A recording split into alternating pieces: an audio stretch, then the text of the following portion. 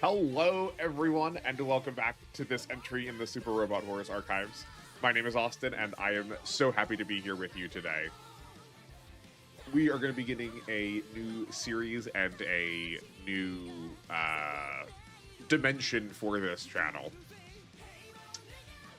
And you may be asking a question. You said a new series, but we're still looking at the live screen. Yes, not a new game series, but a new channel series. I mentioned this in a couple of previous VODs. If you didn't get to watch those, totally fine. We'll talk about it here. But I am getting a little weary of just playing games normally, but why especially normally?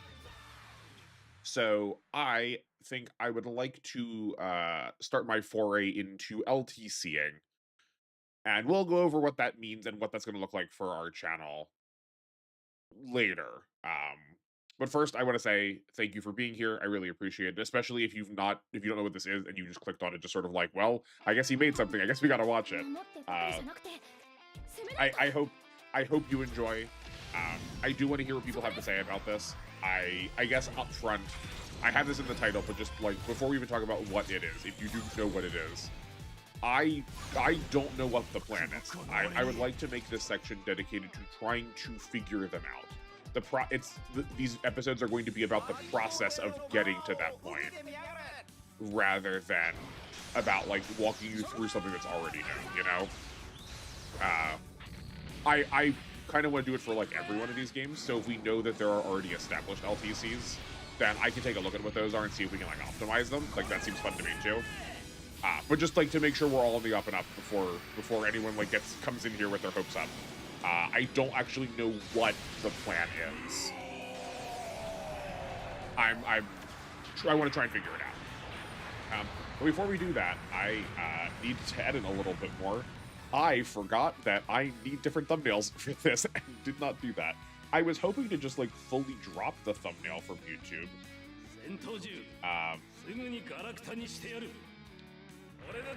And just like let it use the like default auto-generated one from like some place in the stream for now, and then just go back and make them later and re-upload them. But it does not feel like it's letting me like delete that. I can undo it. But this is one of the joys of doing this live. I apologize. Not that I've ever been like the most organized on here anyway. Super Robot Wars Y, LTC. Let's put the word learning in there again, just to make sure. Okay. And then we'll do something with the thumbnail later. No, get all this AI garbage out of here. I don't want people to misunderstand. That's probably fine. Okay. Let's get into things. So, I was not going to show this because it has someone's username on it, and like, y'all have been chill so far, and I really appreciate that, but let's not give someone the opportunity to be heinous. I was largely inspired to do this specifically for Y, because there was a post from someone on Reddit really early on into this game's life cycle saying that they had figured out how to clear the game in 139 turns. And I went, oh, that's really fast compared to what we were doing. And then we got Hayate, and then I went, oh, that seems really slow. We could definitely do better than that. So that's also part of the reason why I'm here. If in the event that this also just like feels too much like the regular playthrough for this episode or some upcoming episodes, I also have 2 complete bucks ready, because that's what I've been doing on my free time, just playing, just trying to like figure out how to LTC that one, so we can go through like I did the first 2 chapters, I guess, right now, I think,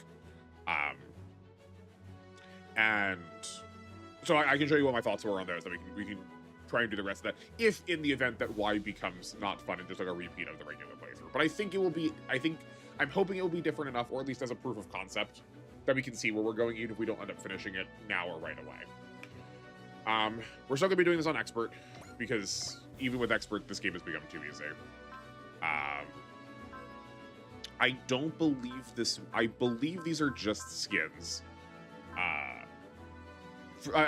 Especially if you were feeling like my previous playthroughs were more analytical than my last one. We're going to try and be a little even more numbers crunchy and less story based, if that's even possible. I think these are there. I think both the main characters are just the same as far as I can tell. Like, I've seen no differences between them. So I think we'll just stick with Cross again. We are going to change our birthday though. We want. I was looking at this earlier. I think I want it to be a Virgo. Yeah, between 8/23 and 9/22. 8. Sure, we'll just do 8/23. Seems fine. And I need AB blood type. I was looking through all of. I didn't realize there was 2 exclamation marks. So exciting! Start a new game with these settings. Yes.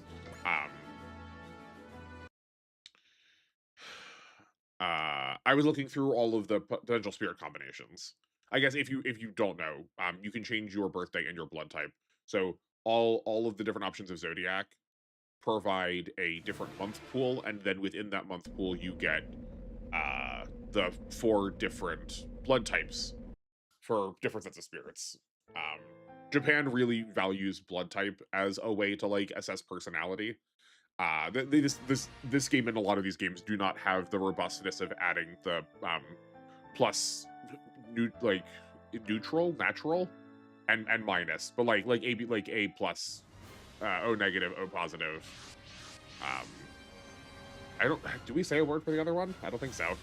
That ends up being very similar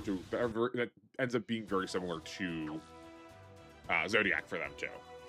That's why when you'll see character introductions in a lot of games, they also have their blood types with them. In case if you didn't know. But yeah, you can change your spirits based on that. And I wanted a pool of spirits that had Excel in it, at least somewhere. I was hoping something else really good.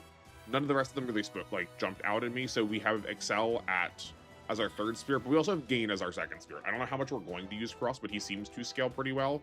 And like being able to skip on levels early on seems worthwhile. Okay, get this out of here. Get these separate. This is where I need 4 screens. Oh my word. Because I want to be able to look at my analytics at the same time as have these papers open, but I also want to be able to like look at OBS.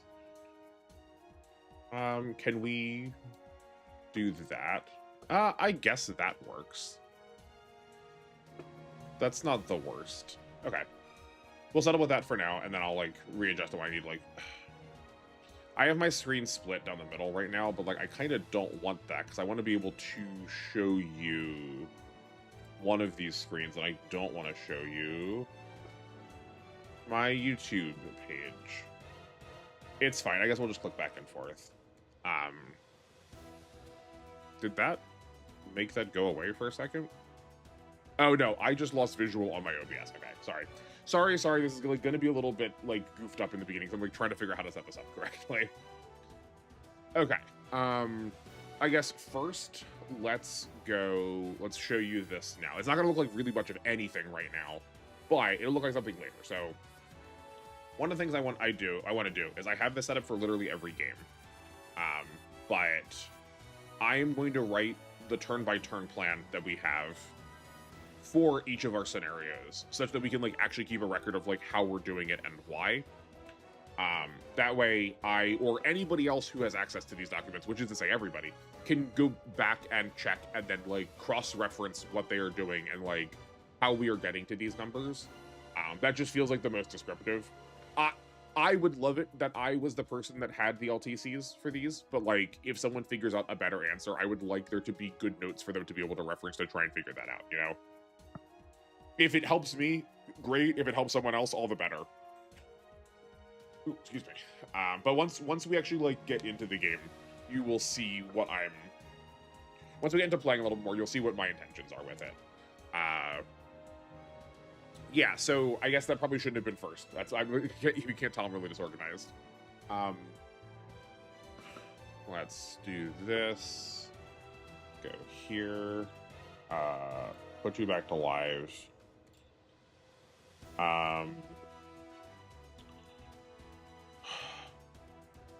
Yeah, I guess I'll keep this up on the screen. That seems fine. Okay. Yeah, so I guess we should have started with this. What is this? If you're not familiar with this concept, or if you've not heard these letters before, or you've heard these letters before and you don't know what they are, LTC stands for low turn clear. It is implemented in tactics games as a sort of paired set, but not the same as a speed run. A speed run for tactics games is different in that it doesn't care how many turns you take, we just want the in-game timer low. Where an LTC says your timer can be as long as you'd like, but just make sure the turn count number is low. I am not good at going fast, especially not thinking fast. So it should be pretty obvious which one of these we care about here.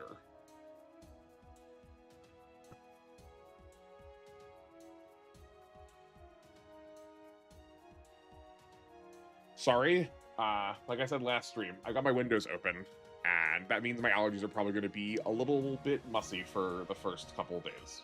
I know it's fall, but my body didn't get that message. Okay. Yeah, so an LTC is geared around trying to figure out how to get to the lowest number of turns cleared. The lowest number of turns and still getting to a clear as possible. We are going to be playing it in aggregate, which is to say, we're probably going to be walking back a lot. There's probably going to be a lot of reloading, both in terms of a scenario and in terms of across multiple scenarios. Especially when we have route splits, we might be playing scenarios that we're not actually going to keep. Because now that we've gone through them, the point of this is not to be exploratory of what's happening and be like, oh, cool, that event really bungled my plans, I guess we'll live with it, right? No, we are here to get one over on the game. So please expect to see a lot of reloading. If things do not go our way, we are going to abuse the fact that we can save and reload, and we're going to take advantage of that to get a perfect scenario. That is sort of the point of the LTC. But a lot more of it is forward strategizing. Right, that we can go, okay, we know we have this amount of movement, we know we have this amount of extra turns, that kind of planning. And then if there's a goofy execution like I've been doing with Hayate while we've been having podcast episodes, that's the kind of stuff that we 100% will reload into. But that I guess is the first concern, is I'm worried that we've already sort of kind of been doing that with a lot of the primary playthrough when we get to later chapters. So we can address that when we get there. I wanted to start this once we were already part of the way, well, a good chunk of the way through the other version of this that we are playing, such that we're not bumping up behind it and then potentially zooming past where we are in the regular version of the gameplay, the canon version. What else is worth saying? I guess we're also going to largely be stuck based on where my notes are, because that's really going to help us. That's really going to help ease the burden of trying to figure out what's going on. That all of my scenario notes are going to open up the secrets of when things are happening on turns, and we can definitely take advantage of that. But I guess as far as scheduling goes, in case this is not your favorite thing, worry not, it will not be around that often, at least for right now. My plan is to do this on all of my Friday streams, which is to say every other week, though this month works out kind of perfectly that we're starting a new kind of plan when we have at the first of the 2 back-to-back weeks. So this will be whatever game we end up playing, Fridays are going to be the LTC day for the indefinite future, because that's also what I want to be doing the most. But if this is popular, I will happily do it more. I just suspect that it's not going to be the most watched or most valued piece of content that I have. But I could be wrong. I could be delightfully surprised.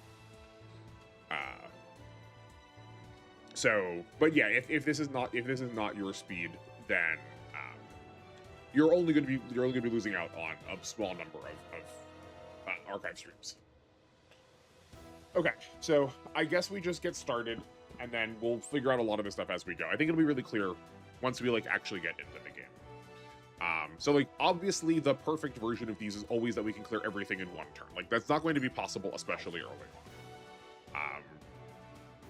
I will try and talk through some of my notes because again, it's like hard. It's going to be hard to like show you all of this information and like switch back and forth across screens, switch back and forth across screens. But I guess we can do this once now just to make it more clear. I just want to like keep something locked so we don't have to like. I don't want to like throw you all about giving you like seasickness as you like watch my mouse and the terrain move a lot. Okay, so I guess secretly this is also a plan to get people to like look at the notes that I make and like figure out how to use them. So here is the map that I've made for this scenario. There's like not a lot going on, A, because it's the first one, but B, because these maps are pretty simple. Right, but like this is the kind of thing I'm going to be looking at. I have this done up to pretty much all through chapter 2. But like the events section is probably what's going to be the most important to us. And also, I guess, like, seeing what parts people drop. So, like, I know that once we destroy something, we're going to get another unit. So, we, like, actively want to be getting other units. We actually want to be, like, trying to figure out how to trigger these events in ways that are advantageous to us. Also, knowing when enemies move is going to be important. Generally speaking, in this game, enemies move pretty quickly. That'll be like more relevant for other entries.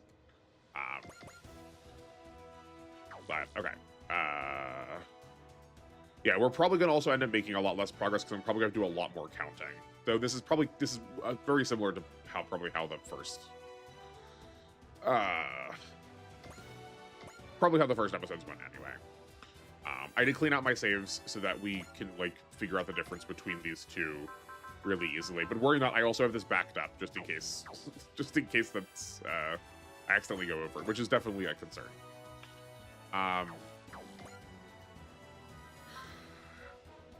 Nothing is really different here than before. If I feel like there's a difference worth talking about for like how a unit is working, we will address that when the time comes. Oh right, I forgot that chapter 1 also does not have the difficulty modifiers applied yet. Okay, so we will just take these hits because getting hit will also give us some morale. As it stands, this dies on enemy phase.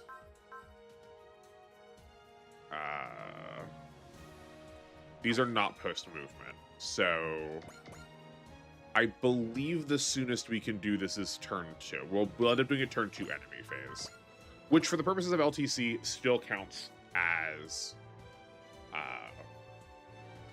like that still jives with a 2-turn clear. Okay, so as it stands right now, we have turn 1. Let's call them by their unit name. That's gonna that won't matter here, but that will matter for future games a lot more. And if we'll figure this out as we go. You know what? Maybe we do like unit name parentheses. No, that's stupid. Unit name bar. That's already how I have it set up in the scenario map. So I might as well use that. The same here. Luminous Cross attacks left most Taurus. This is we're gonna do turn 1 parentheses P for player phase, and then turn 1 parentheses E for enemy phase.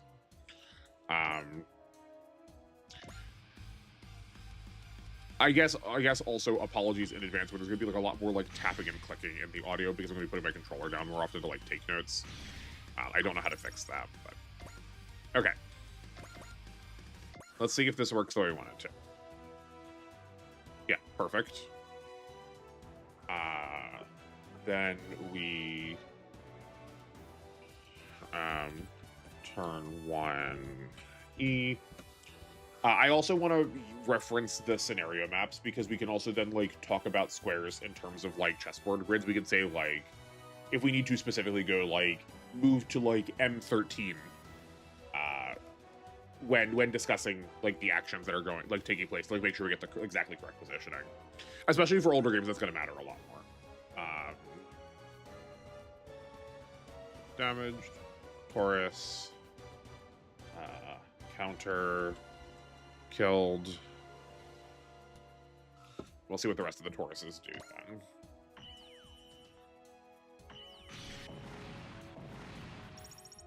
And like, we did take damage. If that kind of thing ends up mattering, we will notate that. I just don't think it will here.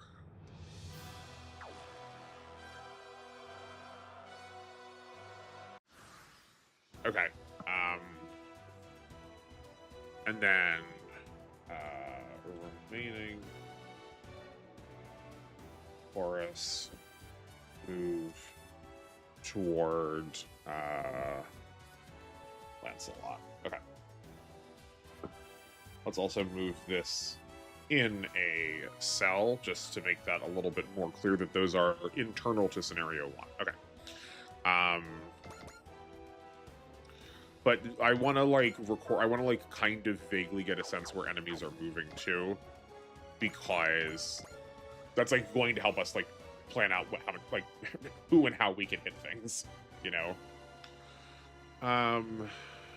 Right. So like we know this already. We know this already kills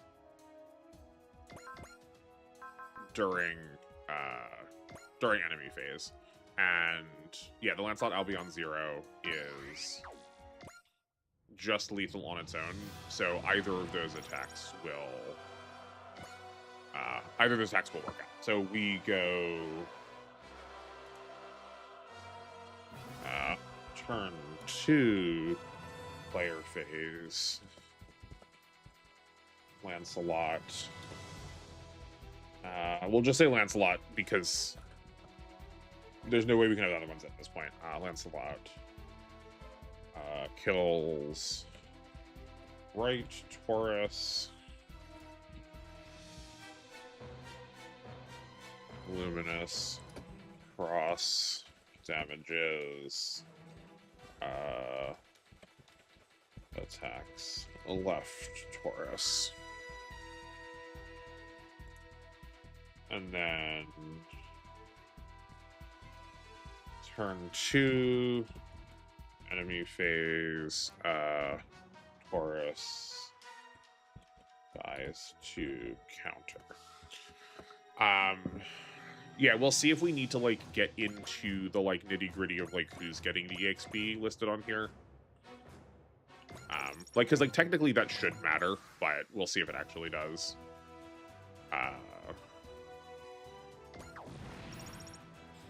This early on, I don't think it's going to change very much. Like, we would prefer that to go on cross, but we would prefer the low turn count more.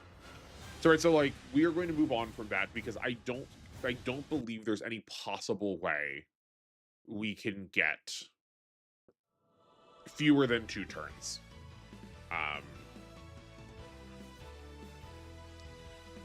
Right, if we go back to... Oh, right, I guess, sorry, hold on. I guess this is like scenario 1.1, part 1. And then scenario 1-1, part 2. Okay, now that we know what we know about Echika, we also want her to get as much XP out of this as possible. But let's go look at our map again. Right, so we can't get... So, like, these units need 5 range to be able to attack. So that's 1, 2, 3, 4, 5. We can't get here with the Luminous. That's why I was looking for Excel, right? If we had Excel, we're at, well, I think 6 move. 1, 2, 3, 4, 5, 6. No, we got 7 move because we have to be in 3 range. So 7, 1, 2, 3, 2, 3, 4, 5. Even if we had Excel, we would not be within range of this rightmost unit. So I don't think there's any way we can do this beyond, like, I don't think there's any way we can do this faster than 2 turns for this first section. So this probably isn't going to look all that different from, like, a regular clear, but... Okay. Where here, though, I think there is probably a way where we can position someone such that all of these enemies are going to die on enemy phase. Right? Like, how lethal is this? Okay, good to note here that we're at 100 morale, so we are getting our morale reset when we go to the second part, which is why I do have it separate from the first part in my notes. I have them like separate documents to make it clear that we are to make it clear that like everything's basically being reset. This is the Cross one. I guess the difference is that Cross and Forte do have slightly different chapters when you play them. So I guess we could have taken that into account, but that's fine. We know the A Advent's going to move forward to space. The A Advent's going to move here on turn 2. And we're going to get a group of enemies up here in the north. So we want to be ready for those on turn 2. I don't love the idea of giving these to Zero right now, just because we're not going to keep him around for a while, and also just like this is Suzaku Zero. He has not been that relevant for us in the past, so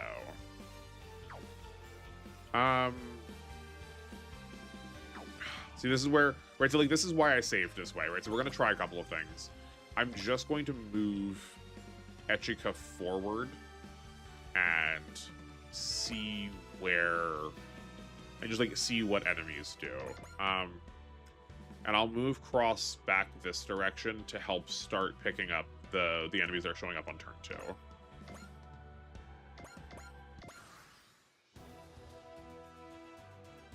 Yeah. Right, we don't. Oh, I forgot that Anina had Excel. Okay, I just forgot that we also got Anina at this point. Our other pilots did not show up. Right, so like here is where we might end up reloading this. A, just to like make sure I got the like placement correct. And B, because like these 67%, if we need to like deal with those kind of rolls, we can choose to let those be in our favor. Because in an ideal world, like in a perfect version of this run, they will be. And just like waiting for it to like happen into the correct luck is not necessarily the most interesting.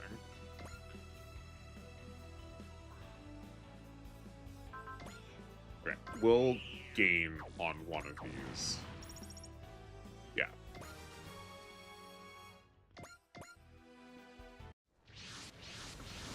Oh, okay. So this is not just turn 2. This is also 2 enemies remaining. This is part of this plan is also just secretly to give me an excuse to work on documentation while on stream. Okay. Oh, right. I forgot that it's that Cross gets moved over here automatically. Okay, so all of these kills are his. Unknowingly, we wanted to trigger this on enemy phase, such that we were able to get all of these counter kills and like clear all 3 of these up immediately.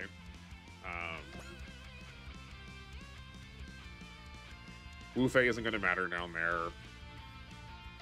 Now seeing how long it actually takes to get Wu Fei back, it's really funny that Wu Fei. It's really funny to me that Wu Fei is here this early. Okay, right. Like that's pretty well locked in. It's just a matter of these 2. Do you have post movement?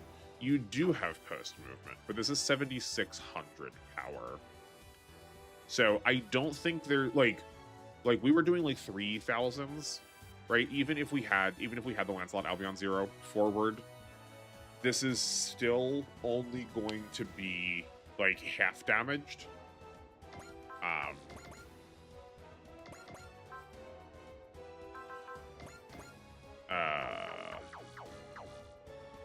Okay, yeah, but we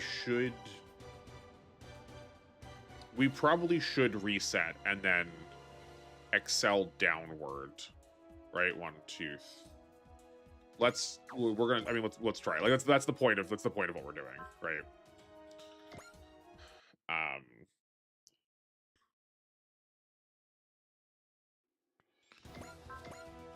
Spirit, Excel. Then we are moving down 1, 2, 3, 4, 5, 6 spaces. So that's moving to 1, 2, 3, 4, 5, 6. That's moving to 019.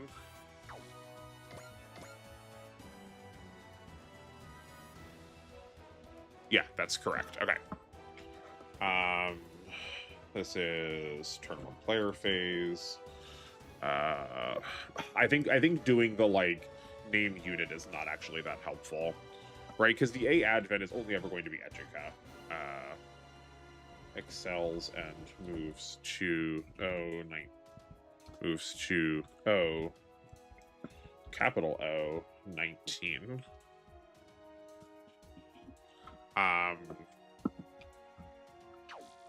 Then it's figuring out a position for Suzaku.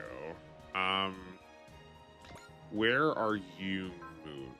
You have 3 range post movement, so 1, 2, 3, 4, 5, 6, 7. 1, 2, 3.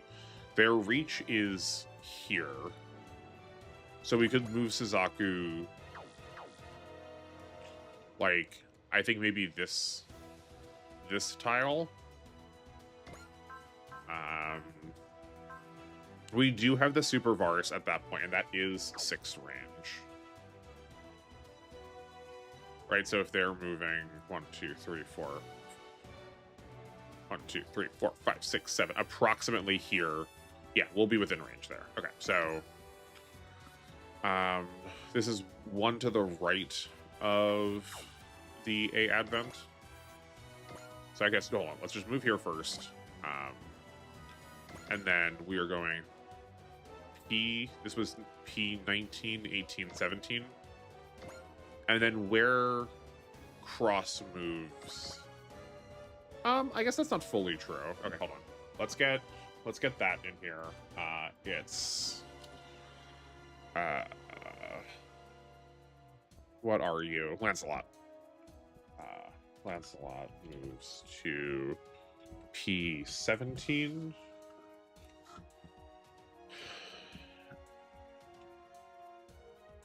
Hold on. What range are Echica's weapons at this point? Only 5. 2, 3, 4, 5. Okay. So we could move forward with cross. We could move here. Because he's gonna get pulled. He's gonna get pulled up north anyway. But I think this is worse because that's going to keep the Gaza here, where it could be attacking the A advent, and we could just get that kill. And I think it's also going to keep the Zamzaza in place, and we would also like it to move forward because, as it stands, 3, 4, 1, 2, 3, 4, 5, 6. Yeah, it can't attack anyone right now, and we need it to move. Otherwise, it's going to be locked in place, and we don't have any attacks against it next turn. Yeah, so we want cross out of here. And we also don't want it, like, pulling left. Oh, that's interesting.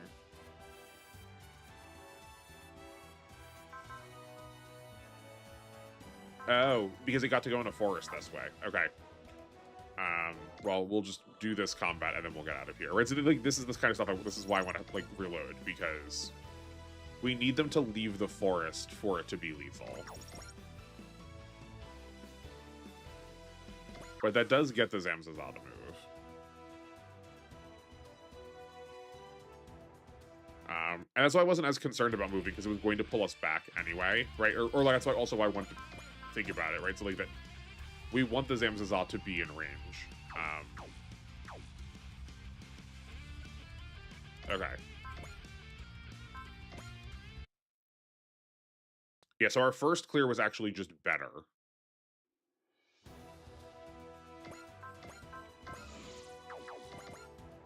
So if we go, well, I mean, we'll just try this. Right? So this is N18. Yeah. You go here.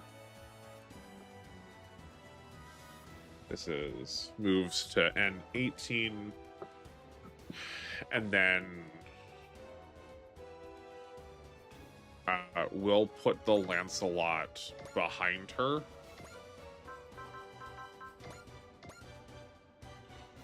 Right, and then this way, either of these are lethal.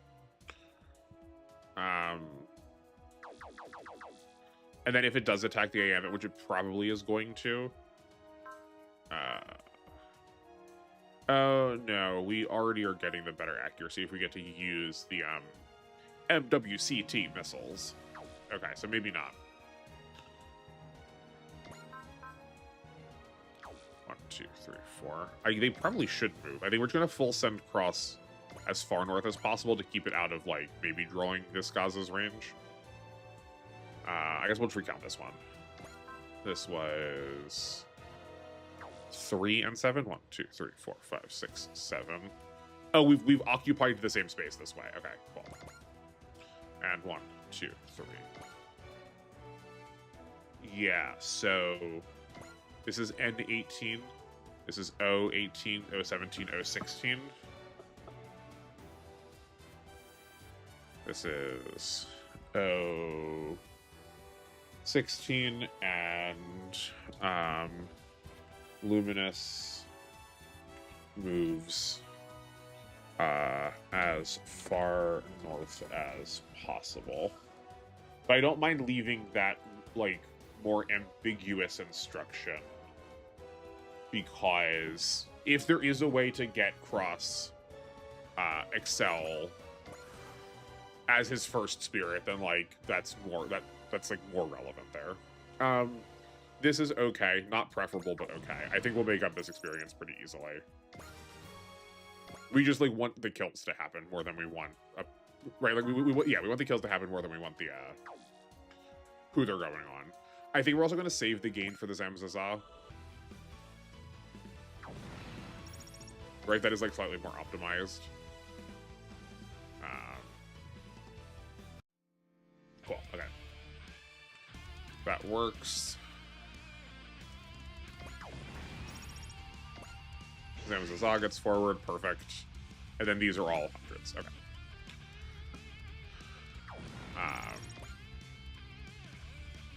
This feels like probably the best version here of how this turn can go, and we've surely got to be able to find. There's got to be a way to do this turn, right? Cross can come in. No, okay. Does Wu Fei have Excel? No, he does not. Okay, so we'll just have to plan for it to die on enemy phase then.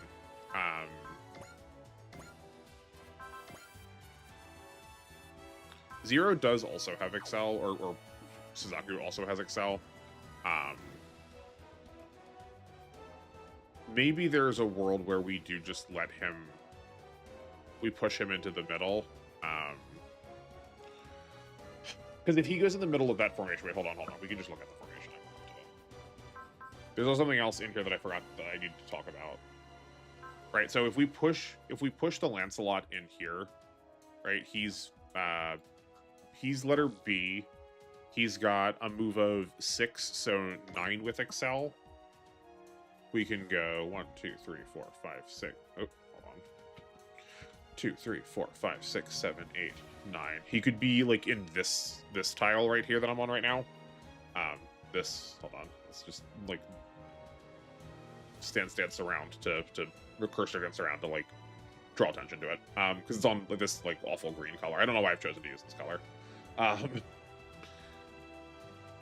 Standing here, that's 1, 2, 3, 4, 5. This would put us in range of the Zamzaza turn 1, which means the Zamzaza stays in place. But the Lancelot doesn't attack. No, this is worse because the Lancelot doesn't attack here on the Zamzaza. The Zamzaza does counter, or will theoretically attack us. We can counter attack, and then on player phase turn 2, we can attack back.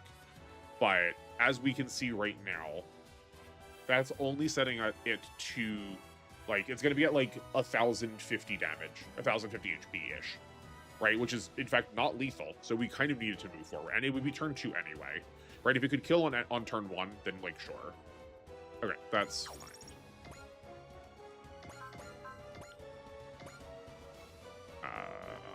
This is 2480. That's also just more accurate. We don't care about accuracy down. We want mobility. We would want mobility down. Like, there's also probably where I should have saved. Like, we'll save here because we know. It's now like very knowable that this is going to be done on turn 2, and then we don't care about the luminous or Wufei at all. But yeah, the thing I said we need to like care about, or that I should have mentioned, was yeah, see, like that. Like, there's no, because we know that we can. I'm more interested in what we can rather than like what the game has handed us. When I was saying that, like, maybe we can. Like, I want to write instructions ambiguously. Good gracious. Okay. Maybe some of these are. Maybe we also maybe figure out some of the RNG while we're doing this.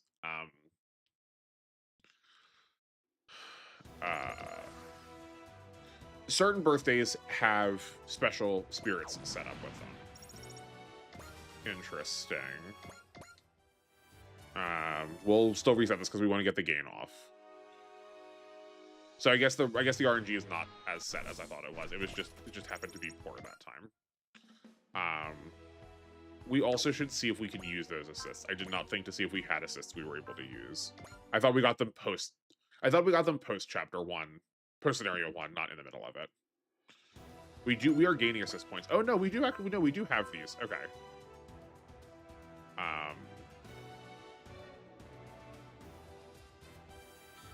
Why can't we use? I guess because she's already been used. Yeah, we want to be farming Cookie early.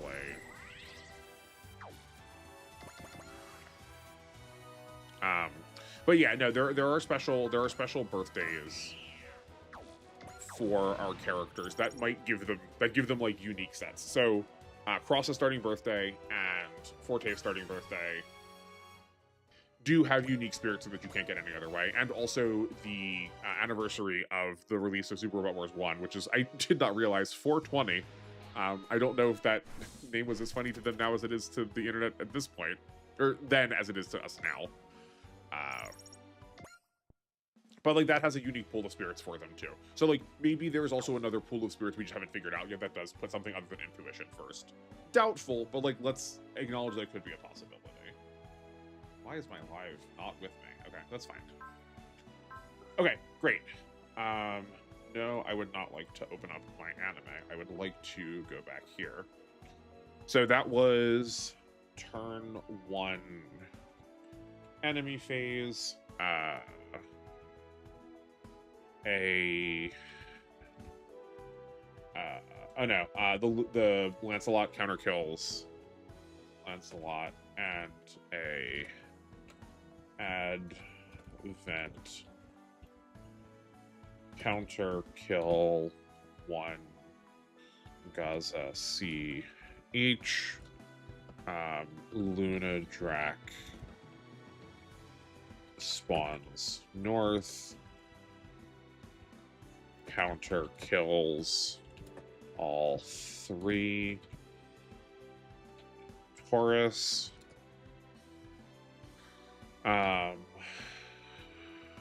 A advent. I don't remember how it went now. Darn it. Did the Gaza Sea moved on enemy phase 1. A advent counter kills 3rd Gaza Sea. Then turn 2. I guess also I could just like put this up now so you can like watch me type, I suppose.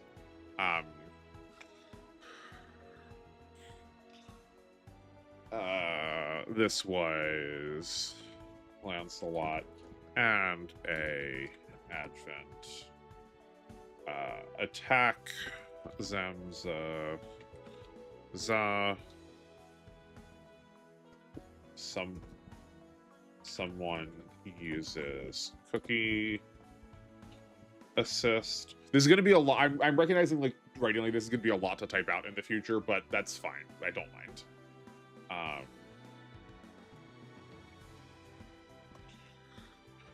Zamza attacks a... So, like, this one I want to write down because it feels like, given our position, it could have attacked both people. So we want to know that it can attack the Advent. That's what we want the experience on the most. Right? Like, these kind of differences are the things that, like, I feel like are worth notating. Zamza attacks a Advent.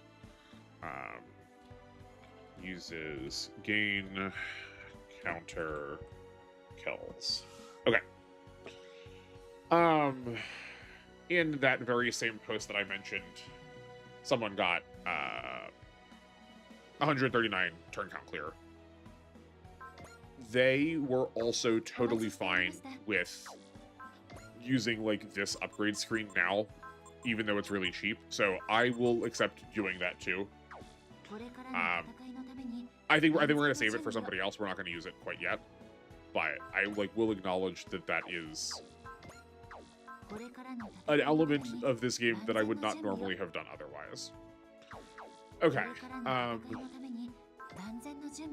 Yeah, so, like, here are some things to figure out now too. Like how any of this is working. I guess max HP is probably more relevant. We're probably going to be a little bit more self-destructive in our movements, and then we can like this will matter a lot more once we get further out. I think that's definitely going to pose an amount of problem for trying to figure this game out, is that there's just, like, so many options. There's, like, so many pieces of data we're going to have to try and tabulate. But once we can hit one turn clears, it'll be easy. It's just about getting there faster. I guess, like, yeah, the first big question is who gets the booster. We might end up playing whatever we're doing next 2 different times, because the A Advent getting the booster to, like, get it into combat feels rather good.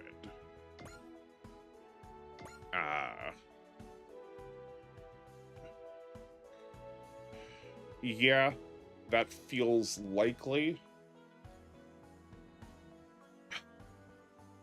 Let's put it on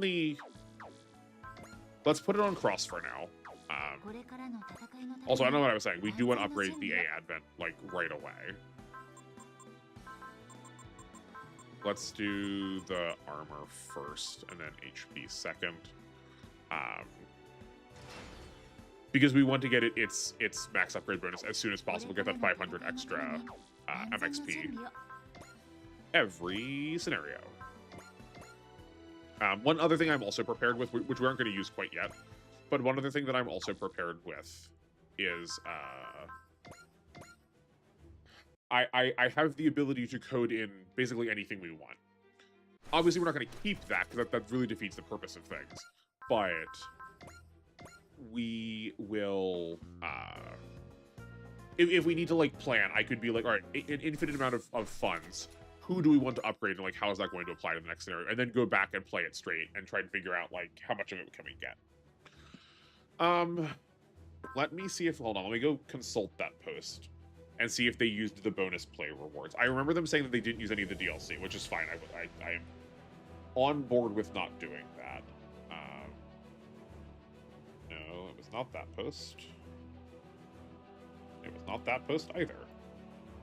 This is what I get for looking at multiple sources of Reddit, but also the fact that it just comes up in my history as just Reddit instead of, like, telling me the actual post itself is not helpful. Ultimate Edition provides a head start to the run. However, I will wait until the DLC.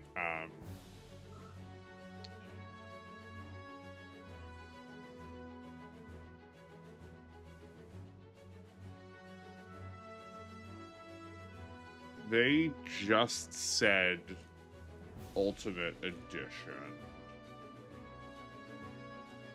So I guess we use everything other than the DLC. The only reason I ask is because I think this is going to be a very big impact on what we get to do. Right? That's a lot of starting resources. But actually, hold on. You can't see any of this. Good. You shouldn't be able to see this. Good. Let me see if we can figure out where that bonus play reward is coming from. Is that in... Could you make that picture a little smaller for me, Steam?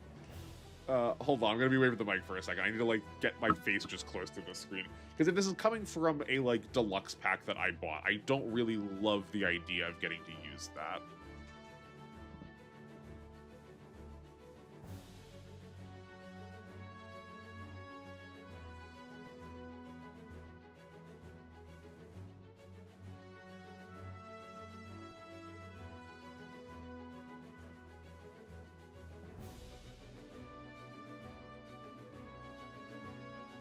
I don't see it, because I think that's what the deluxe... I think that's just what these, like... I think that's just what these things are. And that, like, the bonus play reward...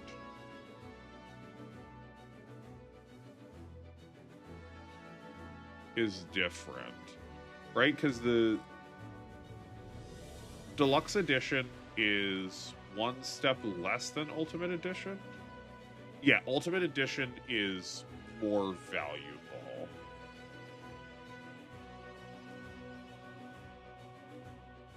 Found Deluxe Edition bonus. Oh, but okay. I also don't have Ultimate. I only have Deluxe.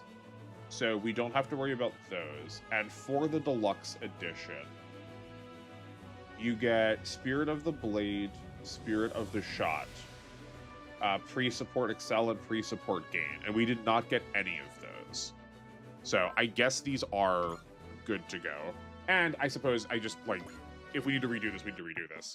Tell me in the comments if, I would like feedback from people who have just the base game. Whether or not these are resources that you have available to you. Because that is, you know, pretty impactful. Right? Because, like, we're going to get to... I believe we're going to get to finish this now. Oh, no, we do not. Okay. We'll get a lot of it done, though. Here, and then we'll max out Sight also. Mobility is our last importance. Yeah, that works good. Oh, hold on. We might actually get to max it out, because this also pushes us to F. Oh, but we don't... There's not one for going to F. That's interesting.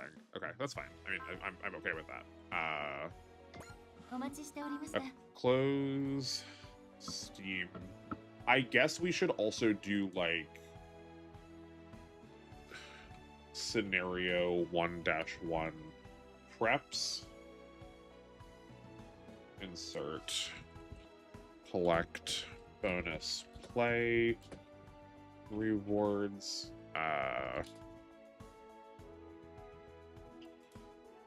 Oh, right, go back over to that monitor. This is gonna take me a second to get used to. I'm so sorry. All funds into a Advent.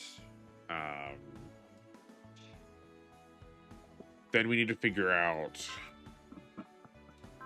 who's taking what. She definitely gets the assist cheer. And... Okay, yeah. We can put the booster and flight module on Luna Drac.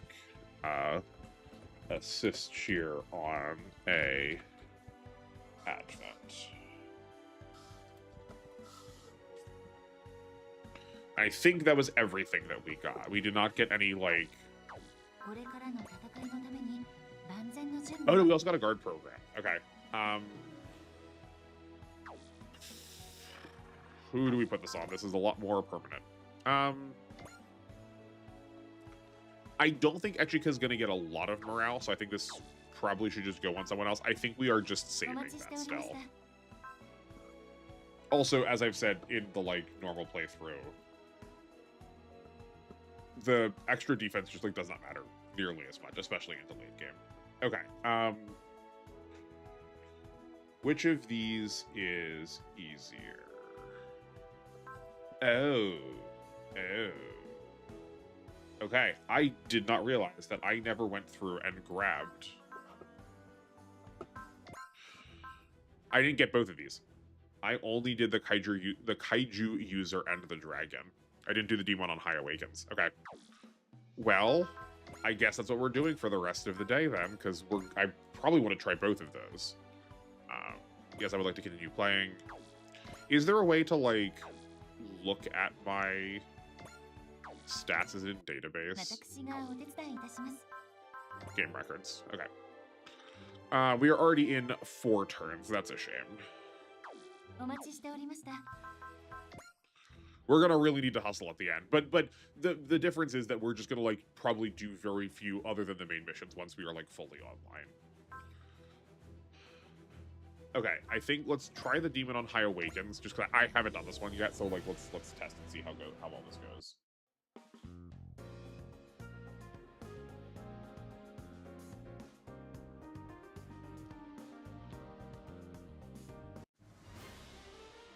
Oh, okay. We're really just switching scenario 1-2 and 1-3. It depends on the order you pick them in. I know that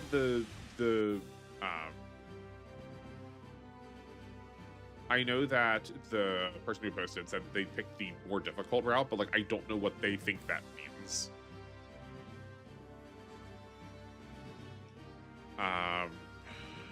Okay. So I guess first, these are post-movement 3. So 1, 2, 3, 4, 5, 6, 7, 8, 9. I suppose let's look at this map and just try and, like, guesstimate based off of this, right? This should theoretically work. Because all of these are the same setup. Okay, on turn 2, we get the getter, and the, like, boss for these guys shows up, the, like, sub-boss.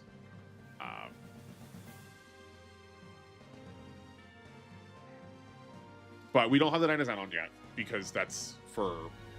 Like, that's if we did... This map is assuming we do the Dinosaur on stage first.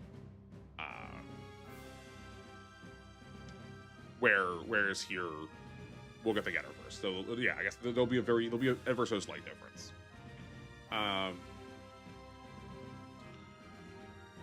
Yeah, all of these move on turn 1. I do have the Zordo as listing as arriving on turn 2, but moving on turn 1. So that's not right. Moves, turn it arrives.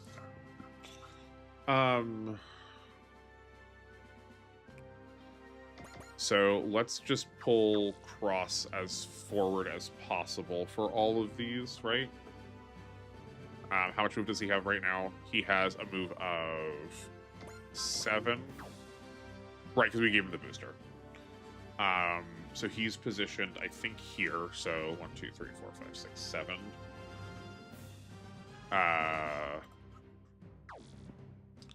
What are our post movements? Our ranges are 5 and 3, respectively. So 1, 2, 3, 4, 5. That's not going to work. Hold on, please. Oh, gracious. Okay. But that furthest one has a move of 6, so a reach of 9. Alright, so we can go 1, 2, 3, 4, 5, 6, 7, 8, 9. As long as we're between those buildings, we should be good. Oh, but we're not getting all of these. Also, there are, I guess there are fewer of these insects. There's 2 more that have not shown up. Interesting. Okay. 1, 2, 3, 4, 5, 6, 7, 8, 9. Can we get there? No. Okay. So this also can't be a turn 2, or this can't be a turn 1 kill, which is fine. I think let's just, like, full send forward.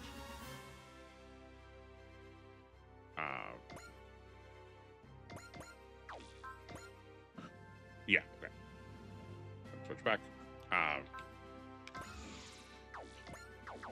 And then Echika she doesn't need to get kills as much as she just needs to get XP. So then I'm hoping from this position that works even better. I was gonna say from this position we can also have Cross move backwards next turn. And get resupplied by her too.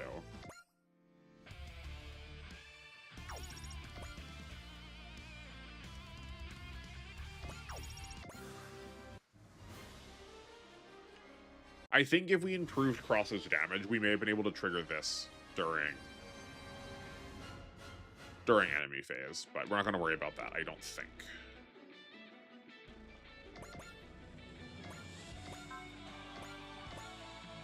That's just shy of halvesies. Can we do anything else? No, we really can't. And none of these assist links matter. Okay. The trouble is still this Insector, though. We can't get anywhere close enough to be able to hit him.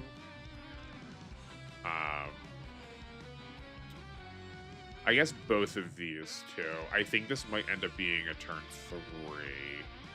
Right, because we gave our character with the most movement the extra movement. So we were like as far forward as possible. Right, because I guess Echika goes up to 7. No, I suppose Echika goes up to 8. We are 2 spaces behind, like she's 2 spaces behind where Cross moves though.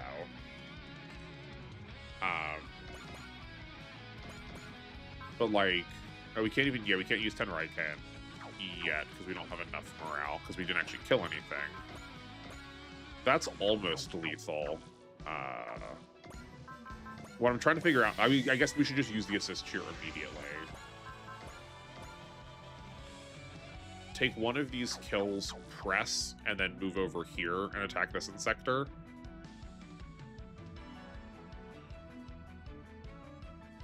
Yeah. Okay, this is not lethal for someone, one of these at full HP. But I don't actually mind just doing this with Echika instead of resupplying, because this is like still kills on. This is like, it's better if she can get EXP and kills. But getting like actual, like she'll also probably get actual experience from resupplying. Though it looks like we're probably going to be doing this turn 3, so.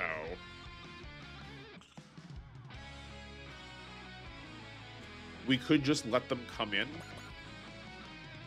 Like, have Cross do this and then resupply. Actually, here, yeah. Here's where we'll save. I'm going to fork our save.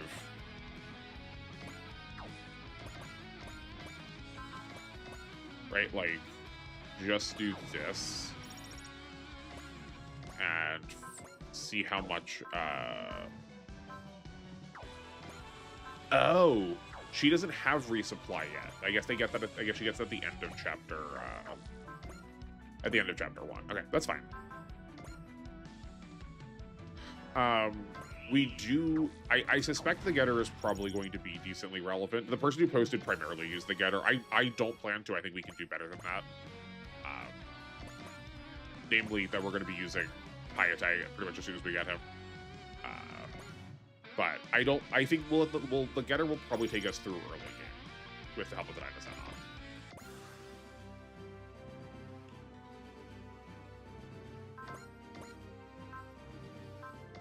Yeah, if we had a way of having more morale.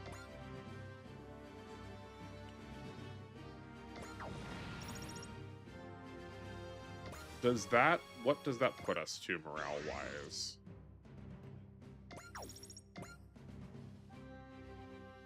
And is this lethal? This also isn't. Okay, so I guess no matter what, we're going to turn 3, because the combination here with the getter is... The combination here with the getter is such that we're just shy of lethal. And we're never getting anyone over this far on player phase. I guess we could have moved the Lunadrak over here and attacked. Right? We could have moved the Lunadrak over here to hit him. which would have made that lethal last turn, and then just had the, like, just had Echica in here, but I wouldn't have spent anything up. Because we would still have the trouble of these two being fully out of combat range during like last player phase. Yeah, okay. I guess let's just like hand out our kills where they're supposed to go. That's also a shame that we're 1 SP short of getting another game.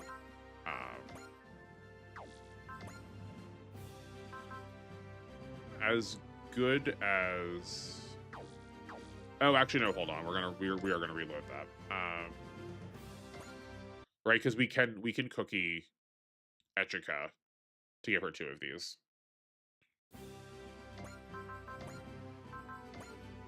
Yeah, that's preferable. We're losing out on unassist, but I think that's going to be fine because we don't need to farm assists on 2 people we aren't using.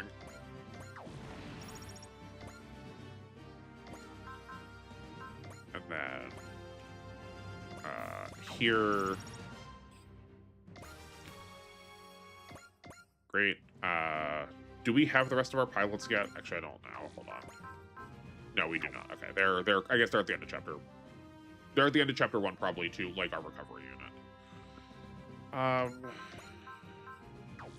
Yeah, I guess we just give it to the getter. They're probably going to want it more than cross, I guess. I'm not writing any of this stuff down, though it looks like. Oh, hold on. There we go.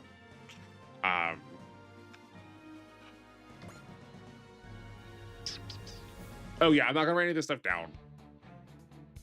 Or like I will know that was a turn 3 kill. Because if I want to go back and try the other path too.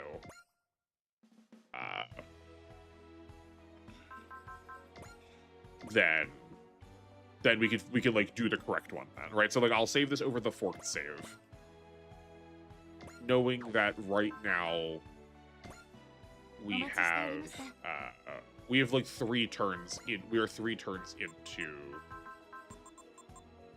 That's a shame. We are 3 turns into this pathway. And then we'll do the other one also on camera and see how long that takes us combinedly. And see what the actual differences are. Like this will be easier when we already know.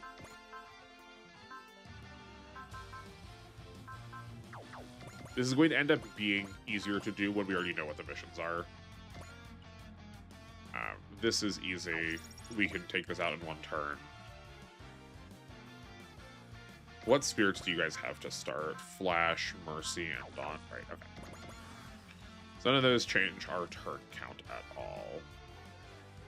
Ooh. Oh, right, yeah, we weren't doing halves. Right, so technically... Technically, this would be lethal if we had crit. Trying to reroll for, like, a 4% crit feels bad, though. Okay, that's 2 turns.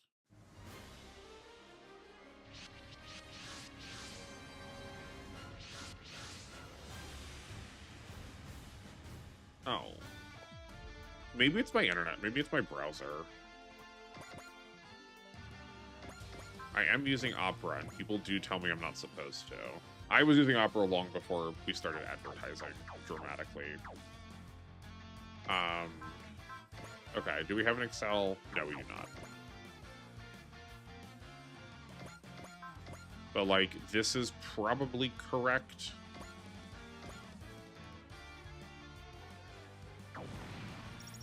Yeah.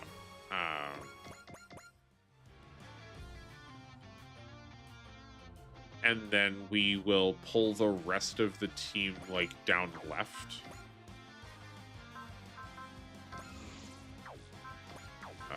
Parts cheer.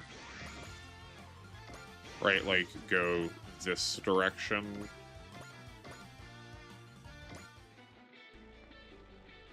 And then let everything else get counter-killed by the...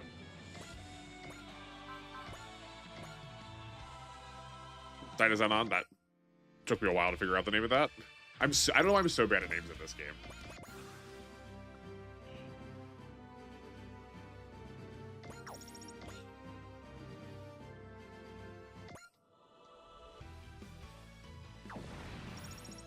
Right, that works. Okay, so this is actually worse because this could be lethal. Yeah, okay.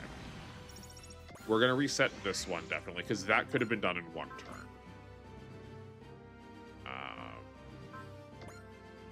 Yeah.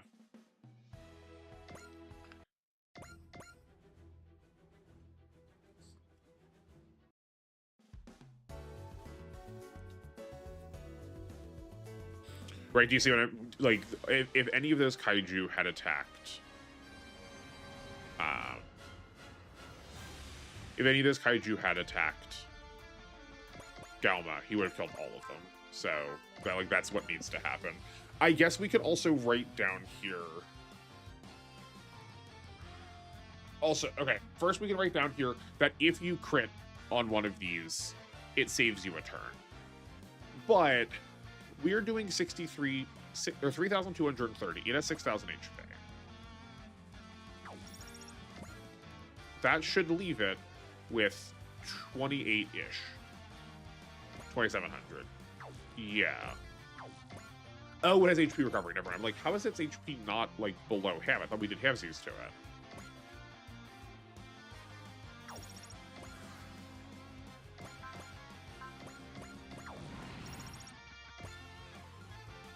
Yeah, so, like, that can be perfected by, like, rolling until you get a crit there.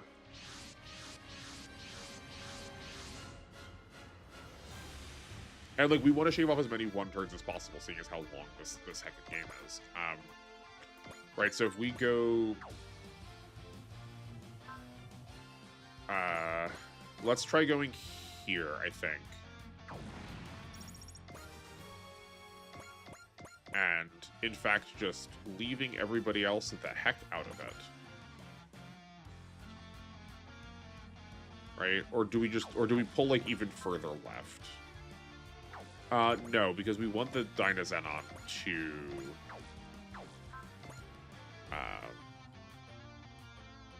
oh, you know what? Hold on. We want the Dynazenon to get all these kills, but we can also press him once with Cookie. Now. Right, we can go here. We can go... Cookie here.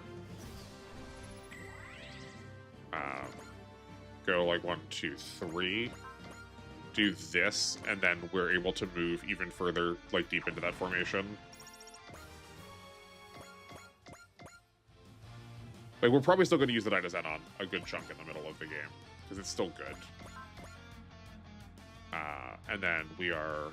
Let's make sure that we're not messing this up. They have a range of 6. 1, 2, 3, 4, 5, 6. Okay, that actually is a problem. Because we don't have a... We only have the penetrator guns, and they aren't lethal. So... If we are not here, but here... It goes 1, 2, 3, 4, 5, 6. Okay, so this one has to move. And 1, 2, 3, 4, 5. And if we go here, we still have the full burst, which we also saw was a kill during the previous clear. So that should be all 3 of these. Assuming that we don't draw that Chub on base, but we can... Heck out of here.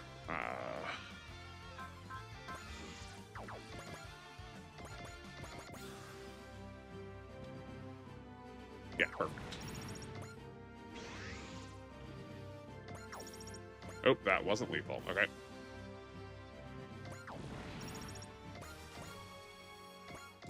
We'll reload that one.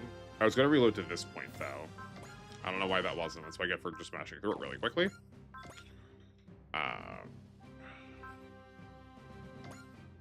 but this is what I mean by, like, reloading a lot. That, like... a lot of these, unfortunately, just require you to do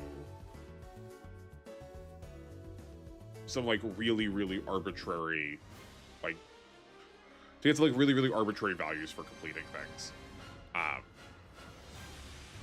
But it's also why we're not gonna, like, make it the primary thing on the channel, right? Okay, once more with Spirit.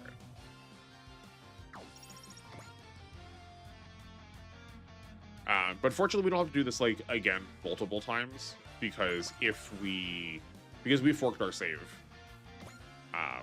we can just keep whichever of the two of these ends up being shorter.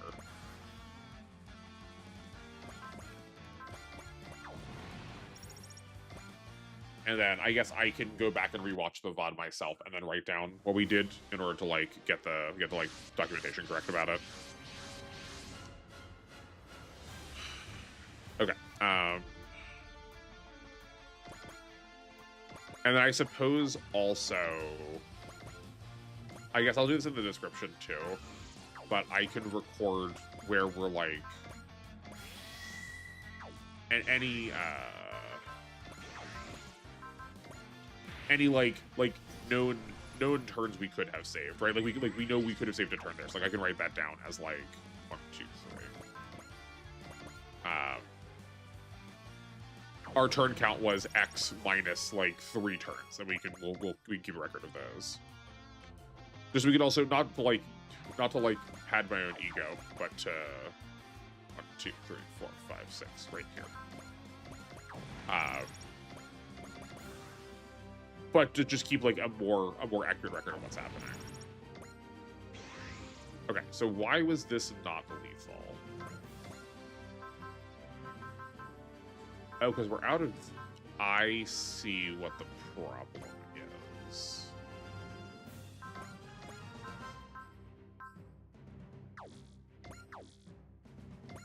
Also, stupid me for, like, again, not saving here.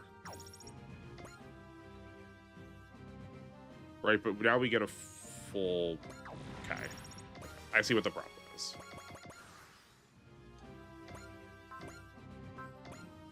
We'll save right before that. And, like, that's always how it goes, right? We'll save right when we no longer, like, actually need it.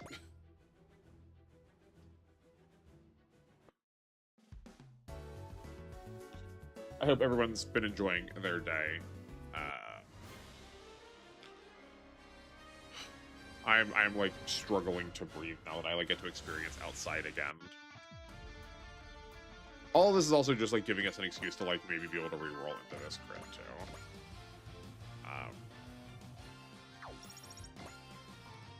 Yeah, I've been having a rough time breathing because of having everything open. But it's nice getting to like be part of nature again. It does not feel like we are roughly halfway through October. But I do think streaming is like also, like, I'm gonna use the phrase like eating up my time, but like not in a bad way. Like I don't mind. It's just, it's like kind of all consuming. I do spend a lot of time on this, and it's like definitely, it is exhausting me in a way that I wanted.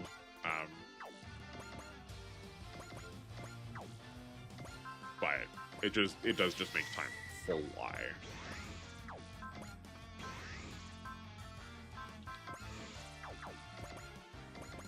Okay, so we need to be 1 up from where we're one more west from where we were before. 1, 2, 3. Actually, yeah. If I leave the notes for like these route splits to me watching the VODs, it's also like a good excuse for me to go back and like start clipping the VODs for the art talk, so I can supercut those. 1, 2, 3, 4, 5, 6. Not here, but here.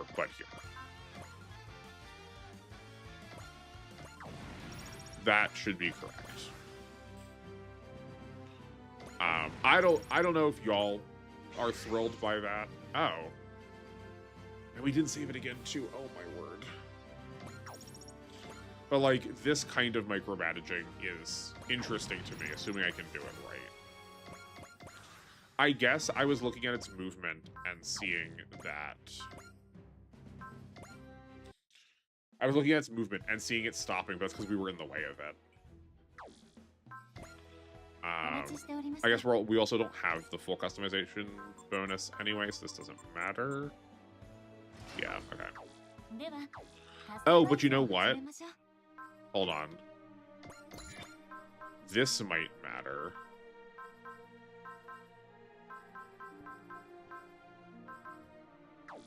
Hold on, hold on.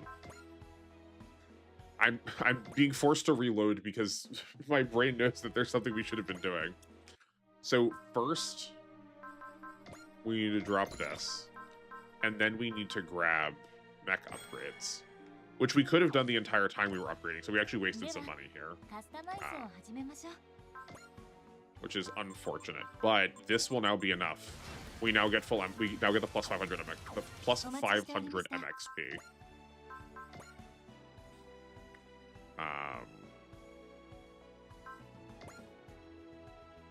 That's this one, yeah.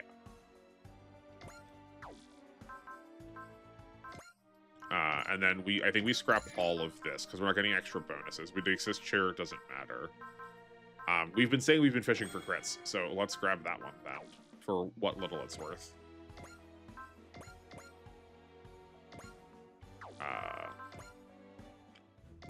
Okay. Yeah, but like those little optimizations thrill me to no end. I get the sense that it's not as true for the broader community, but that's fine. I can carry that weight. I will gladly bear that burden for the whole of the community. It's an 8% crit now. We only need to hit this. There is a 16% chance, right? Is that how that math works? I don't think that's how that math works. We'll need to land one of those for that to happen.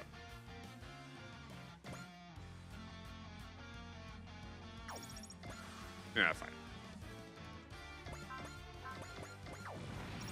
But we're not gonna keep rolling for that one. That's innate. Save. Save. Save, you idiot. Save. Save. Save. Save.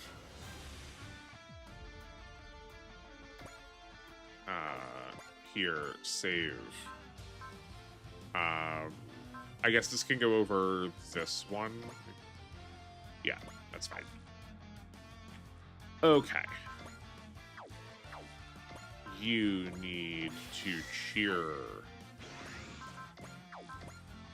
You need a cookie.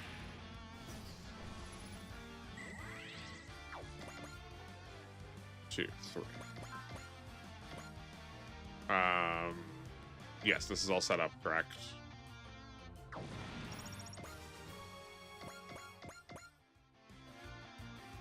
Let's get these goobers out of here. And then we'll count tiles better.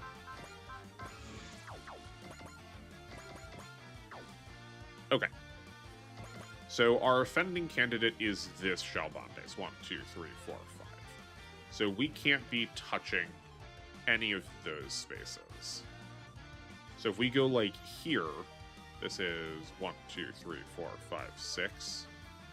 Yeah, so if we go here, I believe that should put us fine. Because we have 3 enemies and we have 3 full burst. Yeah, we've got 3 full bursts. Gracious, that was difficult. Are you going to try and push Chisei to rank 4, or do you think you won't have the time? That's a good question. I didn't use Chisei in my primary playthrough, so I would not be opposed. I would not be opposed to trying to. But like, those are the kind of questions I do want to ask. I suspect we'll probably have time. I mean, we'll have the space to equip her. It won't hurt. Okay. This says 3 turns. It could be 2 turns. So that is 6 turns for this route.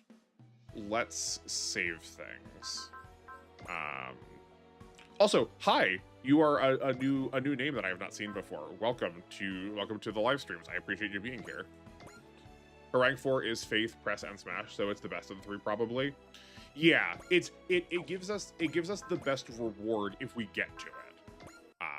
The trouble is just like, yeah, like how time consuming is it going to be to actually get to it? Okay, so we checked the Demon on High Awakens. That was a 6-turn set of routes. So let's try the other direction now and see if that's faster. Fine. Is it okay if I call you Andrew? Have you had an experience trying to LTC this game yet? Or I mean, like, in general, have you had an experience LTCing these games? But like this game in particular. Oh wait, hold on. You know what? We never did the upgrades on this side of things, so we got to get those set. Hold on. Sorry, this is going to be just so much reloading. Not LTC, but I did platinum it. Okay, sick. Cool. This will be our fork. I guess. Hold on. Oh, never mind. I see what happened. This is already set. We were between 1-2 and 1-3, so we don't have active upgrades to do. Yeah, that's my bad. So what did you think of the game overall? And like how many other Super Robot games have you played? You said before.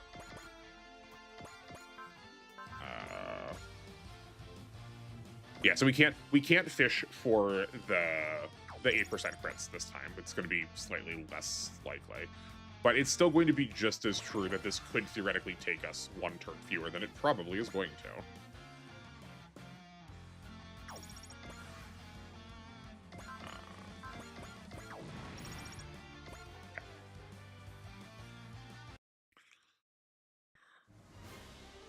Actually, this probably will be better, right? Because we didn't use the getter arc for this part of the scenario at all. Oh, but we don't have interesting. Here's this assist here. OG1, OG2, Z2.1 and 2, JWVXT30, and bits of Alpha 3 before my emulator decided to eat my save. The worst. That's so frustrating.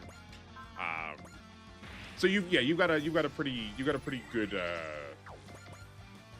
good breadth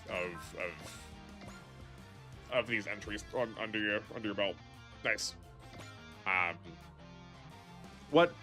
How are you feeling about the most recent generation of Super Robot Wars games? Like 30, from what I understand, 30 and Y are very similar, and then like VXT are kind of the same ilk. Right, so we can stand here for both of these. The Shalbandes will hit both, like, these both get attack already, so we don't have to worry about movement, and the one that's out of range is still within range of the full burst. Yeah, this works out just fine.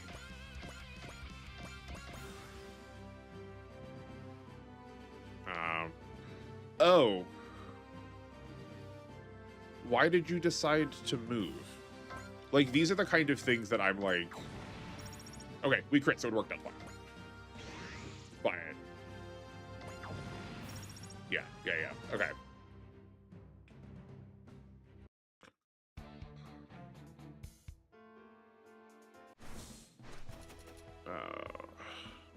This was 3 turns, but could have been 2 turns. So we are still on pace with the previous side of things too. Okay. But a minor optimization you could definitely make is waiting to do these admin upgrades until now, so that we would be up like 10% more money than we had. Just because like those upgrades did not make the first clear any easier. Right? We spent those after chapter 1 and then saved. We didn't actually use them at all, so that was like a little bit of a waste. Fairly good. I think Y and V in particular are each only right behind the really good stuff, but Y in particular I enjoyed quite a bit. Well, good. I'm glad to hear it. Good. I will concede I have had mixed feelings about why somewhat. I love the amount of customization, but there was just so much padding. I mean, like, you must know, you platinumed it, you know better than I do that there was a lot of content in between things that was just like really repeated. I don't know if anything aside from the green path is going to be worth it. Well, the blue. So I guess my first. So, what difficult were you playing on? Because I'm going to be on expert, and being able to get the SP jump on blue is really important. Unless you just mean like right. Unless you mean like right now. But like fishing for crits, you were on expert. Okay, cool. You like. These don't do anything right now for us, like other than getting unassist charge, and I don't think that's changing our math at all. I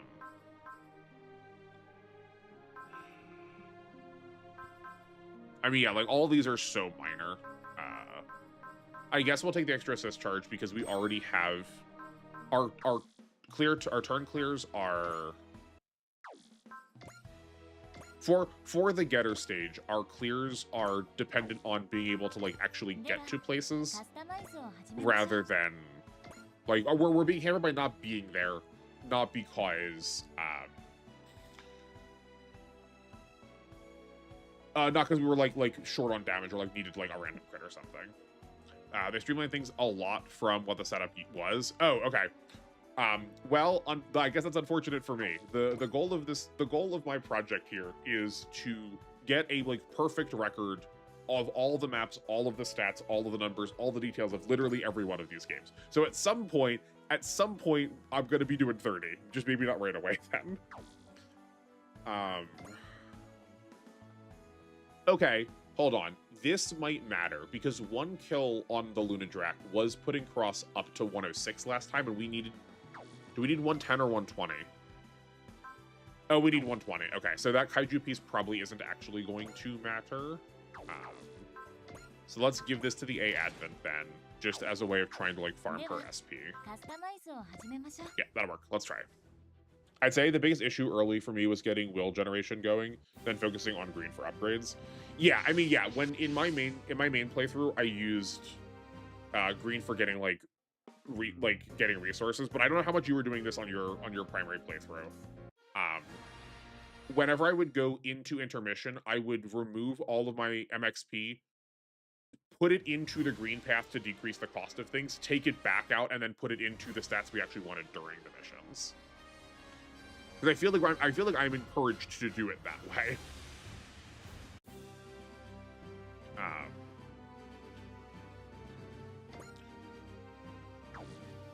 But yeah, no, morale generation was definitely a sticking point for us early on when I did my first playthrough too.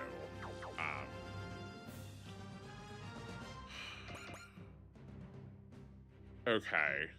Yeah, so here's the trouble. This is why I think the other route split was probably better. We now have these two over here, and this insector was already out of position for us, right? We couldn't go 1, 2, 3, 4, 5, 6, 7, 8, 9. Okay, he's actually a little closer this time. I think the last one was here, right? But like, yeah, he must have been because we can get like, right? Cross can get here. This one previously couldn't, but this one is definitely the one that's going to be a problem. 1, 2, 3, 4, 5, 6, 7, 8, 9. So I think this is also going to be a turn 3 clear. So actually, it probably then doesn't matter.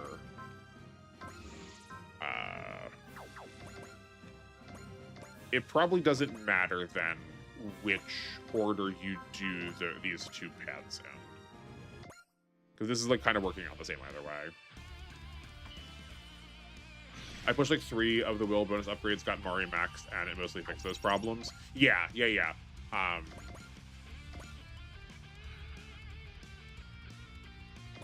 I don't know exactly where we crossed that threshold, but we definitely got to the point where we were just like... The problem went away very rapidly, and then everyone was just like basically starting with all of their like high morale requirement skills like turned on. But yeah, no, getting the like, I think for the longest time we had at least 2 instances of the gain 2 morale at the start of your turn, and that really made a big difference. Who like, I know who I want my primary pilots to be based on what happened before, but like generally speaking, who were you using that you found were? Hold on, who did you find were like the best members of your team?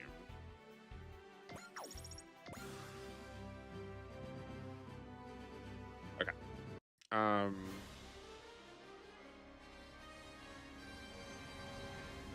Yeah, well, let's see. Maybe we can get this as a turn 2. Right? All 3 of these are low. So these could all die to Echika. The getter is doing 3970, so we need to do over 4,000. Okay, this works out perfectly. I know this is not 4,000, but this is over half of 4,000. So regardless of who the Zordo attacks on, we'll fork this save too. Regardless of who the Zordo attacks on enemy phase, that's still lethal. Even if it comes over here to Echika, she can probably still kill it too. It's just a matter of dealing with these 2 goobers. Galma does not have enough spirit for either of these. It doesn't even have enough for...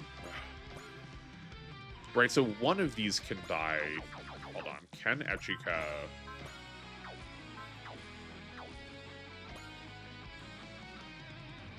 Hold on. How close are we with range?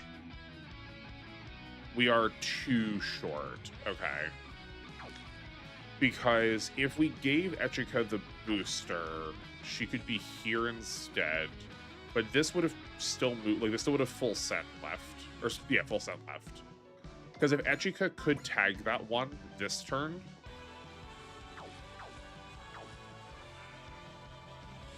yeah, if Echika could tag this one this turn, then it would be at half health. It dies to a counter attack, and then we can chip this one. Yeah, okay. I think we got the idea. Let's try that then. So we want the Kaiju user and the dragon completed. We're gonna reload from here. We're gonna switch the booster over to Echika and see if we can get some movement more correct that way. Switching to my phone, apologies if you were asking a question. No, that is totally fine. I will ask it again then. Who did you find to be your like core group? Like who did you feel was like super successful for you?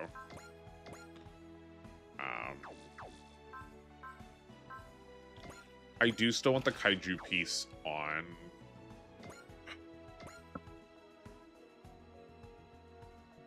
Yeah, we still want the Kaiju piece on Echika. Oh, no, we don't. Okay. No, you can take the assist cheer back because I forgot that Galma starts with +5 starting morale. So that actually matters. And then, yeah, okay. I think that's going to be our setup. So let's save back over that file. And then we launch. I have brainworms that use like 30 characters. I mean, I also did. We switched around the time. Yeah, like I will be the first to admit that when I am playing on stream, I play very differently than when I'm just like when no one's watching. Right? I will I play the worst way possible if I'm by myself, which is I get characters up to their ace bonuses and then go, great, they're complete. Let's get somebody else that and not actually use their ace bonuses. I'll just keep switching after that.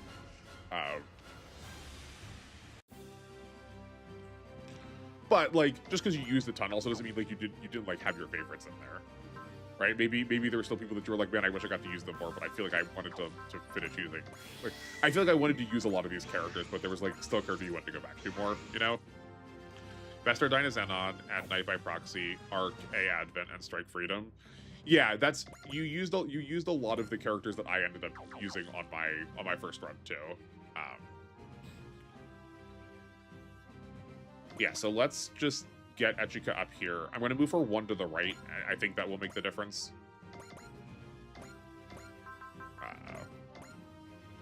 I maintain, though, that I will be hard-pressed to be convinced that Hayate is not one of the best characters. He's definitely no matter what, he is going to be one of the best characters. I don't think you can do better than him. I think you could theoretically do something equivalent to him. Is like where my stance is right now. I've drafted an awful tier list based on my run, but it's super unrefined. I mean, sure, but like, it's a starting point, and to me, that is still worth exploring, right? Tier lists especially are just like ways to like start conversation. Yeah, he's quite good. Early press is very nice.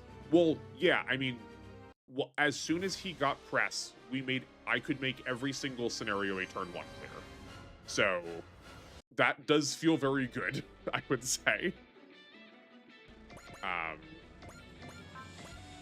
I just like need to find some way. I just need some way to. We are just shy again. That's a shame. But we are also 1 space away, which is what I was expecting.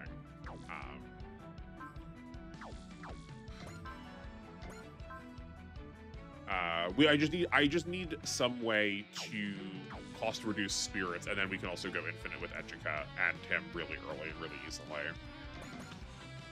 Okay. You don't by chance one-shot, do you? Oh, no, sick, never mind. We are here. Okay, right? Because this is a kill now. And then the other one should be 2.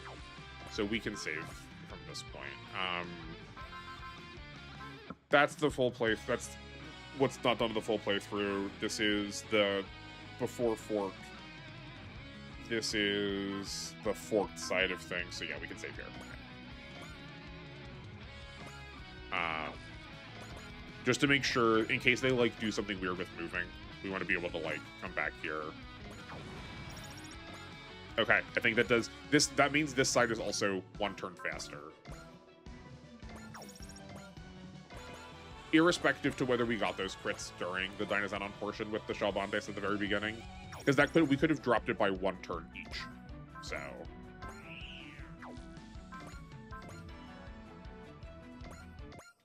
let's just take that one out for safety's sake. That doesn't like do something weird with its movement and go attack somebody else. We're like all of these now are within range of everybody. Yeah. Good inning as well as incredibly early game for morale generation. Yeah, that is true. It does produce a lot of morale. You just like also, you do need to commit to, sure, that was weird. You do need to commit to the MJP units though, and they seem pretty poor. So like, if you get it, it's good, but the requirement to get it seems a little more on the steep side. Which is unfortunate. Mercy focus. Oh, hold on. We gotta reload this. I messed this up. We didn't use any spirits, so we gotta be using Cookie more. Okay, that's fine. We will just reload from that turn too. We can't, like, those kind of things I would have tolerated in the main playthrough, but like, we need to get that as efficient as possible.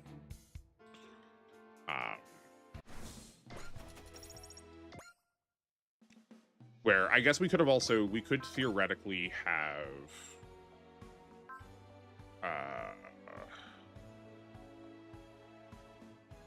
why are these both here? Interesting. Okay. Sure. If you put off the recruit mission long enough, you can get them enough kills to auto unlock it. I got it by accident. That is true. I guess that is true, right? Like I did have that happen for my data gathering file. I did have them just like automatically give it to you. That's true. Yeah, like that is also one of the things I want to like try and juggle with Hayate is like to see if we can just automatically get him like auto leveled up to 25. That might, or get as close to 25 as we can. That might be a useful. Okay. Let's not go there because I think that's where the Luna Direct needs to go. I know we could have also gone back and got Chisei, but I don't mind that we are not going to, largely on the fact that we still want to use, like, using cookies still is probably worth our time. We'll try and farm Chisei up with like, leftover assists. I agree, MJP units are poor. Even Isuru, I think, is poor by league standards. Yeah, like, he feels... relative to, like, how the game seems to, like, scale characters, where the main character is, like, far and away the best, and then... the, like, sidekicks get, like, decent stats, but, like, probably still aren't running away with the game. He feels like he is scaled more towards, like, the sidekick of... Okay, why was that different this time? That's weird. Okay, we'll reload that one, because we know that could be done a different way.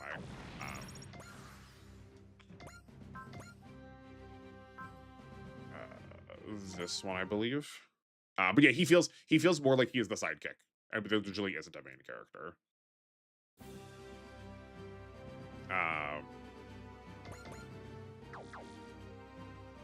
That was the like way targeting priority works in this game is still a mystery to me. And if there was no better example, it was that where we like didn't move.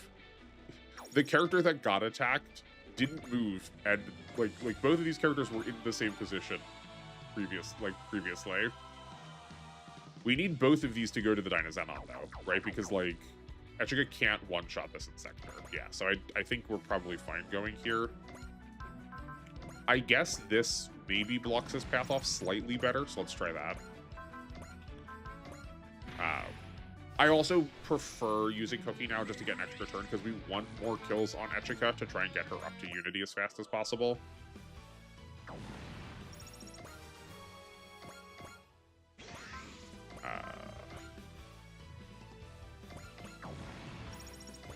And we'll see if it does the same thing again.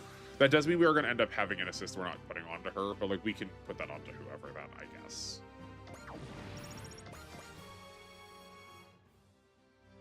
That's so strange.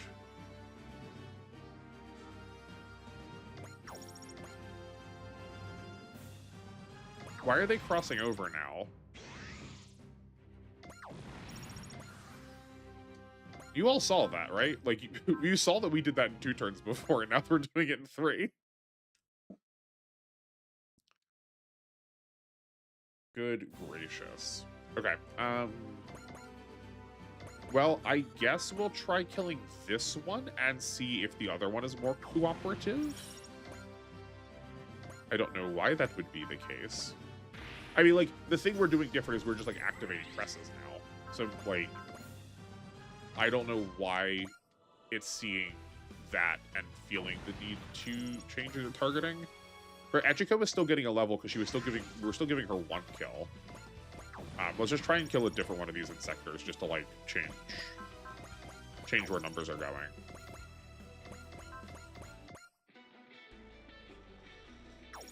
Okay.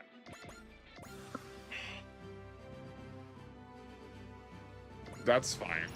We don't mind that. It's just that's also fine. It's just where's the last one going? They're also moving in a different order than they were before. Okay, perfect, great. That was really bizarre. I guess technically we are more likely to use Ren than we are to use 80, so I guess we can give it to her. 80s just doesn't matter, like, at all.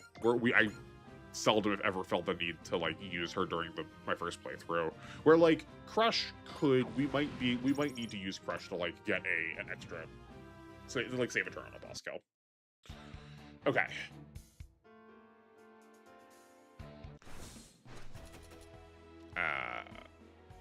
Yes. So this is now our canon playthrough, because this only took 5 turns where the other way took 6. So let's delete all of these. Yes. Yes. I guess for what it's worth also, mostly for Andrew, you here, I, in fact, did not finish my playthrough yet. I will still be finishing that as of Sunday and Thursday. I'm not sure where you are relative to like my streaming schedule, so like maybe you have not seen the rest of the playthrough. Okay. This ends chapter 1. So let's figure out where we're spending this money. We kind of don't need much. So like this is what I was talking about before, where like maybe we save our resources and like figure out where we're going to, like we try a clear, figure out where we can like spend them afterwards. Because I do kind of also just want to have a lot of funds to jump into our best units ASAP. I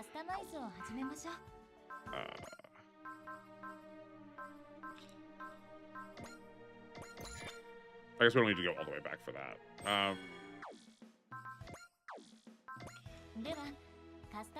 But like, how much does it cost to do this? Okay, so we are not quite getting halfway through one of these. Yeah, okay. You come out. You go in. And I think HP is slightly more relevant, so we can be a little bit more self-destructive. Who are you anticipating would need the cash more than Dinosaur or the Getter?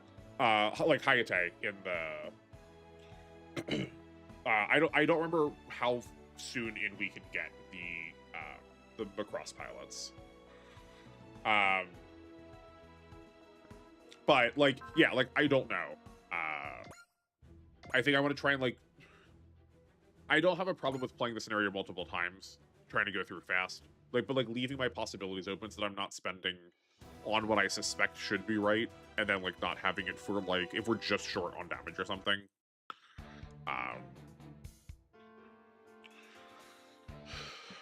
Yeah, I did not commit to the Combattler at all. Playthrough 1. I think just because I spent so much time in R. There, late chapter 2, Char also gets press. Okay, so when I did my playthrough, actually, I guess hold on, sorry. Also, Dome Mode is also a good candidate, I think.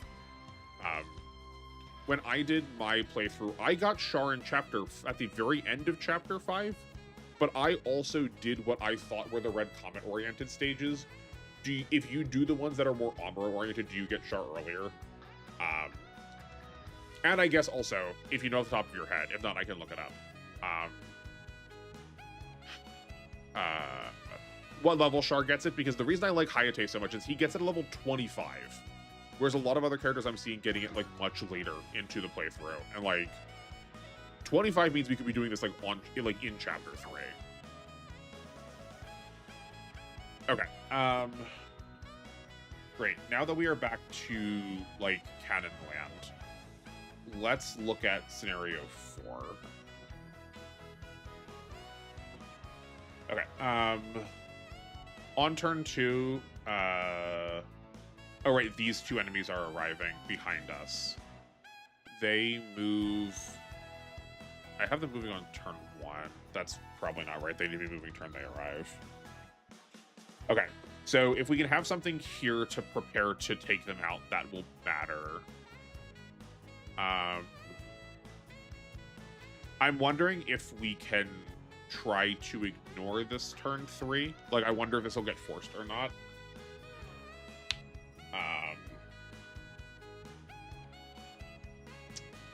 I mean, like we're gonna find out. That's what I'm saying. We ended up replaying this a couple of times.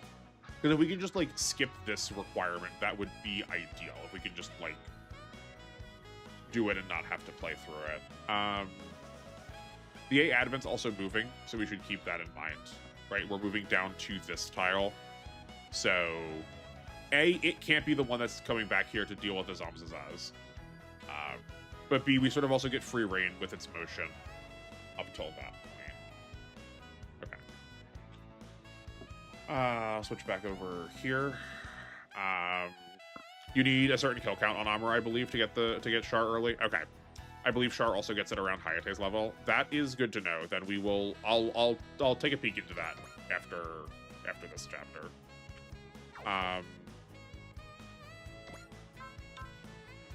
You don't have post movement, so 1, 2, 3, 4, 5. Okay, we can't do that turn 1 then, which is fine. Do you have 5 move too? Yeah. 1, 2, 3, 4, 5. Okay, we have that diagonal.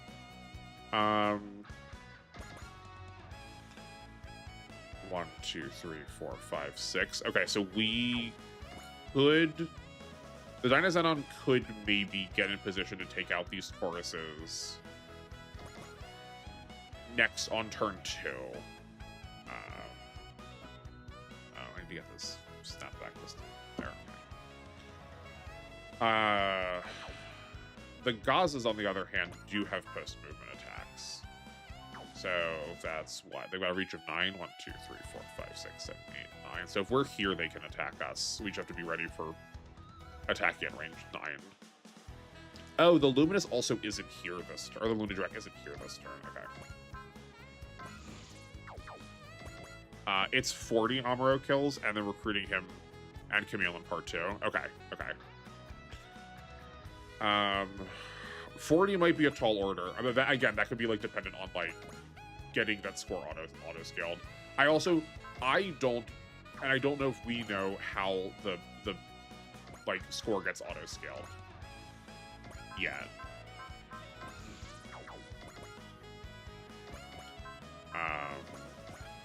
Oh, okay. This is really never mind. This will be really easy. So we'll just. Well, howdy there. Good to see you, control room guy. How have you been doing today? Okay, that works. Rain is not a combatant as much. This seems fine. We'll get some good estimates. Yeah, this works fine, and then the other 2 Tauruses can get taken out in turn 2.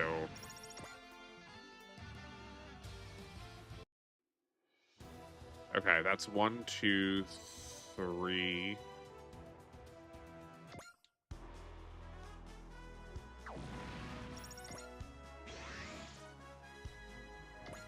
Four.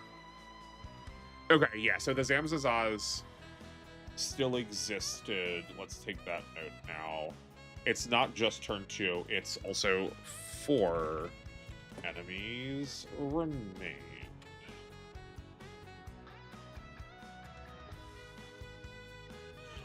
Okay, cool. As I feel like is always my response, I just woke up. My alarm apparently is worthless.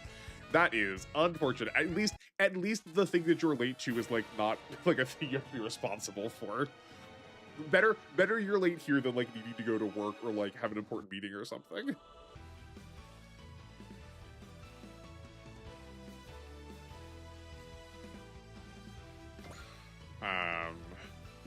Okay. Oh, okay. So because we dropped this to turn 4 to 4 kills again. 4 enemies remain. That does expedite this quite a bit. Right, normally this was showing up on normally these were showing up turn 2. Or turn 3, sorry, turn 3. We're not quite one-shotting this, so we don't want to dodge this to hopefully just, like, score a little bit extra morale. Yeah. Okay. The trouble is the Zamzazaz. Yeah. Okay, so maybe we leave the getter... We don't have enough to excel. Okay. Maybe we should be leaving the getter back to fight these, and then let the Taurus, or let the Gazas come in and attack Domo, and he can counter kill them. But like, yeah, those are lethal there. That works out fine. Okay, Echica is lethal there, and nearly so here. So like, Rain could chip here. Rain could either chip here, and that would be enough for the A Advent to kill. And then this is lethal between this phase and then the enemy phase. That works. It's just that this isn't that much damage.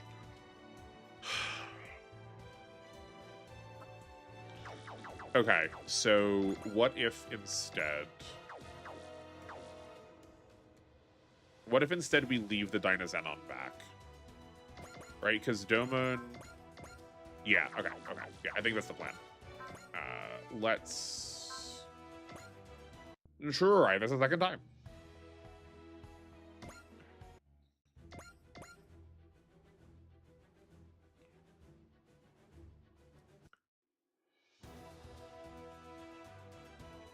Yeah. Because we have the Kaiju piece on the Dynazenon also, that makes sense why this would work out better.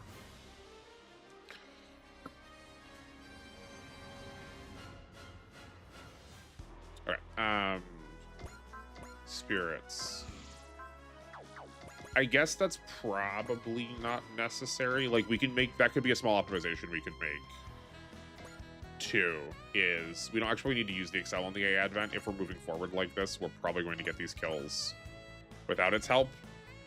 And then it's just going to get force moved anyway.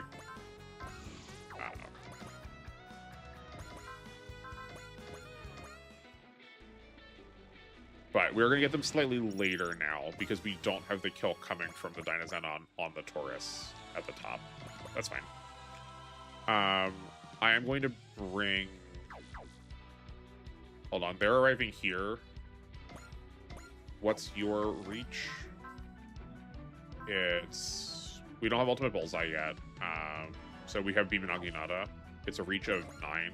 1, 2, 3, 4, 5, 6, 7, 8, 9. Okay, so we're going to move here just so that the Rising Gundam can apply either of the two directions. I suspect we might need a little bit of extra damage on one of the Zamzazas to get it finished off. We shall see. Okay, that works fine.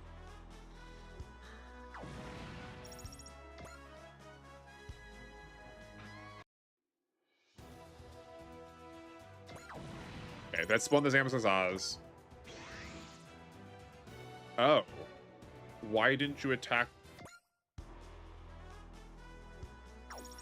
That's interesting.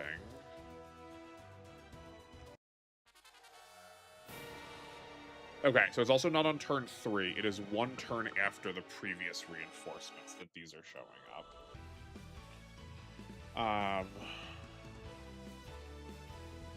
One turn after Zamza arrive. No, bring me back to YouTube. Okay. Yeah, so the fact that the Dynazenon didn't get to do anything that turn feels particularly bad. So we wanted to go, like, roughly here and see if that changes anything.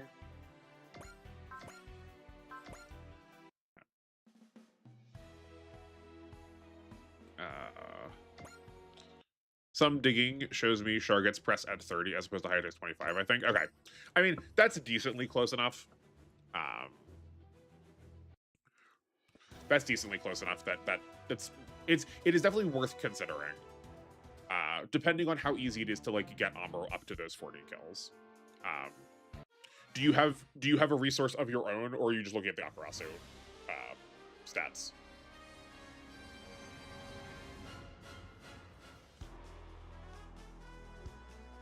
Okay.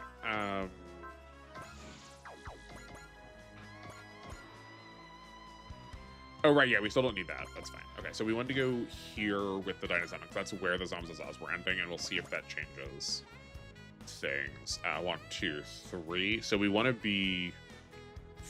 I guess we will just move further out if they're going to be charging towards us.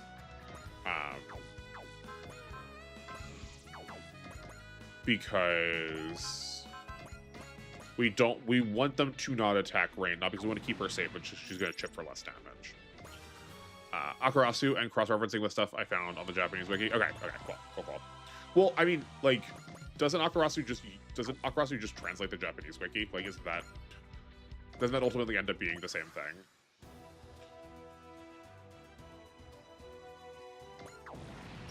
This is what I get for, like, not doing my own digging. But this is a proof of concept. Like, we can do this for other games in a way where I, like, am more confident about the numbers. Yeah, perfect. Okay, this is exactly what we wanted to have happen.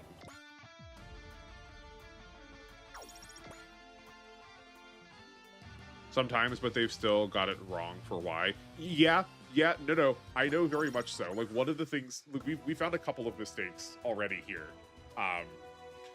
Like the SP part that says that it restores 40 SP in the game. I know this is not exactly what you're talking about, but the part that restores 40 SP just restores 80. Like, that's just like translated wrong in the game. So like, it's bound to be that we're gonna get like wrong translations if we're going across things. As far as I know, the two wikis are different. Yeah, I mean, like, I don't think they're the same entity, but I do like one of the resource pages for most of the games from Akarasu is that they point to the Japanese wiki, and like you can see there's like one-to-one some of the same text is like copied over or just like translated. Like, I think they're doing it interpretively. I think they're doing it in a way where they're like, this resource is useful, let's bring it over here. Okay, we have other ways we can express these other ideas, let's use those too. Okay. Left monitor. So, I guess we need to increase these two still. We need, God, Gundam, move full right, Getter, Arc, Excel, and kill Gaza C in range. Rising Gundam as far from Zamza spawn as possible. Dyna Xenon at. We needed it. Where is it standing right now? I guess this is A, B, C, D, E, F, G, H. Okay, H22. At H22 to counter Zamza Za. All units that can counter do so. I think we can probably get this done on turn 2 now, too. Like, almost all of the long con secrets they have listed are incorrect and needlessly more difficult than what you need. Okay, that's good to know. Yeah, I mean, like, especially with things like secrets, like, it's gonna take us like a hot second to probably figure out all of the different ways you can interact with them. Like, for instance, Andrew, I don't know how new you are to my channel. I did a playthrough of R, and I did, like, a lot of this project started through R. I think I tried to point out in R, though, too. But a lot of the secrets we have about that game are also listed incorrectly. Most especially, like, trying to grab Lance Row. The, like, timings on when that actually gets to happen is very different than any record I have seen. Okay. 1, 2, 3, 4, 5. Darn. I've seen the R tier list, and that's about it so far. Okay, cool. Well, no rush. There's plenty of stuff. You also, like, have no responsibility of, like, you don't feel like you need to catch up either.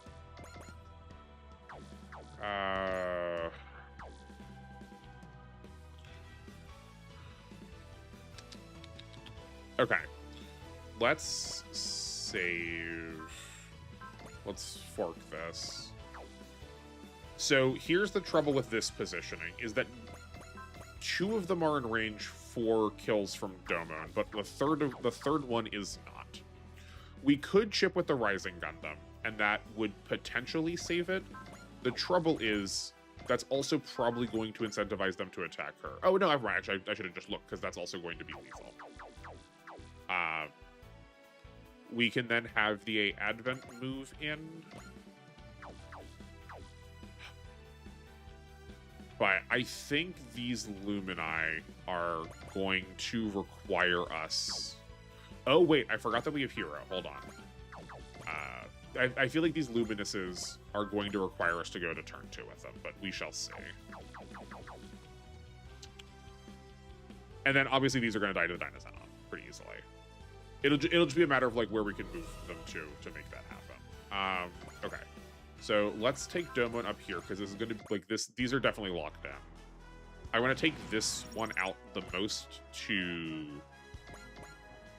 be able to give Rain the most like reach on her attacks. Right, like that is theoretically safe, and then we'll just hope that the Taurus doesn't move, and if it does, we can like come back to this turn. We don't have another Excel up. No, we do not. That's fine. Oh, that is not fine, actually. Okay, let's switch to the Keurig.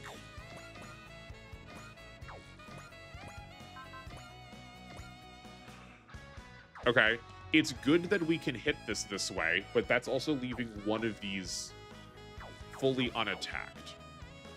We have not used our assists yet, so if we chip with Hero, here, we can then press the getter. Assist, press.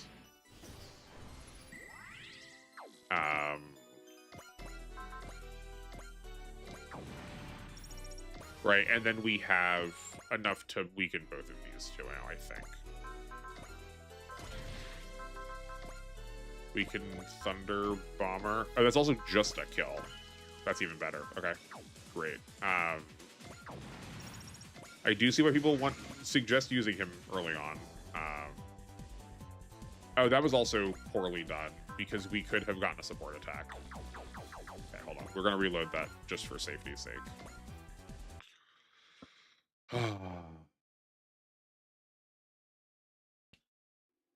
Oh my word, I've been on left monitor the whole time. Well, that works out fine. I guess you can see... Is there anything on here that's, like, particularly compromising? I don't think so. I'm so bad at doing YouTube. Well, good job that we weren't saving that, because we weren't actually looking at the, like, actual gameplay. Okay.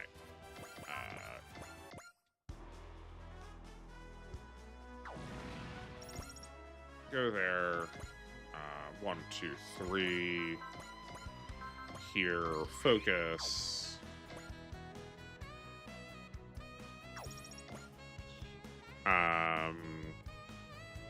We want parts assist here. Hero comes in. Chips. Then the getter can switch to the... Oh yeah, it's the Keurig. The pilot's name is Kamui. Okay. Double Drill Storm off of a press.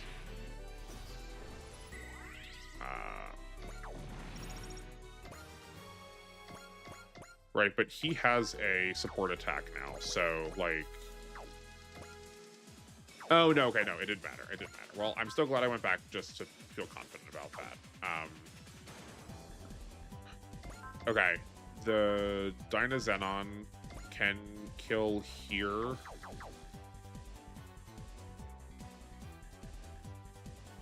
Which feels more secure?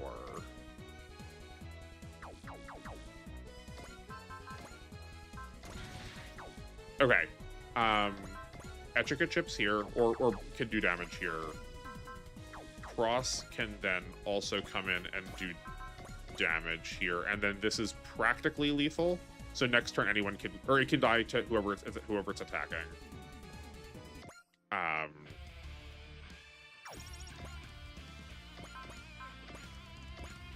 Yeah, we can gain on Etrica. That seems fine, and we'll just risk this 88.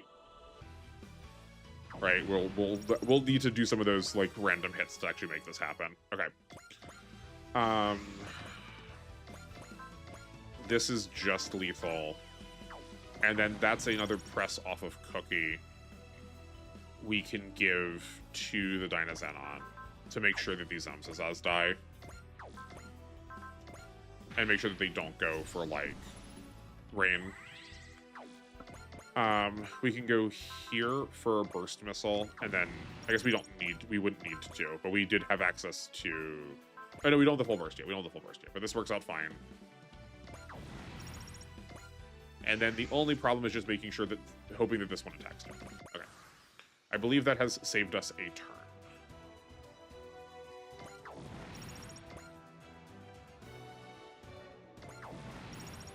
Perfect. Okay. Great. Now let's get that recorded. Left monitor. You come here. We need...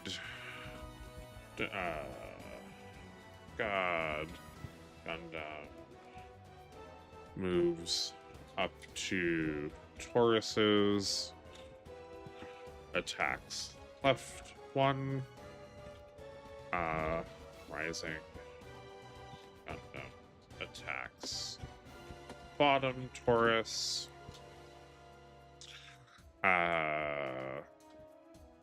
Getter Kirik and Wing Gundam kill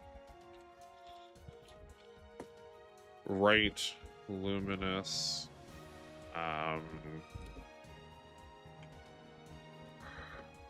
Getter Press.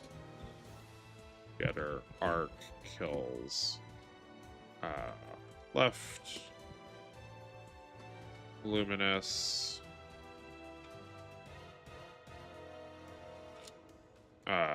Luna Drac and a Advent kill middle Luminous.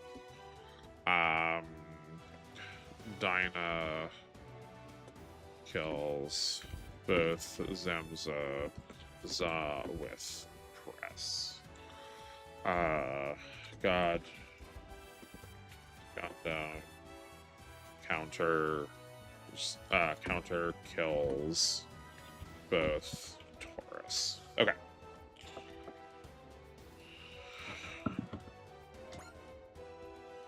Sick.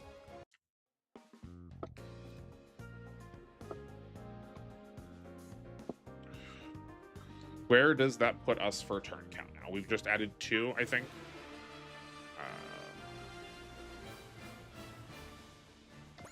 Yeah, that's fine. We don't actually care. Though I guess I could be like cheeky about it and call it like speed or something. Okay. So we wasted a little bit of XP on Cookie, but that's fine. Just because you can't go over, like, right? Like she will have 0, I'm pretty sure. Well, actually, let's go look at them quick.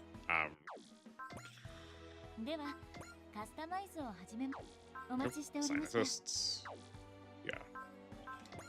Oh darn, we had 4 this whole time. Okay, so we could have been leveling Chisei and we did not. That's a little bit. That's definitely my fault, but it's okay. It's not. It will be perfect. Right? Yeah, she's at 0 experience. Like we can't go over. Okay. Oops. So I guess we don't need to take this off because we have enough for it. Never mind. We can just go here and customize, upgrade the Getter. The Getter? The God Gundam. Okay, we want to do the sight first just because his accuracy is so poor.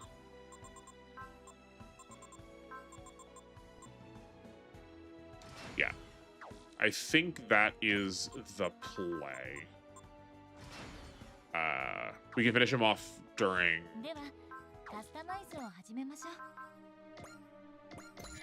next player phase. We're mostly using close combat, so we will use the +4 crit. Not that it's going to matter very much. Right, now we are also into Chapter 2.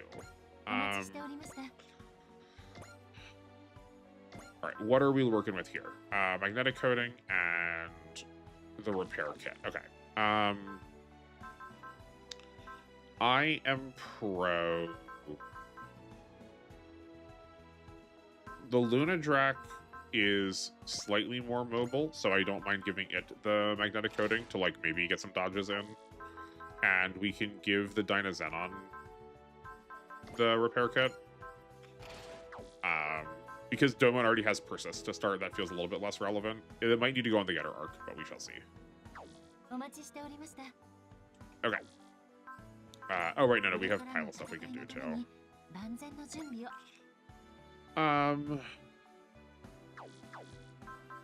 I guess we can put this on the Getter arc. It seems unlikely they're going to be hitting really high levels of morale this early on, so it's probably not actually necessary. I think we're still just saving all of these. We spent hit and run early last time. I just don't know how much we're actually going to use it.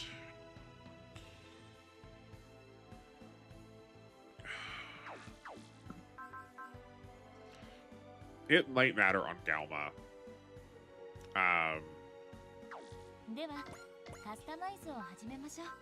It probably doesn't matter on Doma, because also once he goes into hyper mode, he also is getting like plenty of hit and away.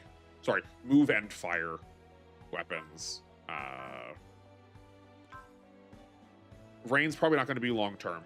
We've seen 5 of her spirits in my main playthrough, and none of them impressed me enough to like warrant her being our support bot. We're probably also moving here. Yeah. The only unit I can really see needing it is Hero. Yeah, that is fair. I mean, like, it's a real travesty that Hero doesn't have it by default. We put it on Callan on our primary playthrough, and that served us pretty well early game. That worked out probably pretty fine. But yeah, I don't think any of these pilots need it. Maybe Cross, but maybe Cross thinking far into the future about what he gets, because his best 2 attacks are not post movement, but he also he will probably not be that useful to us once we get to that point. I don't think. We'll see. But yeah, I think I'm fine saving it. I just like want to actively think about it, because it's like more so now than ever. It is kind of a waste not to be using these resources if we can help it.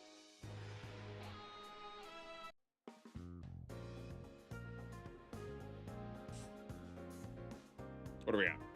2 hours, 22 minutes. That's pretty good time, seeing as I'm pretty sure it took us to streams to get through chapter 1 the first time, because I was playing so slow. Okay. Let's look at a scenario for heroes, or whatever this is called. A mission for brave heroes. Okay. So turn 2 is when the rest of the scenario arrives.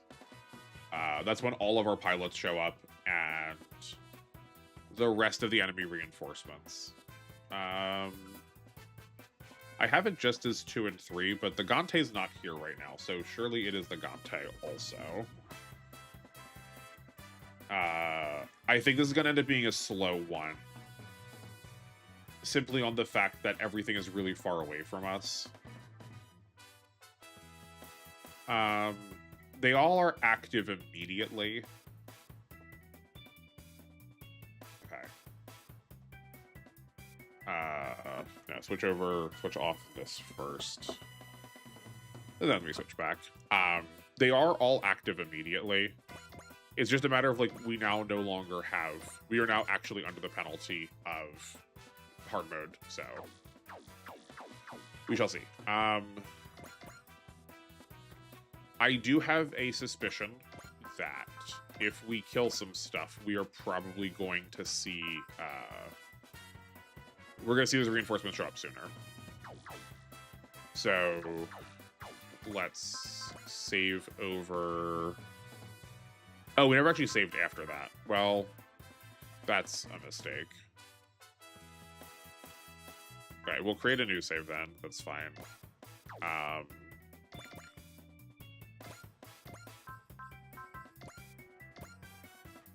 That's 2,500, and that is lethal. The Mazingers take far too long to get Majin power, so I don't think they're probably worth using for our purposes. Whereas Akira will probably serve us decently well, having an A underwater, or having an A in water, and also just the, like, free extra SP that he gets. Okay, so 1 kill is not cutting it. And we're not going to get 2 kills. Right, because all of these are going to, yeah, I mean, like, all of these are going to attack, and none of these were lethal before.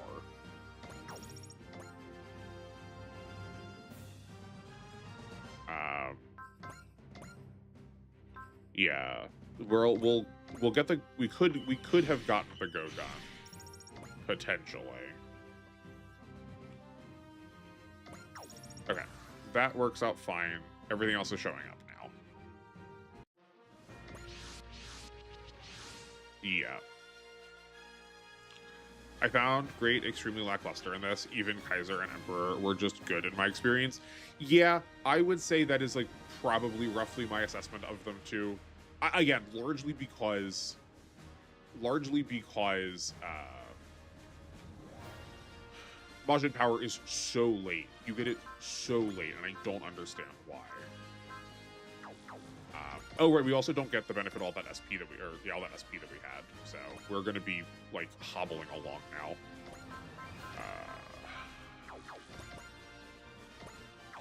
Okay, let's get into the Kirek. Sure.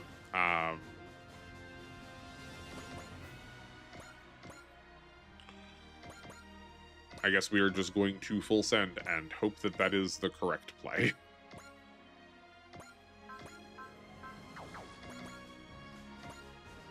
Great. 1, 2, 3. And then just, like, chip 2 of these while we're, like, walking backwards.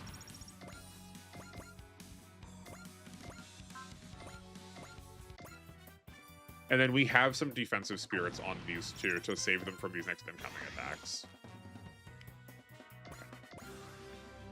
Oh.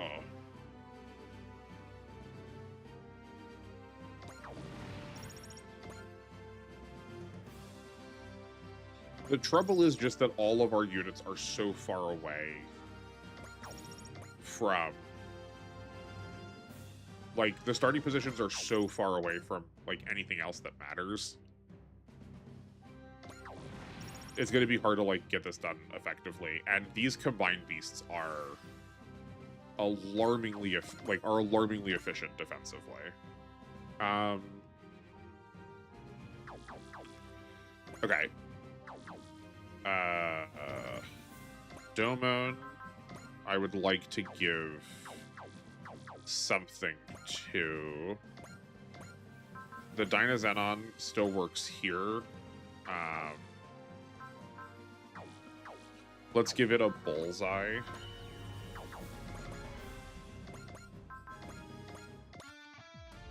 Yeah, that'll work. I know I still have my assist left, but we're gonna try and save that for next turn. Like, when I want to try and save the press for when it's, like, fully lethal.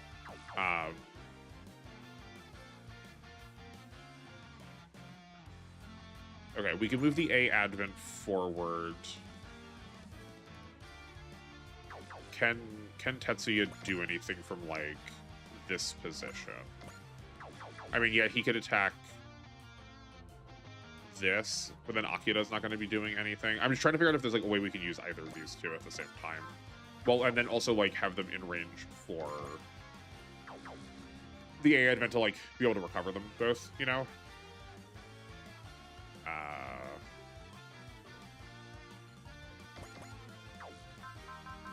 I think we're going to go into the con.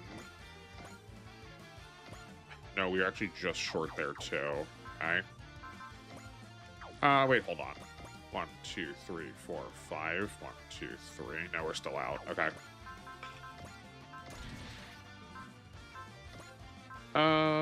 Maybe this is where the flying will matter. Yes. Okay. I'm pro this. This is fine. Okay.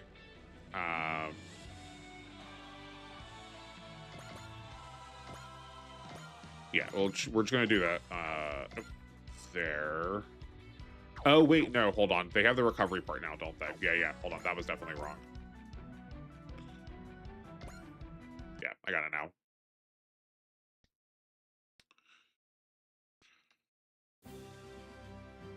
Right, one of them does need to move back.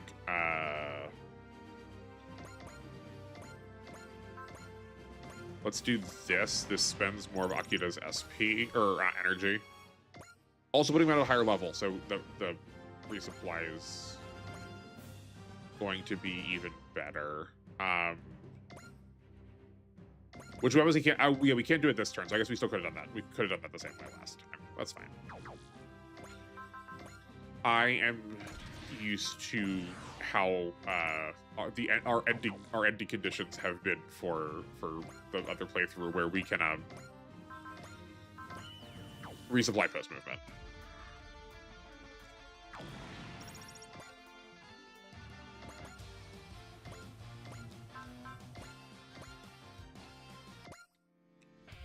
Yeah, this is dying to the getter anyway, but there's a little extra. It's like a little bit of baby extra farm. And also, it's actually a cleaner hit, right? Because we did not have 100% accuracy the first time, but now we do. How are you doing in water? Not great, but that's fine.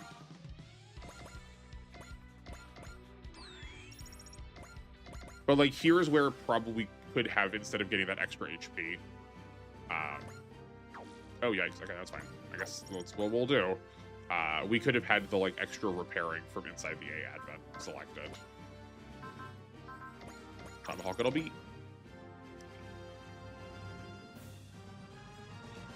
Here's where I'm regretting maybe that we didn't upgrade damage so much, but that's fine. We shall see.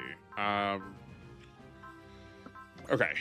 I think your best action is still to resupply so that Akira can, like... no, I guess probably not. He has 90 energy. We could go, like, we could do this. We need to live. We can intuition. Soryuga is not killing it, though. Okay.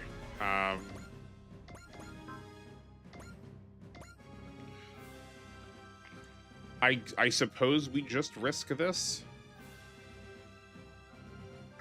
Okay, that's probably going to be one of our plays, but let's hold on to that for now.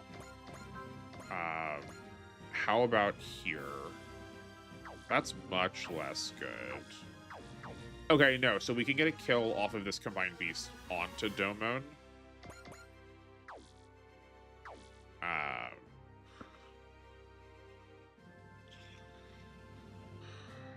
Or, hold on, we can switch to the Kamui.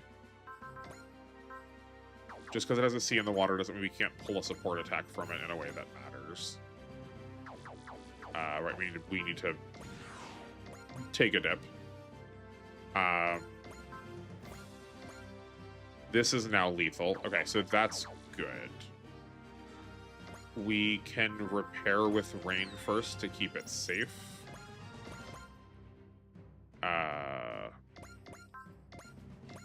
Right, like, this is our attack, I think. Give them a bullseye to make sure this lands. Yeah, I think let's go with that.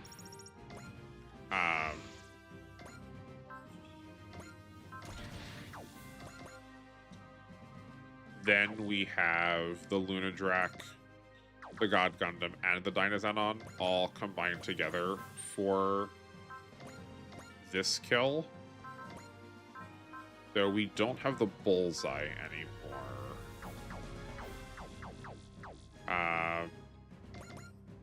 We can move here with the A Advent to give us some accuracy.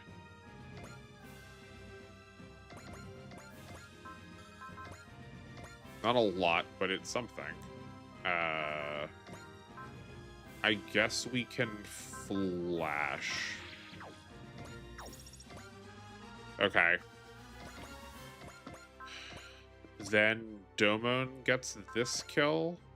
We will use the bullseye just to make sure, because getting him morale is also going to matter. Like we need to get him into God mode as soon as possible, or hyper mode. Sorry. I guess we'll persist it too. Like the damage is going to be the same no matter where it's coming from. We are, but yeah, we're still way short.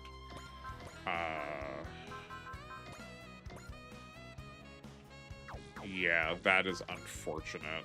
We're gonna save. This is where we could have put Hitting Away on Cross to like send him back in after this attack to like heal him.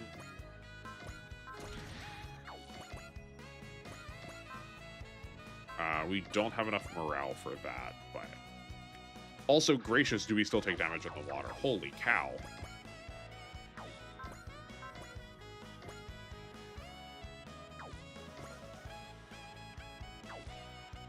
I forgot how slow these early scenarios were. Good golly. Okay. This is quartering him. I guess we do that. And then we have like, oh, we actually don't have the vigors on him. Never mind. We can be blocking, I suppose.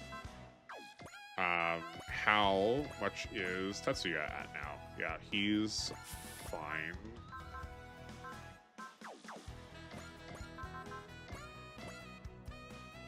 I wasn't getting hyper mode on Domon because it's only until I got the Godinian. I think that's his main weakness. Yeah, 100%. 100% that is the problem.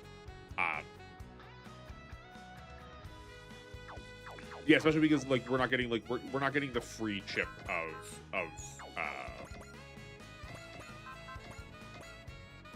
okay, even that's not legal even if we were to spend stuff.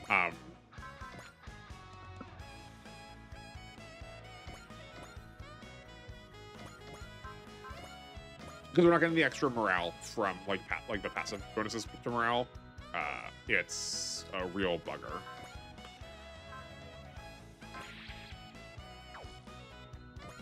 Let's see what that looks like. And then we just pass, leaving Cross there to counterattack.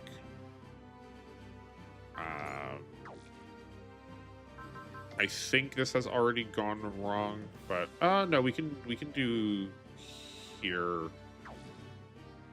Take this damage. We can activate Faith if they attack him again, but they do not. Okay, even better. That intuition was also wasted. Whoops.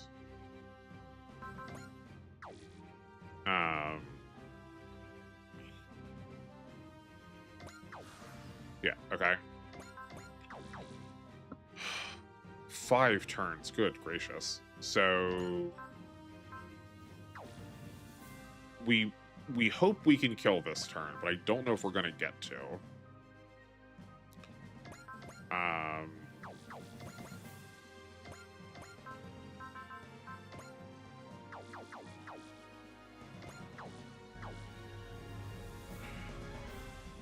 Okay, so the A admin should not have been next to the Luna Drac. We should have found a way to get next to the right Dean. I do think this is going to be a reset anyway.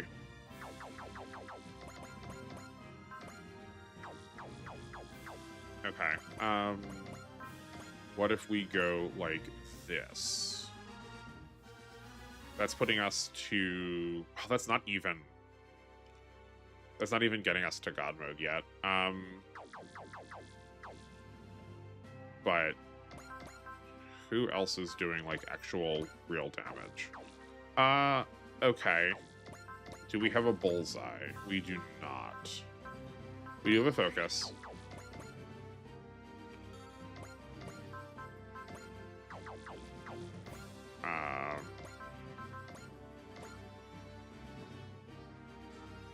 Okay, so we could like attack here, press, and then be able to chip something else. This is pretty reasonable.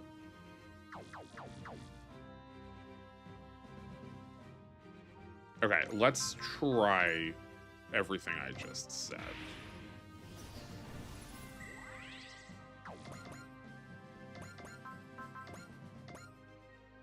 I guess we'll get one tile closer, because that extra, like, movement range isn't really saving us anything. Okay, well, that's unfortunate. I think that means we have scrubbed out, so let's just bring this back to... Oh, wait, no, hold on. We need to die to let us reset. Okay.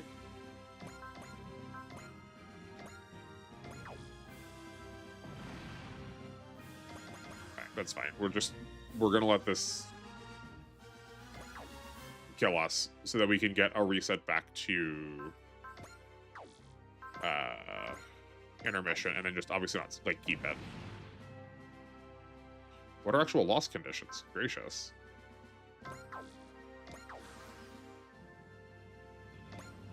We wouldn't normally do this if not for the... Oh, it's Akita getting defeated. Okay.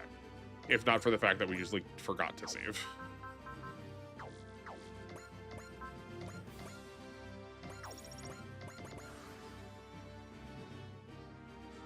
Sure. That's interesting. Okay. Please.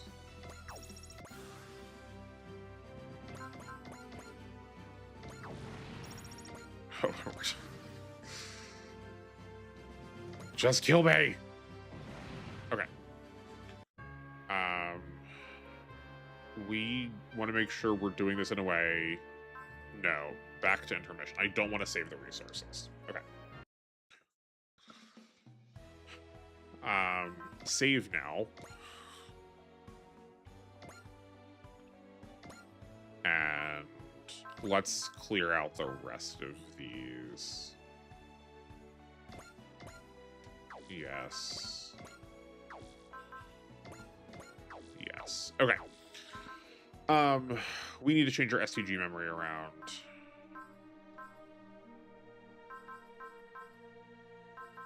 Oh no, we did have this already, which is good. Shame we can't get more of it though. Let's drop all of this. I forgot how unsurvivable the early game is. I think I'd rather get 10% HP back. Yeah.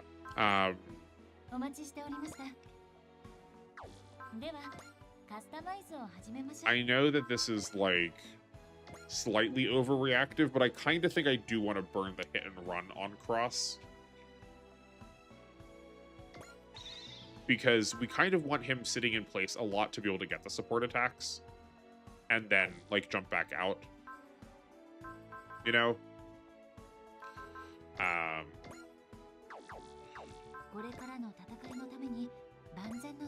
I also want to switch you over to the Kaiju piece, because now you only need 2 kills to...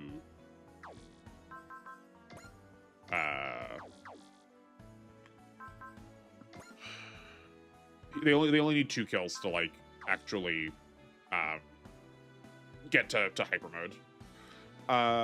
Okay, we should think about flight mode also. Who is in the water that doesn't actually want to be? The Dinosaur is probably the right choice.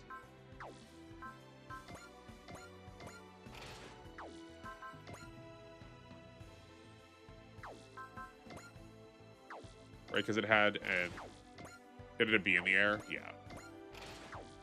Where Cross already has an A in the water, so that seems better. Yeah, Chapter 2 is where you actually on Expert. Everything prior, I think, is set to normal automatically. Yes, yeah.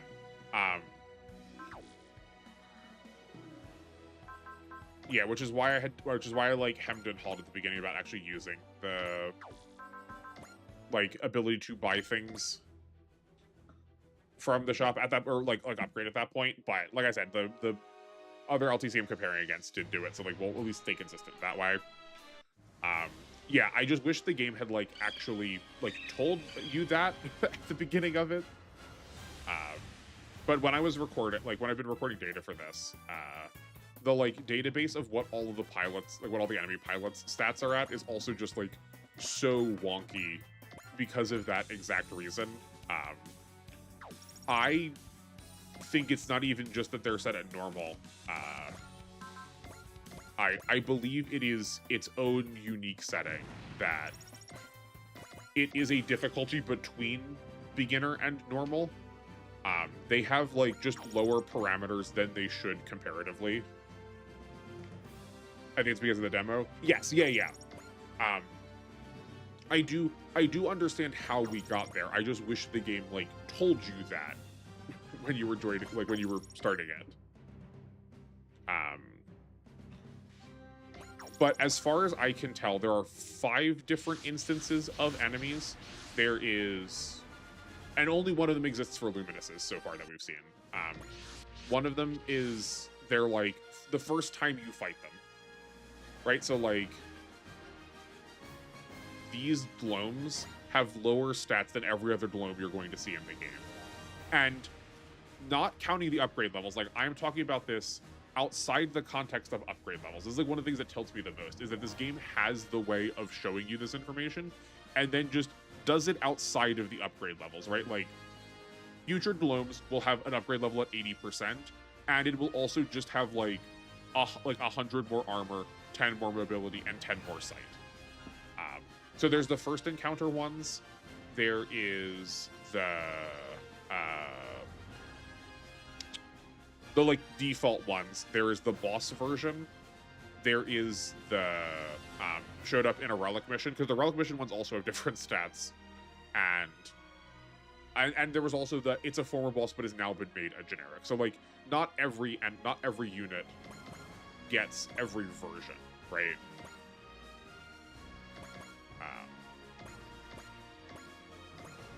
Okay, we would rather have Akira get that, so. Though I suppose, given how damage got distributed, we could kind of stay in the fight a bit. That also probably should have had a bullseye tied to it for safety's sake, seeing as we're going to be doing that like the entire mission. The entire turn.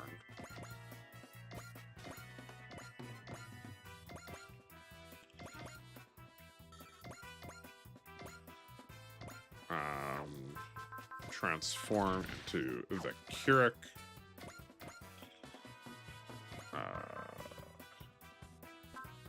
I guess let's use this now just so we know what we're working with. We're never going to be overcapping it this early on. Oh no, everyone has left me. That's disappointing. That's a shame.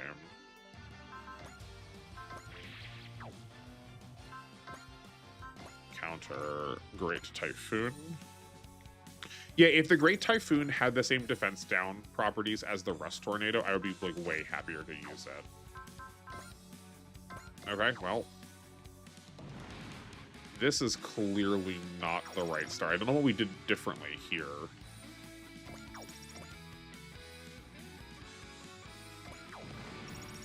I mean, even if we let him die, that's like also okay. Right, because there's like no consequences for characters dying, so I guess who cares? God Gun to get some amount of chip damage, because like that feels like a better setup than this does not though. Let's yeah. Maybe being down a pilot is just going to be objectively worse. But this feels like a fine opening. Because then Domon is at 116, so one more kill puts him into hyper mode.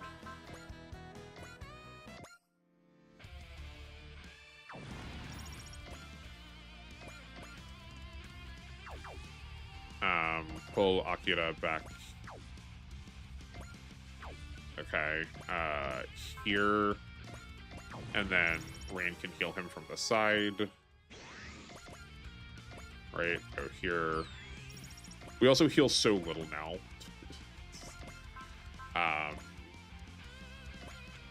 And then throwing the Dynazenon at things is probably also like a way better play. Seeing as we also have the repair kit.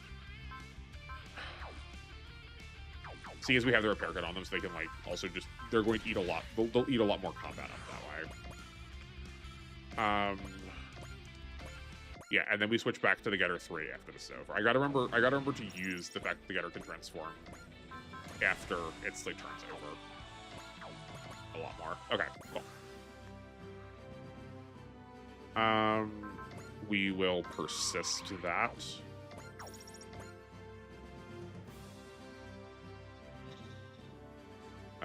Yeah, that checks out. Great.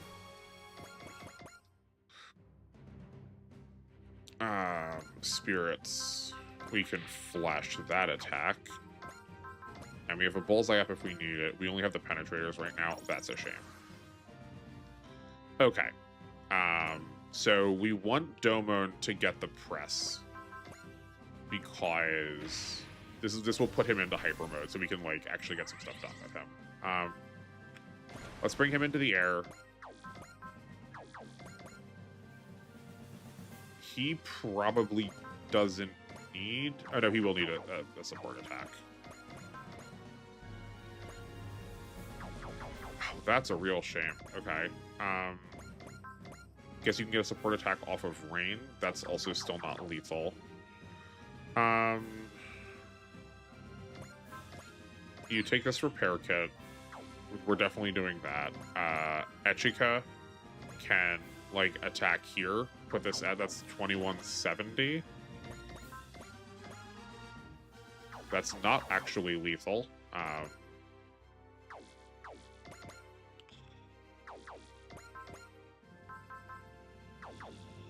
Oh, yikes. Okay. So, what if instead we attack, like, here? And we just try and, like, slam through all of those. Hold on. Wait. I forgot. We still have a support attack off of the Getter if we need it. We'll go back in the water, though. Okay. That's also not lethal, which is a shame. So, what if instead... Oh, he can just, like, execute one of them.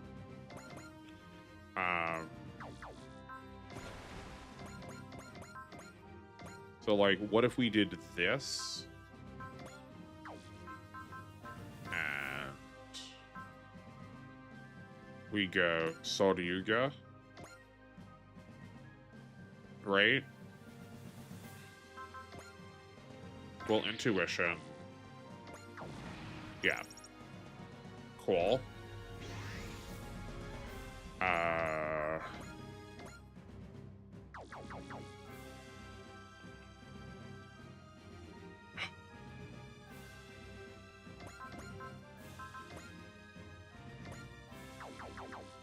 I guess we can just have Echika chip.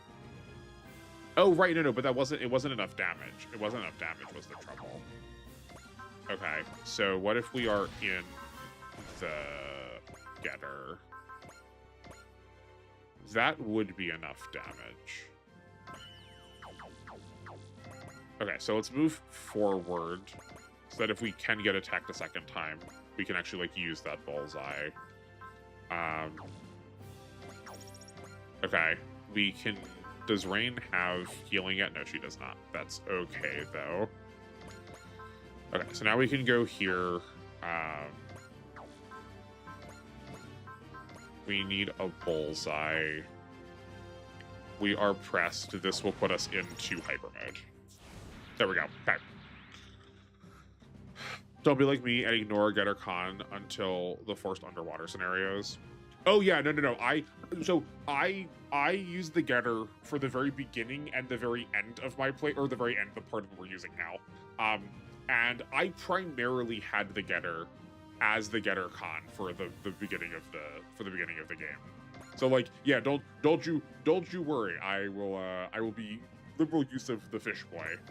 But I do appreciate the reminder. Like, it is good to point out. Okay.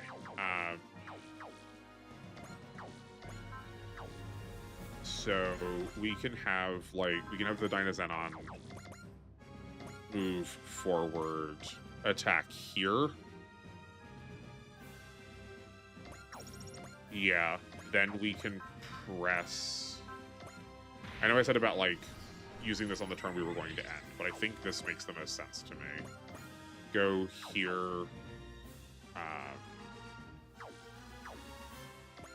Transform you into the water one. Go here. Erupting Burning Finger. Go into the water so we can get the support defense off the con. Oh, but we're actually not, hold on, but we're not going to, right? Because we're going to, I think we're ultimately going to end up here, so I guess we can just move there now, so that we can attack the Gante now. I got Baku 1 kill all game and was embarrassed since he's so good early. I mean, yeah, but like, he can be good without needing to, like, you don't need to get kills to be good.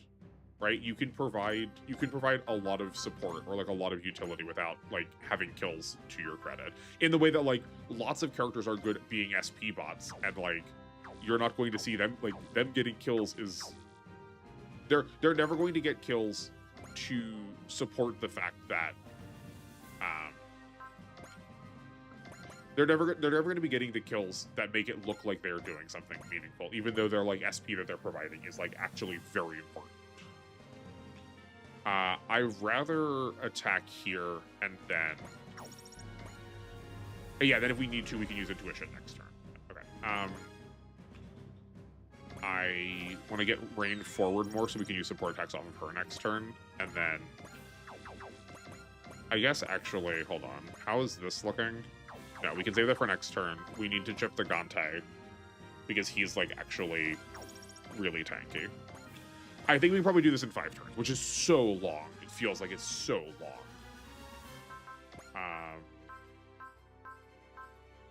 Okay, we might just need to block after this, which is a shame.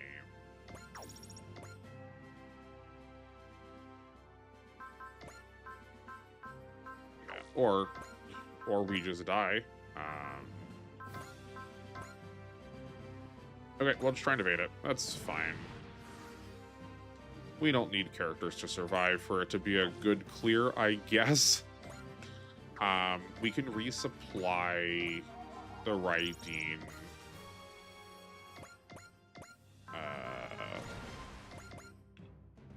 Because then we can God Bird attack. And this is, like, probably actually lethal. Or, actually, we can go here. That's 4570. We don't have enough for Thunder Bomber yet. Yeah, okay. So this stays in con.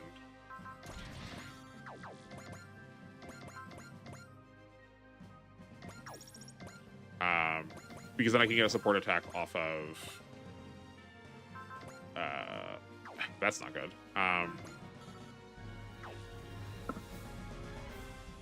Off of the main character this way. Okay, we have Rain come back and heal him so we can actually take that damage. There.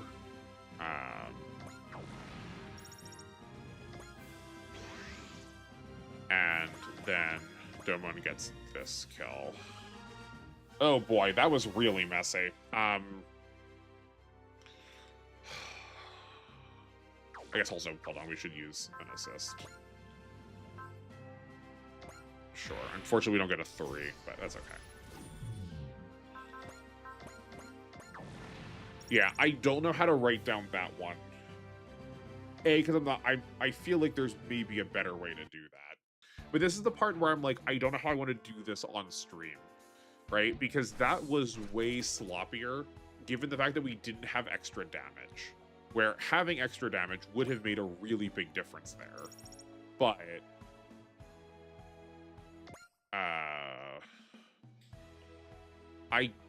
yeah, I don't know. No, you know, no. This is fine. I didn't record that one. I should have been. I think we will just have to, like, phone that in, and I will just do it through rewatching the VODs. This also isn't going to be perfect the first try. Like, we just also kind of need to mark a scenario. Like, we need to kind of like mark our setup, and then we can adjust it from there in the future. Okay. How expensive is this? That is not 10% off, but we can get pretty close to getting the burning gundam. It's upgrade. I guess we don't have to take anything off for this either.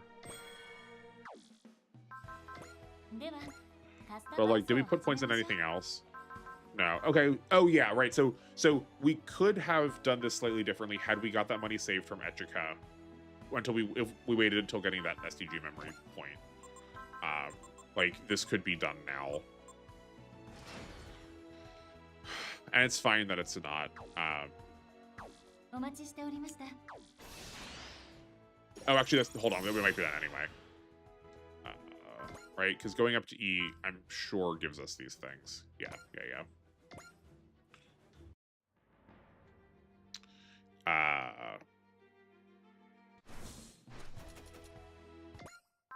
Nope, that's how it's gone. That's fine. But yeah, I need to like not be too hard on myself for turn counts, just as long as we're like roughly recording what's going on. I guess I can at least mark down. I can get the like details on it later, but we should add a column here for. Hold on, let me like get you all so you can see what I'm doing. We want left monitor. We want name. Turn count. Turn total. This took us 2 turns, so our turn total is equals this.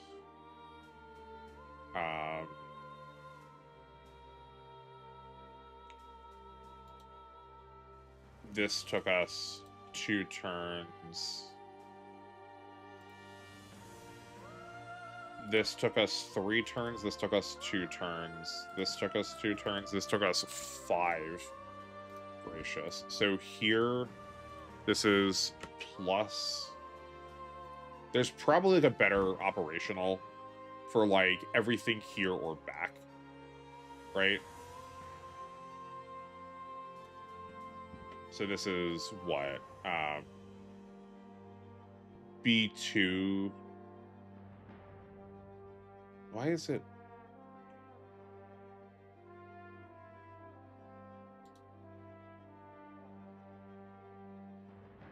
That's weird. Okay. Let's see if I remember how to do this correctly. B2 colon B17. Oh, right, no, that's not right. Plus B7 plus B17.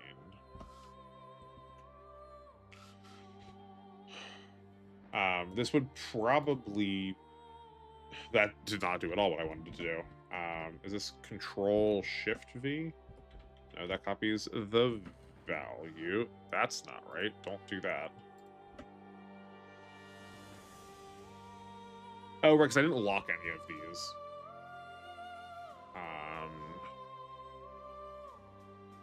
Lock B, lock 2, lock B, lock 7. It's probably not necessary to lock the column because we're staying in column, but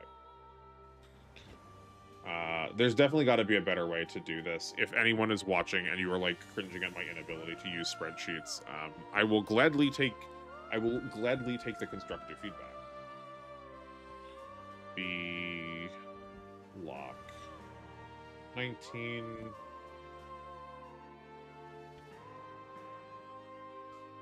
B19 plus B lock 24. Okay.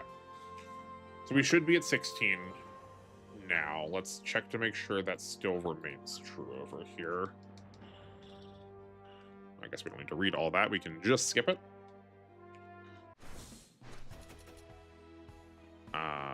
Great. This was in database, and Game records. We have taken 16 turns. Okay, great. Our turn count got added correctly. I couldn't imagine why it wouldn't, but it doesn't hurt to double check things. Get you back live.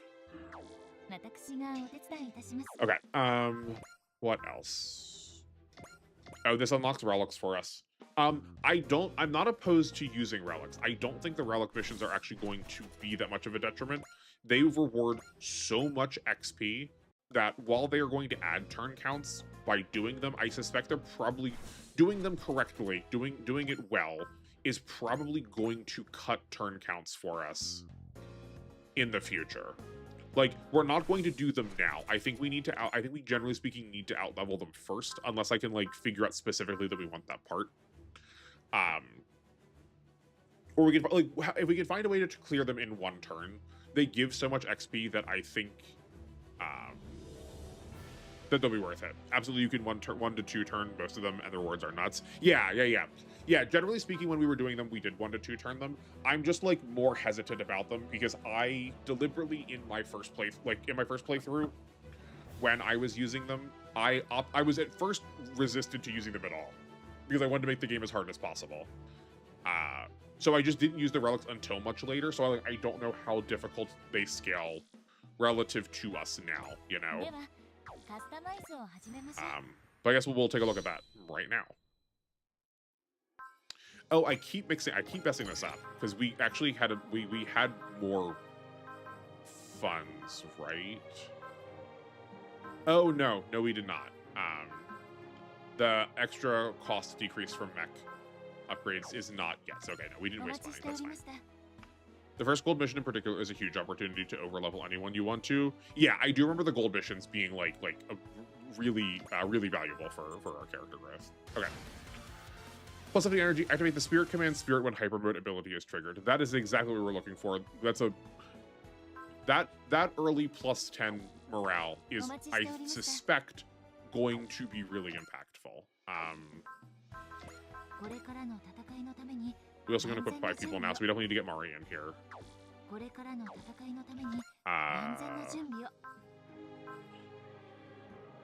I don't know how, like, this is definitely where we're going to end up because we just want more funds so badly. So I guess we will just leave that on there for now. No, I suspect we could, yeah, we could do this. So let's go save ourselves a little bit more money.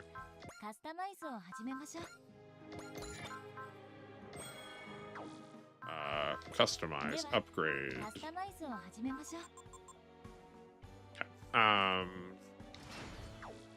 Any extra amount of damage is probably going to matter, I suspect, based on how that last one went. Just made the green path. I don't think anything in this context is better than more cash. I mean, this is also probably somewhat relevant. But generally speaking, yeah, we probably want just extra money. But it is worth accounting for the fact that we might be able to get like 4 extra morale somewhere in case that is like we're just shy, or like we're just shy of doing extra damage. Because at the end of the day, we don't need everyone to be fully upgraded to like beat the game. Okay. Yeah, so I don't think we can complete Aliens Adrift based on what we did before, but like, this is the kind of stuff we're going to check. I guess, actually, no. We should check relics right now, because if we can get the jump off of relics right now, we can clear them in 1 turn. That also might be good. And this is also what I was saying at the top of the show, talking about doing this in aggregate, that if, like, even if our turn count doesn't reflect it, we can like theoretically cobble together what an ideal playthrough looks like and then execute it afterwards.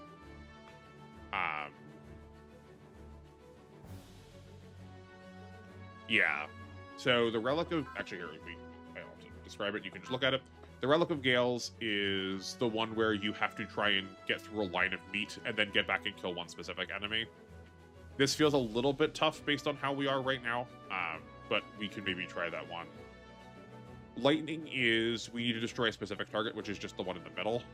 And then sight is we need to defend this area.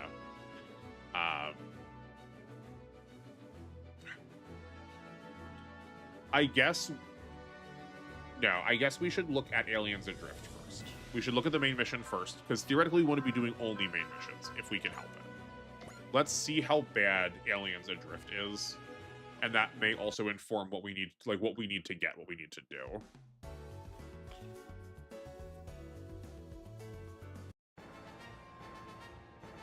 But this is the one we got absolutely hosed when we did it first last time too.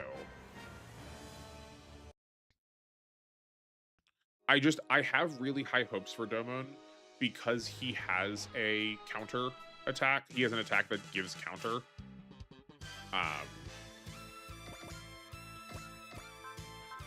So I think that's going to keep us pretty safe. Right, these combats look pretty heinous for us to start, because both of these are, like, slow-growing units. So,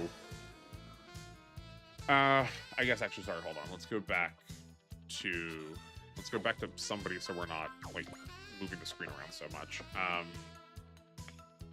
This is scenario, not 2-2. Oh yeah, it is 2-2. Yeah. It's just not 2-2. Okay. Here's what the scenario is looking like. So we have Sho and Daba show up to start. On turn 2, we get Todd for a turn, which isn't going to matter. Okay, so sorry, we get him for 2 turns. Then on turn 4 is when the scenario like actually begins, which pulls everyone back here. So the fact that we can't clear them now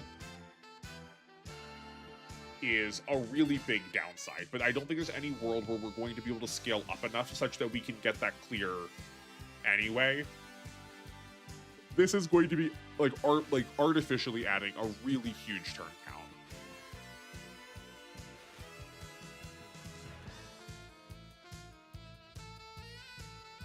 And our victory conditions are 3, either kill everything, the Ogre, or 5 turns elapse. We don't want to get to turn 9. That's going to be the most penalizing. We want to be able to kill the Ogre, ideally immediately. I just doubt we're going to get to do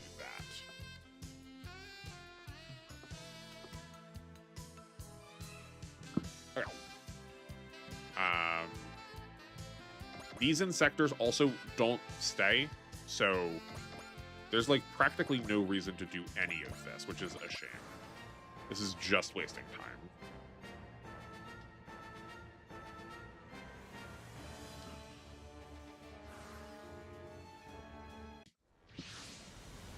Yeah, Todd's here.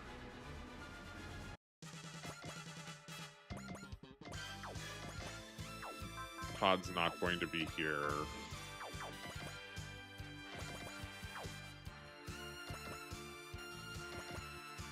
Yeah, okay, cool.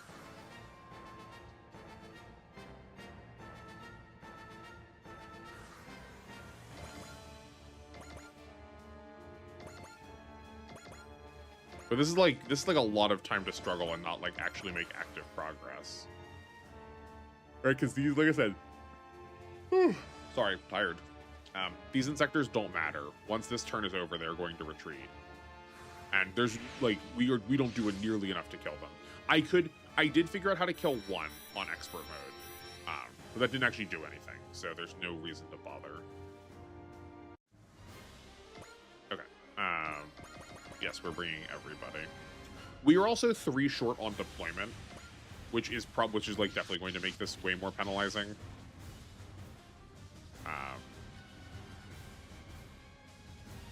Yeah, which is why I suspect that this might be cleared later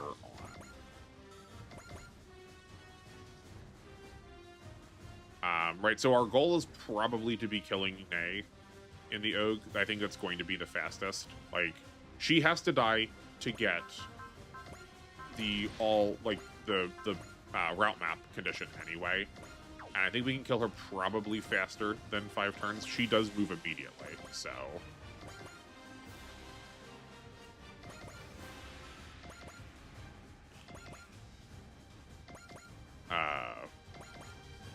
it's just a matter of that we like do not output damage. You move 6, 1, 2, 3, 1, 2, 3, 4, 5, 6, and you have a post movement of 2, 1, 2. Yeah, we can at least get a little bit of chip in now. 1, 2, 3, 4, 5, 6, 1, 2. Perfect. It's almost like they set it up that way on purpose. We'll focus. I think Alamy and Calamission may be worth it just for more warm bodies to deploy. Yeah, exactly. Yeah. That is what I am suspecting, is that we just want more meat on the table. Such a gross way to say that. I regret that as soon as I said it. But yeah. And that might be generally how we're going to be directed while trying to approach this as like an early setup. That whatever scenario gives us, whatever scenario where we are capping or getting close to the cap of deployment is probably where we're going to be starting. Okay.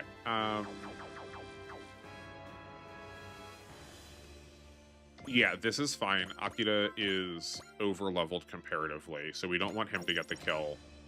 But we can give this to Cross, seeing as we do kind of want to use him. I don't mind putting him in that, like, adjacency position. Because that gets us close to the Ogre for next turn, though his accuracy is very poor, and we don't even have the intuition to use. Okay. We'll try that. That seems fine. Domon, we have some kills for you. Not yet. We will have some kills for you. Sure, you take this bullseye, then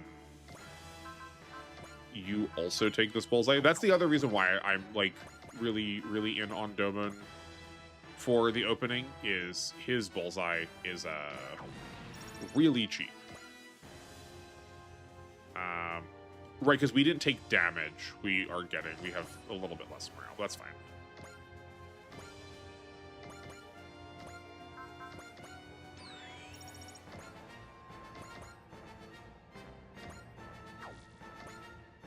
Let's put him forward. Yeah, but like this maneuver feels very good, where we can use the movement of the Keurig to get into the water, and then transform into the Baku or into the Khan. It just feels worth noting because the Khan has 2 less movement, so we weren't actually getting in the water. If we unless we did that, we weren't getting into the water.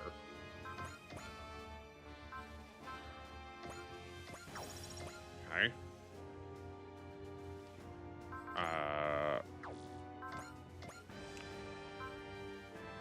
Yeah. But here's also why I was maybe we aren't going to spend all of our money on just 1 unit, just because we need to land hits. And increasing people's sight early on feels potentially very worthwhile. We don't actually care about doing damage there, because he's probably not going to die. I don't think we're going to have time to kill him. I know there's a bullseye somewhere in this kit, but not yet here. That damage probably doesn't matter, so let's just defend.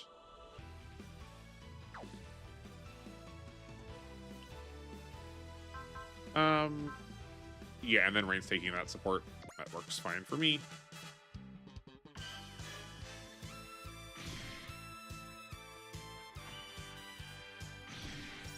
Cool.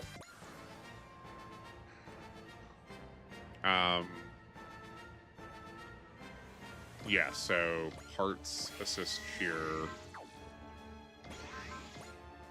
Give Domon the cookie.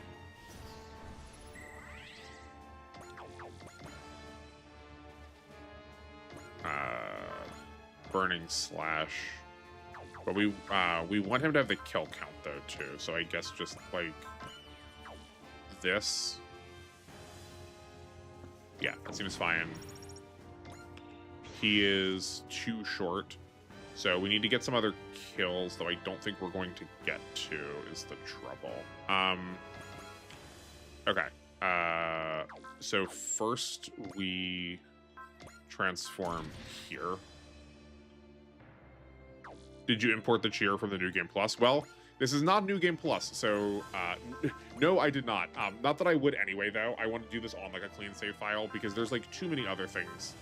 There's too much stuff that we could import that I feel like, to me, makes the run feel a little bit less valid as like an attempt at an LTC, you know? Oh gosh, this accuracy is atrocious. Okay.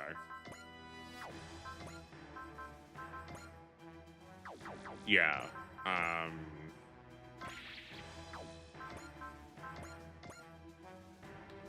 Yeah, I do think we just probably need more people. Okay.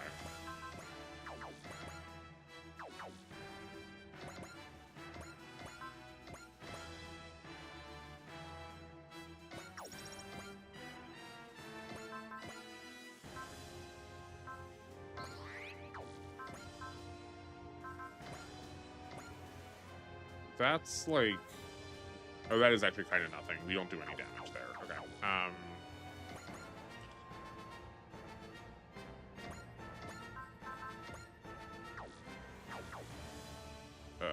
I guess we'll just, like, have you fight one of these for some EXP. Because then I want to bring Daba in closer. Right, like, that might actually do something. Oh, what it actually does is get us killed. Okay.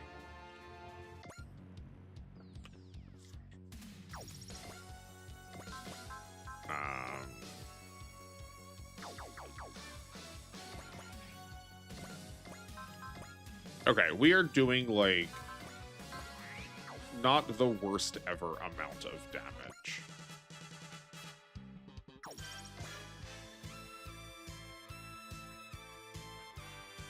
It's just that we, like, can't really keep this pace up.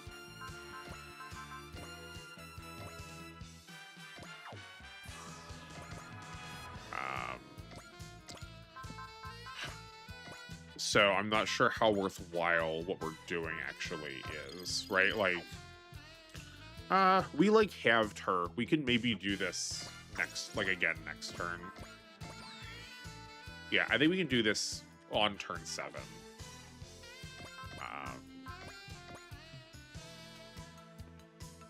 We'll lose the bullseye, so we may as well do this now. And then go back here to get supports off of better people. And then you can come in here and, I guess, repair Daba. Great. Oh, there were 2 units I didn't use. What 2 units did I not use? Okay, well, that's definitely my mistake. Oh, I didn't use the getter in the... That was dumb. Okay.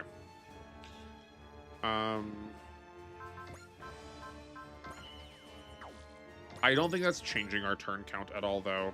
So I'm not going to be too worried about it. Select evade. This might kill us. Yes, it does. Okay, that's fine. So we'll call that... We're going to call that a tentative 7 turns. We're going to call that a tentative 7 turns.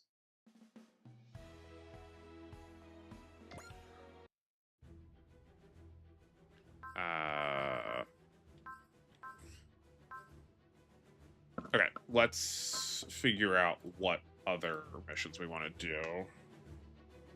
That's a big tentative? No, that was like, we were just shy on a lot of that damage. Had we had shown a slightly better position, or like, I think, like, had we moved the getter next to him, he would have survived. And Nay was at like 8,000 health, so we'd done like 16,000 HP. So we could do that again.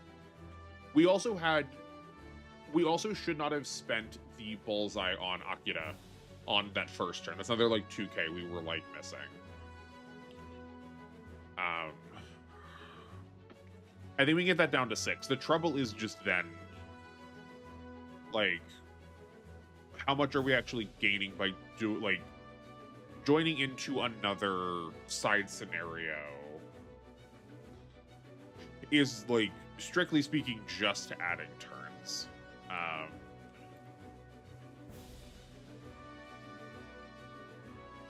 We're definitely not doing behind those rage-filled eyes. I don't care about Shin at all.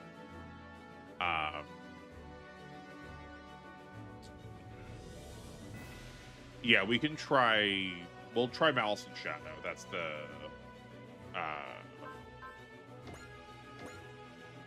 the Alan B. Callan one.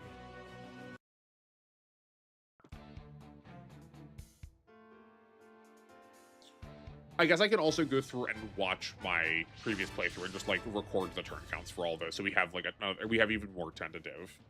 We have like a session 0 kind of number. Okay. I don't know why I clicked off of this. Like, we weren't going to need to look at it. Left monitor. Okay. Here's what our map's looking like. On turn 3, we are going to get the rest of the map showing up. We have... that's when the rest of all of our team arrives, and also then the rest of the Luminuses and the Euclids, which are, like, probably the weakest possible things we can get at this point, short of, like, Gloams. So, this is also going to be a pretty easy farming map. But it's just going to be a matter of whether we can push this a turn sooner through getting some kills early on. Right, like, if we can get a kill here...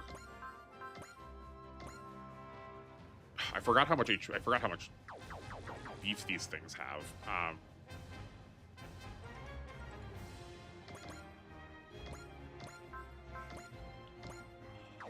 That does not do anything. We don't have an okay, we don't have an Excel. We don't really want to go in the water. Oh, because this ocean also is only providing defense and not dodge. Callan's good-ish early on.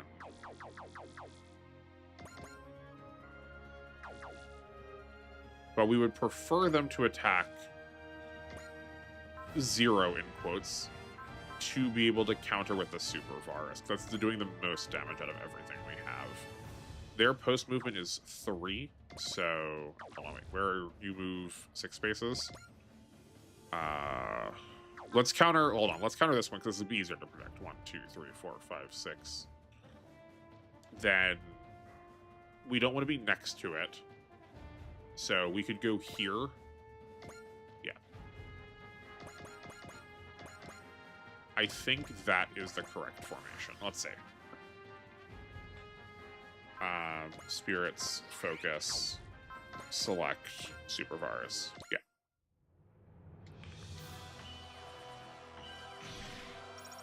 All right, perfect.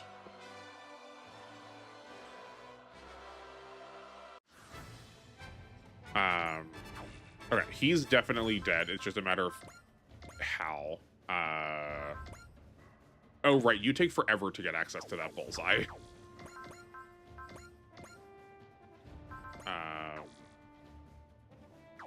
How many support attacks do you have? Just 1? Okay, that's fine. I guess we just, like, throw and hope. Okay.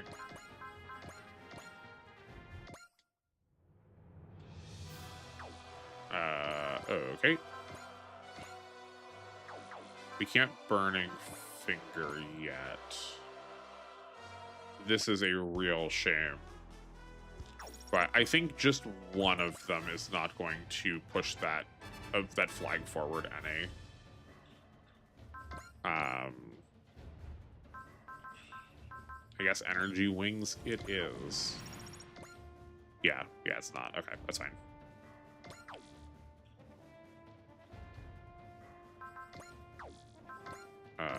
Yep. Okay. Okay, that was worth exploring. So we are just better off waiting until turn 3, because like getting those kills is not pushing us ahead at all, and it is like risking everything to get one of them.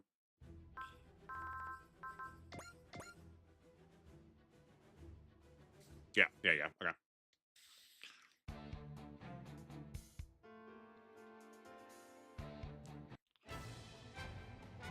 I guess we're not gonna be doing anything else in between here. I could just save once this part is done, just to save us a little bit of time. Save, fork it. 1, 2, 3, 4. I think we're still going to move where we did last time to, like, still get some damage on it, right? Like, this is still probably good. But we don't need to, like, stay here for the next turn, then. Okay, or we get no damage on it. That's fine. 1, 2, 3, 4, 5, 6. So we need to be off the coast.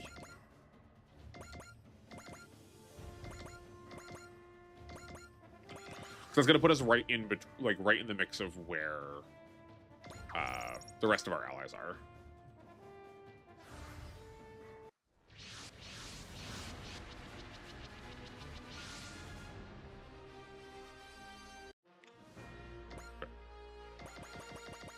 Oh boy, we could have a lot more characters for this one, though.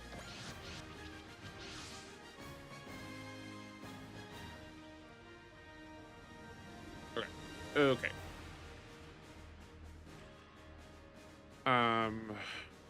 So we got nothing we would like activate at the beginning of things. I gotta like used to like not being able to like burn a lot of stuff early. We definitely want Domon to get a kill this turn if we can help it.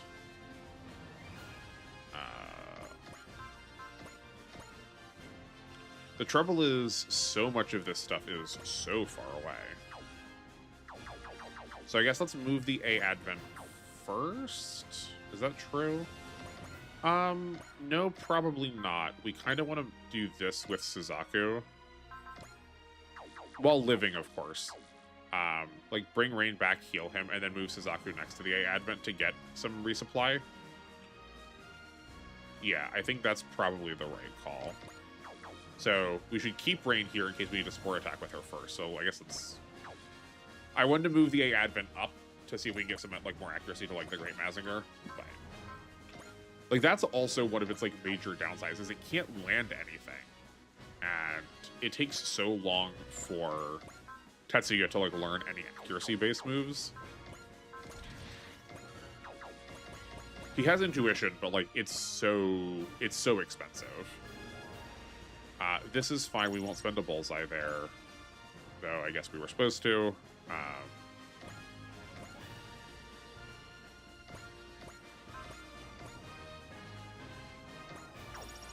Okay, that should be lethal for Domon now. Yeah, great.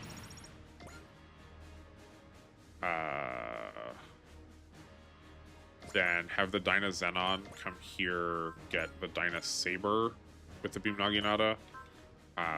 We don't have any accuracy, so that's fine. Okay.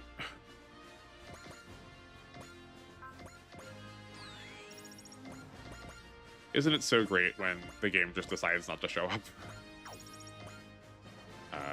You can get resupplied. Then have Callan. I guess we don't want to attack. We don't want to move. We want to stay here to get our best attack.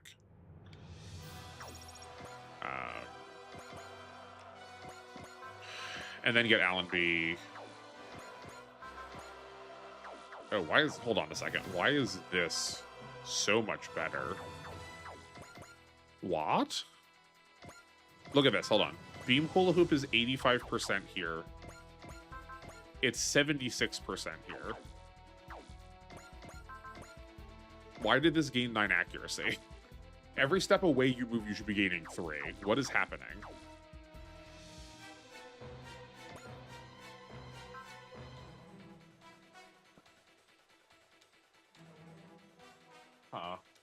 Someone's doing something in my yard, I think. Well, if they get closer, I'll worry about it. That's weird.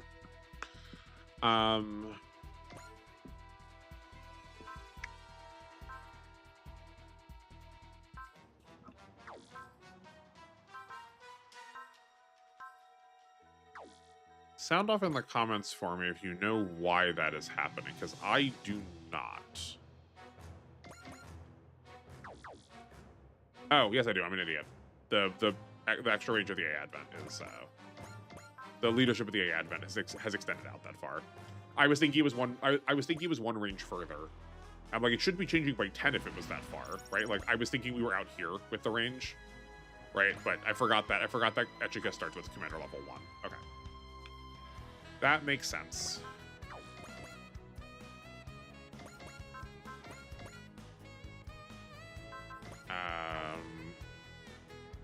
We can block him and survive that if we need to. This has the same energy as like playing a roguelike and then like starting your next run and then going like, why doesn't anything work this way? I have such a problem with that.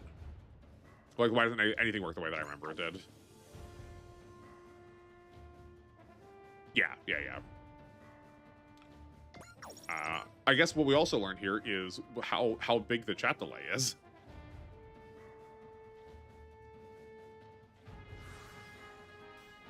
Okay. We can get Rain in here to heal one of these two if necessary.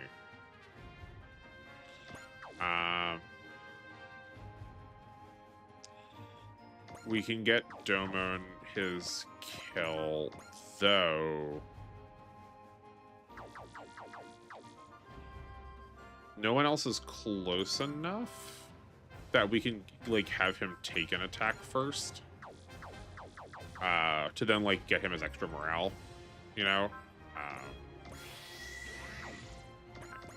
I don't think I want him moving backwards. Like, this is probably a good choice.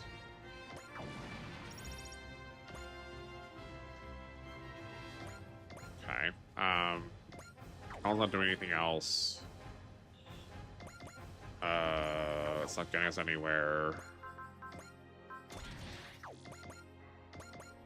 We don't have enough morale for Thunder Bomber yet. We could excel, or we could just like get to a different position for the Tomahawk. That's unfortunate. We also can't excel with them, so we could be like here and here for extra range. That's not very good.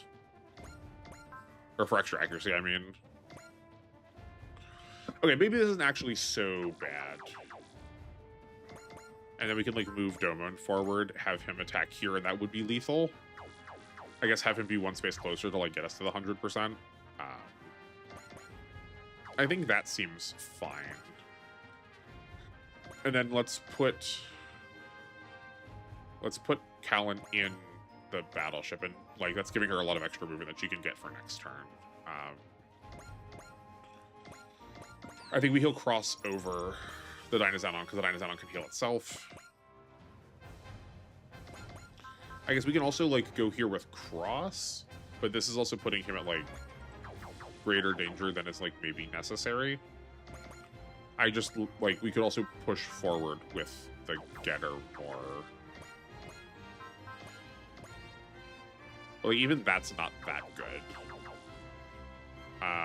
Akira does have intuition now. Oh boy.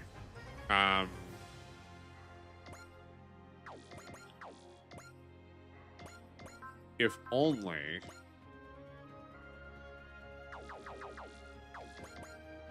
Okay, I kind of like being here. Hold on. 1, 2, 3, 4, 5. Because then we can penetrate our guns, the one behind us. This is now lethal for Domon.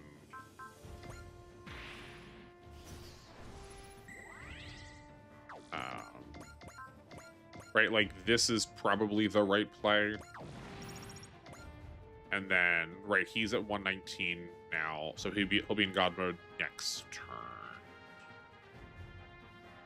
We said that already. I was just sort of hoping that the game had forgotten and had given me one more morale somewhere in the middle there that I had like not accounted for. We could probably all team up and take out this Luminous. It's also... I'm pretty sure that the coast does not count as water. I think it's just land still. So that's not actually going to give us that much more damage. So we can just as easily like have it come out of the water.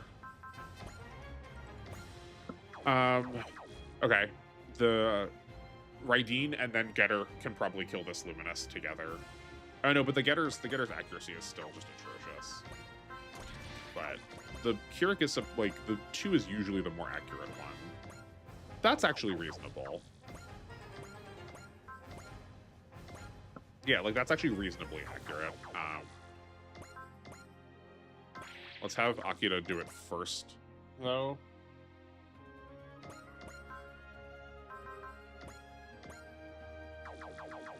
Have him move back a space. We can put the Keurig at the edge of the A Advance range and then switch into the Con after this. Yeah, that works. Getting Flash is relevant. That matters. That's some survivability.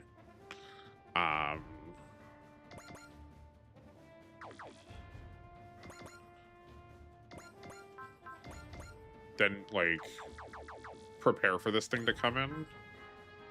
6 range, 1, 2, 3, 4, 5, 6. Okay, so we want it to move if at all possible.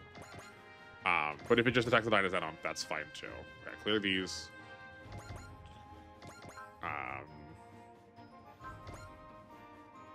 Can we do it even cheaper? No, we cannot. We can Burning Slash though.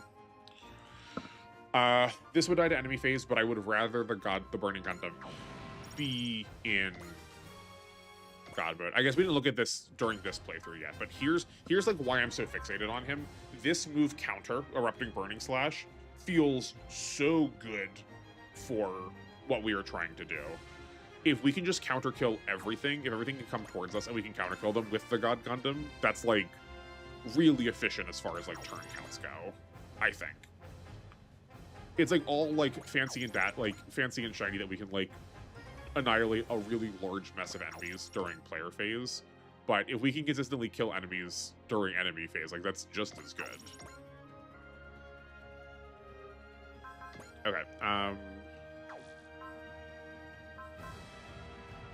we can... Mari's only giving us 20 now.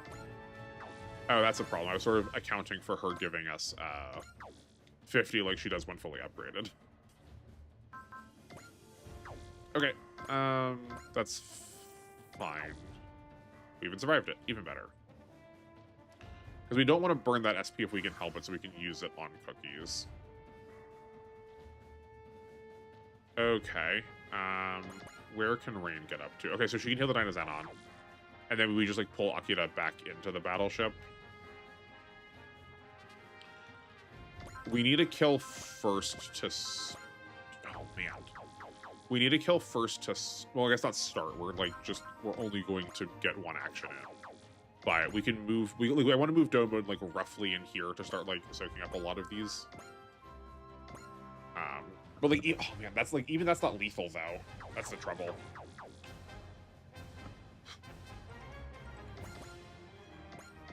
I remember the beginning of this game being like pretty brutal in terms of difficulty. I did not remember being this brutal.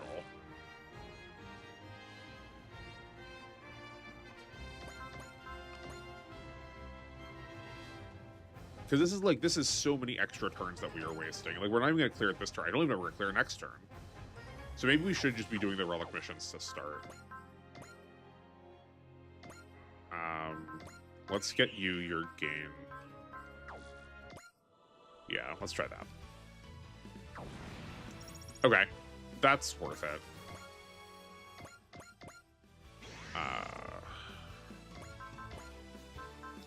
I guess that's also worth saying. Like, I might work on this project while, while not on camera. If anything important happens, I will like go back and show it. But I might like try to fiddle around with like stages and like turn counts and things, you know. Okay, let's get Rain up here and healing the Dynazenon now, because she won't be able to once it moves.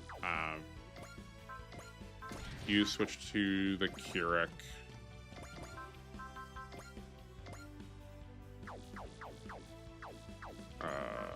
Land to then get the support attack. That will be pretty close to lethal. Okay. Suzaku does not have an Excel. But, oh, he can't Energy Wings either. Okay, so we can MVS here.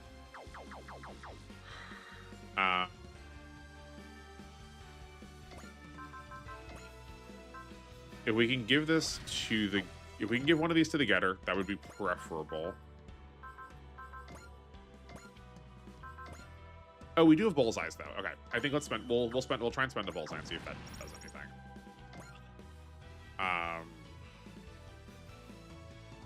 Okay, yeah, so Suzaku can come up here, attack like this, put this into what will be close to... Oh, yeah, if Alan B hits, and we can make sure she does, that will be close to lethal, or that will be probably lethal for Domon. Right, then he can go here. Oh, right, we don't actually want him that far in. You need to go back in the battleship to, like, actually be alive.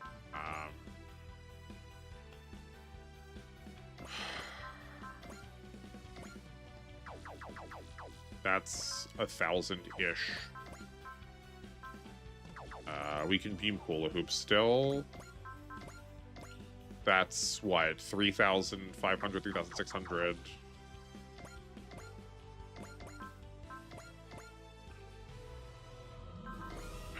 This is, like, so close to being lethal without the help of Domo that I kind of want to just, like, keep it. But this also puts the Great Mazinger at a great deal of risk, but I think let's try it. This is where the beam hula hoop needs to go.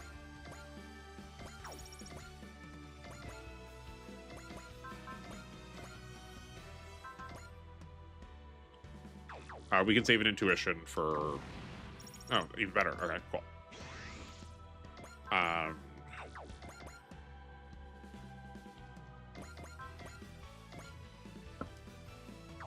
We can't even be that far out, though. Darn. Darn, darn, darn, darn.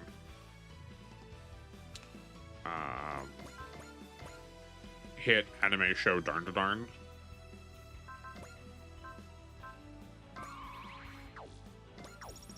Okay. But, like, you see what I want to be doing, I think. It's just going to take us a while to get there. It evens out around the end of this chapter if you do all the side missions, but early Y is the hardest thing they put out in years. Yeah.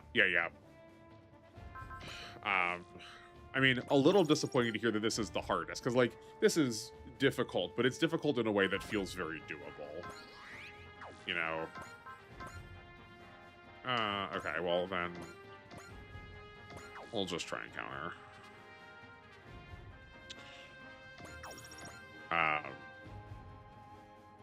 Yeah, I do pretty distinctly remember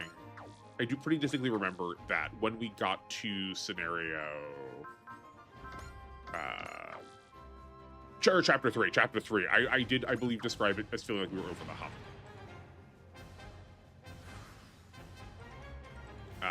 It's just about, I feel like we can probably do better than having to do all of the missions in chapter 2, you know? Okay.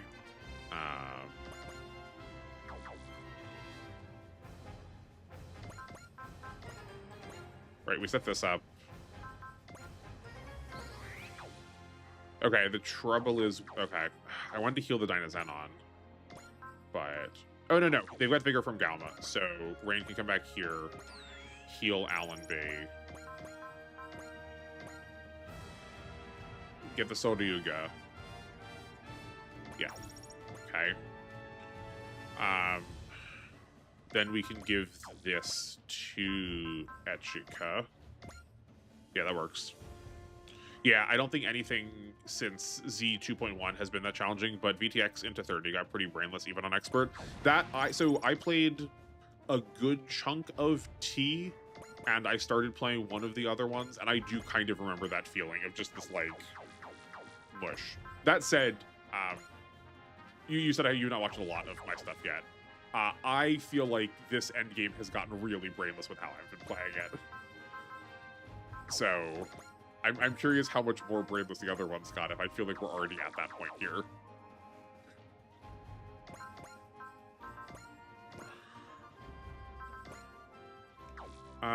I think still the same rule applies. We attack here. If we dodge it, we're fine. And if not, we can use intuition when we're being attacked. Okay, great. We can push cross forward then. Because then we can go here with the getter. Switch into con for enemy phase to keep cross and or Domon protected. And then have Domon, like, do this. But this is still, like, so many turns. This is still so many turns. Akira should be, like, roughly healthy now, so let's get him. Oh.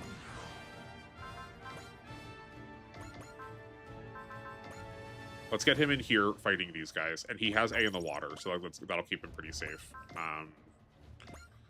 The Gurin's perfectly healthy now, too, so I guess that works.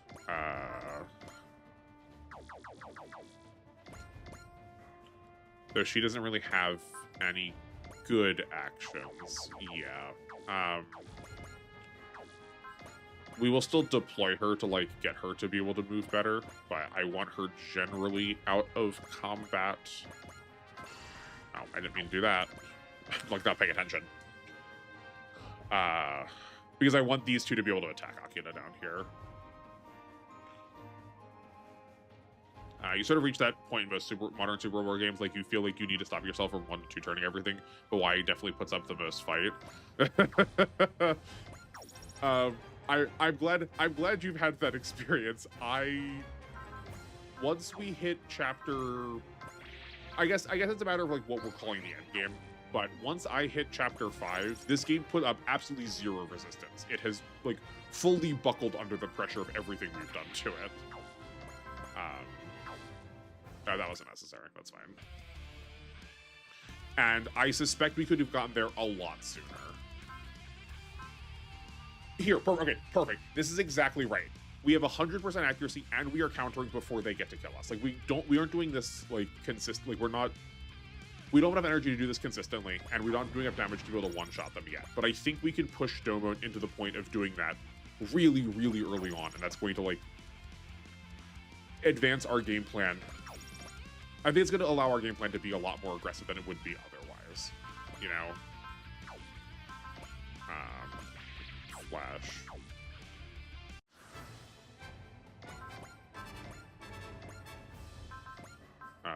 We still don't have Bullseye. We do have Focus, though.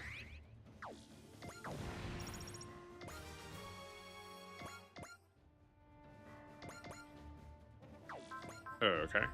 We can God Gun here. And we can finally use an Analyze to make that matter. We've not been using any of Novi's spirits at all. I also think the early stages in this are just better designed than stuff that comes later on. I would say so, but I also don't know how well designed. I don't know how much credit I want to give to like the design of any of these stages, because like most of them are flat. The concern I have is that most terrain doesn't matter. Like almost everything is plus 0%, and there's no movement penalties. We have at our biggest range like +5 and +10. I think just so that we don't have the check terrain, get extra effects from it, get like really out of control. But like, I guess actually, yeah, maybe you've seen this, but like HP regen and energy regen, these shouldn't be here because literally 0 tiles have used these. Like none of that has happened. Like none of that has mattered. And so many of I guess we've got to wait like 2 turns with this. That's fine, I guess. Right, like bring Domon back here, get him resupplied, then we can clear next turn on turn 8. Ugh.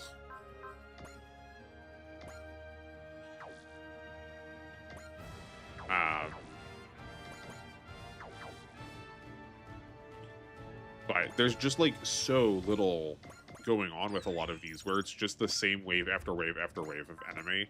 I think this game looks a lot better early on, also because you just haven't seen the same like collection of enemies back to back to back to back, you know, where we are going to see this formation of Euclids and Luminuses a lot coming up.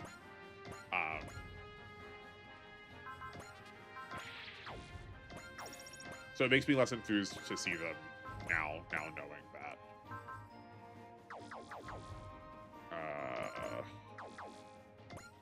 You still aren't doing much. What barrier do you have that's not doing anything? Positron Reflector. Okay, yeah. I see. Allenby usually does good damage. Okay, so we could finish off with her. We could attack with Cross.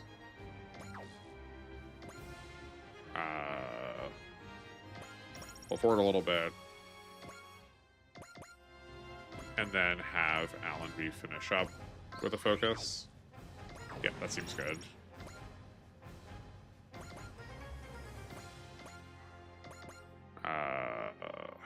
One, two, three. Actually, no. Hold on. We want to be checking. Yeah, we'll check this one. That's fine. 1, 2, 3, 4, 5, 6. That'll work. Transform you into the con, and that's end phase. Definitely, I like Y, but I think it shows its weaknesses with its open route system. The further you go, it's cleaned up a lot from 30, but it's still not really sold on it as standard. Yes, yeah, that is so far been the consensus of chat here on this channel, that the open structure has, I think, been a much bigger detriment than people are like really fully acknowledging, or than like the company wants to acknowledge. I doubt Banpresto will, or not Banpresto, I doubt Bandai Namco will send us back to the non-open route scenarios ever again, but I can dream. It is definitely my preference, though.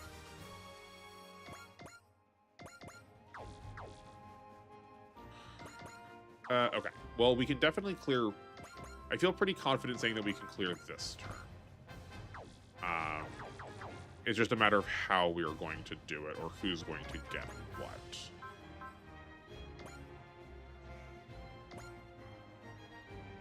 Okay, that seems positive. We should know a way to live. We can make Rain do that for us.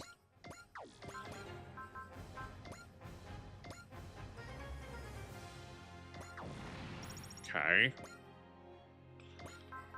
Assist. Press. I think Terada has said how big a pain it is in 30, so I'm kind of surprised I stuck with it in Y. Yeah, I mean, there's a lot of things in Y that really look like they were not necessarily the original vision of what's going on. Just like how bad some of these tiles are. I didn't point it out earlier, but like we'll do a relic after this just to like see how long it takes us at this point.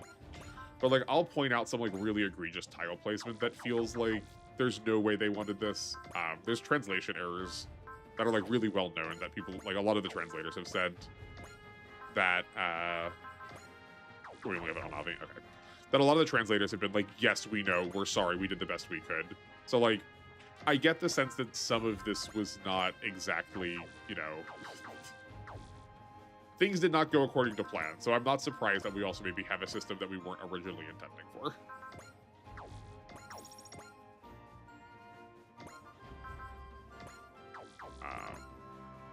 1, 2, 3.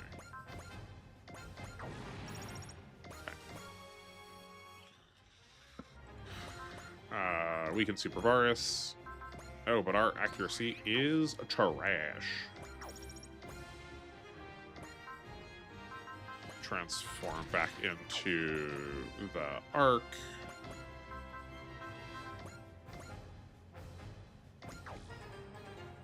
awful that we missed with both of those. That doesn't do anything. Okay, maybe we won't get to finish this turn. We just, like, need things to land. And they did not. Yeah, I'm here. Right, we are not playing this. We're not playing this straight. We're playing this for the purpose of, like, there's no way we can definitely clear this on turn 8 at least. So we should be doing that.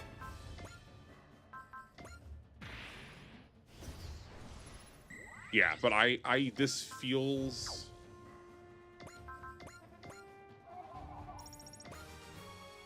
This feels like it has not been worth it as far as, like, actually getting an LTC is concerned.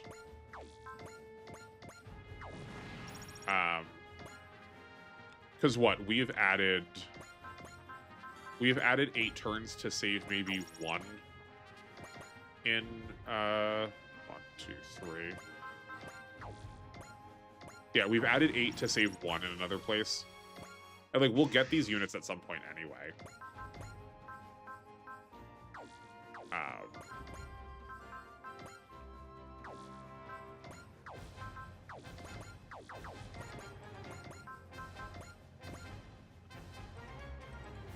Yeah, you need to get healed.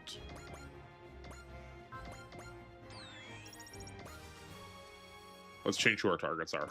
Rain getting trust is, like, really good. I still don't think that I don't think that means she's endgame still, but, like, definitely, like, actively viable now. Or not actively, like, she was fine before. Just we could, like, actually play more of the role of the support now. You need to be on the ground. Do you not have a support attack? Oh, but you can actually reach there. Okay. So we go like this, and that's not lethal. Okay. What if... Yeah, Callan should be doing damage here because she can't actually hurt the Euclid. So this is probably the action. Yeah, okay. No, we want to stay back here to use the Super Varus. I guess we figure out whether or not we can, like, kill this first. Right, we already used the Noble Gundam. Okay. So this can go here still. Beam Hula Hoop is lethal, so let's get close. You are kidding me. Yeah, but, like, this is like very clearly, at least in our position right now, doable on turn 8. I'm trying to think of what the initial side missions would be better than this. I know you have to fight 2 bosses and combattlers. Yeah. We're like, I don't think that's probably going to be worth it. I think we're just gonna, like, let the game hand them to us at some point.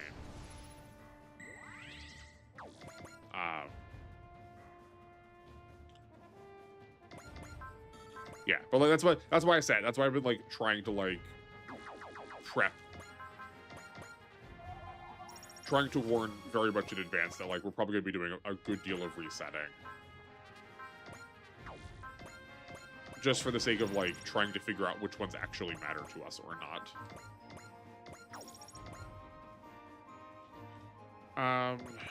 As ludicrous as it is, can we get these kills some other way?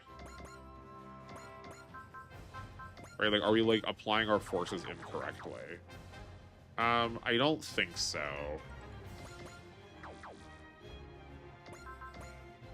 I guess we could do this and then have Domon finish it.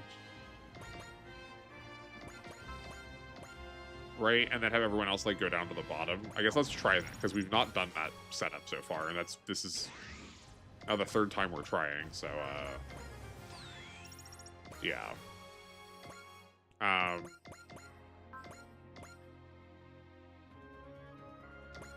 That seems fine. I guess this, and yeah, this is probably going to be the better way then. Okay.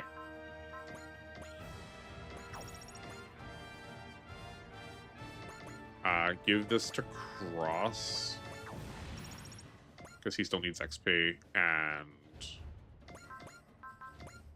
you make this lethal, so I guess the getter will do it.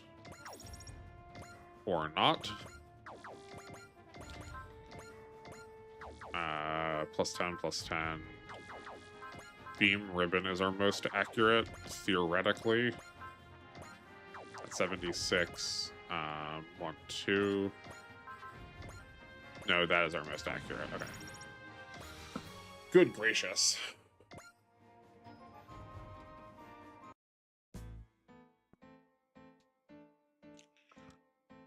Okay, that was Malice into their shadows. Let's write that down and how many turns that's added.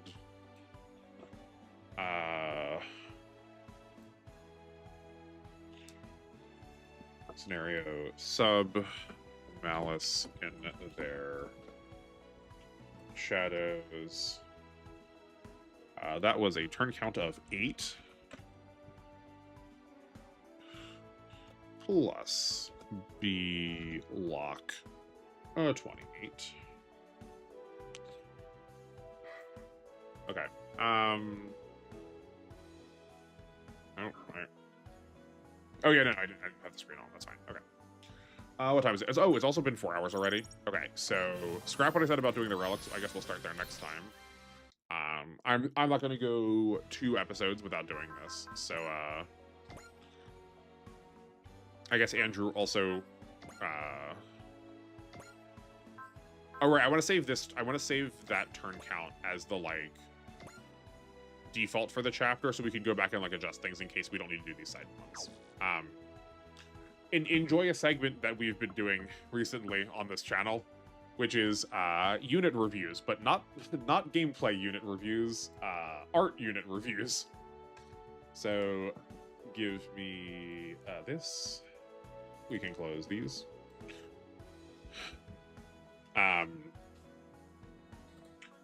At some point, I would like to go through the entirety of like every unit catalog. We just sort of started doing this with the with Code Geass at one point because we were really surprised that Cornelia isn't into this game or like any game. So I was looking at Cornelia's unit from Resurrection, and then we just like started doing it more, and now it's like a last sort of half-hour segment. I think the next thing we were on was the 2 queens. I think we're kind of going to take them as a pair because I think they're kind of the same thing, if I remember correctly. Yeah, they're like slightly different. But okay. She's in the front missions. Are front missions a type of mission or in a game?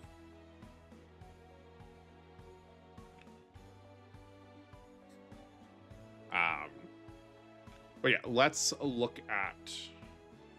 Oh, right, hold on, no.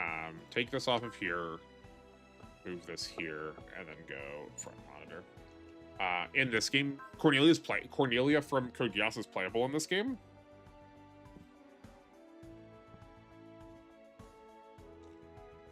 The ones you grind on the character, not her unit. Oh, okay, yeah. I mean, like we were talking like playable as like a character you actually get to use. That would also understand why I don't know, because I did not grind at all in my first playthrough. I only looked at the very first front mission just to like open it up, see what it looked like. I went, yep, that's grinding. That's not for me, and then moved on. Okay, so the RPCX02QS Queen Asura, and then W Queen Kuraka. I don't. Hold on. I only use them to grind out STG for platinum trophy at the very end. Yeah. Right. Like I feel like you have to try and get some of the like requirements for those platinum trophies. And like no shade if you want to grind. I'm just stubborn and I really refuse to make a point. Yeah. Okay. I don't actually know where this name is coming from, so like my history religion element here I'm out on.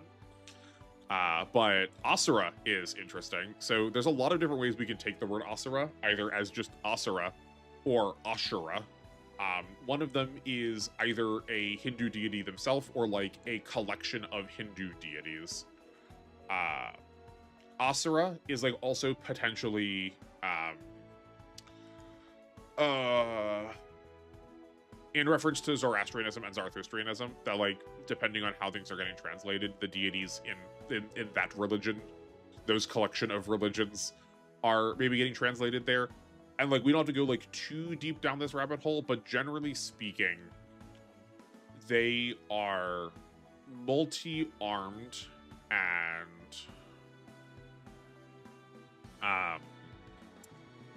like wrathful, angry, very like power aggressive focused individuals, at least as far as how they have been translated into modern pop culture. So like if you look at like Shin Megami Tensei, the demon that is Ashura usually gets the like multi-arm, looks like Shiva but brown kind of treatment, which is not like necessarily mismatched depending on interpretation. But like broad strokes, they tend to be very like power focused, but also very masculine. So I like that we're doing Queen Asura. This might be a corruption of the name Ashera, which is a Hittite deity, Babylonian deity, one of the like old world goddesses. I don't know why I didn't clock that earlier. I can find that out and we can open with that next time. But I'm at least going to lean on the fact that this is supposed to be the like typical masculine deity, and I love the fact that it's being applied to Queen, only because we've already talked about like the balance, the odd balance between the queerness in this series, right? That we've talked about that maybe we have a character that is like presenting masc or an acting femme, or presenting femme and acting masc. So I like seeing that mirrored out of enemy units. I'm assuming these are enemy units because both these queens are listed under Neo Britannia, so odds are they're probably going to be our villains. My first like visual, the first thing I'm seeing here is how jesterly these both look. More so Queen Kuraka than Asura, but the like way these points are moving and like the way this head shape is going feels like very Harlequin-esque, which is surprising. So like maybe we are Queen in name only, that it's like more of a puppet ruler, that it like they are, that the world, or at the very least the person who's puppeteering them, probably the person in the Fomalhaut or whatever the giant chunky guy we looked at last time we did this, that like making them out to be fools. But like the way that these ear headpieces are coming out, right? Like we've got one this way, are like ever so slightly animal, like baby bunny ears lightly, but the rest of the pointedness and these like garish bright colors to me are more like the conventional Harlequin hat, the like spike out. It doesn't work exactly the same way, but you can see the same shape that I'm going for here, right? Like I hope you like see where we're going, right? This is curving in roughly the same direction, just out the back instead of out the top. We do still have the gold trim though, that's been unifying for sort of our endgame characters, so I wouldn't be surprised if like we don't see the Queen Asura until like the very end of the game. The very end of the series. But it also feels, I guess we probably also shouldn't have deleted that, because I want to be able to reference back to Rose the Recapture. I want to be able to reference back to, sorry, not the Fomalhaut, the Full Bolt. Right, we have got the gold trim going on here too a little bit, much less so in this design, but a little bit more regal. So like maybe this is also like whereas potentially the king is more apt to go out into combat, the queen is less apt to. This is like sort of a last ditch effort.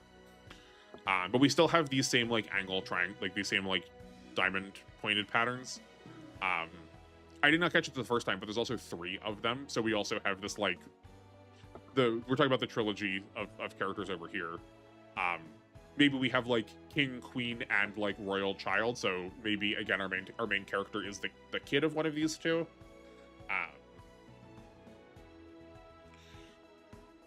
Or maybe the 3 are supposed to be the full bolt Queen Asura and Queen Kiraka. We're definitely more leg focused. Our arms are pretty narrow, but not as flimsy as the rest of the like generics we've seen have been so far. But like, there's no world where we're not paying attention to the leg shape.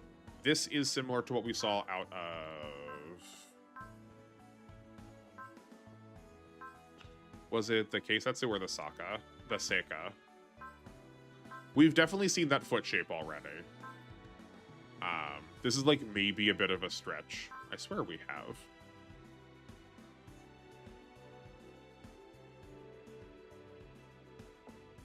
Rose is the only portion of Code Geass I haven't seen, so apologies for not being able to offer any insight. Well, don't you worry, buddy. I also haven't seen it, so I'm doing this entirely ignorant to the show. So, feel free to throw in thoughts, because that's all I'm doing. I'm just trying to go off of my like ability to interpret and like what I know about mecha. Which is also to say, if I do happen to get things right, I don't want to know. I swore we've seen those feet before. Okay. Well, the point I was going to make was I thought if we'd seen these feet before, I was interested in the fact that we were maybe pulling one element of design, also the most grounded element of design, like the thing that's literally touching the ground, from other people. But I guess we're not. So never mind, ignore that. But I was interested if the like there's some amount of visual similarity to the like generic, like the everyday person's robot, as everyday as like having one of these robots is going to be.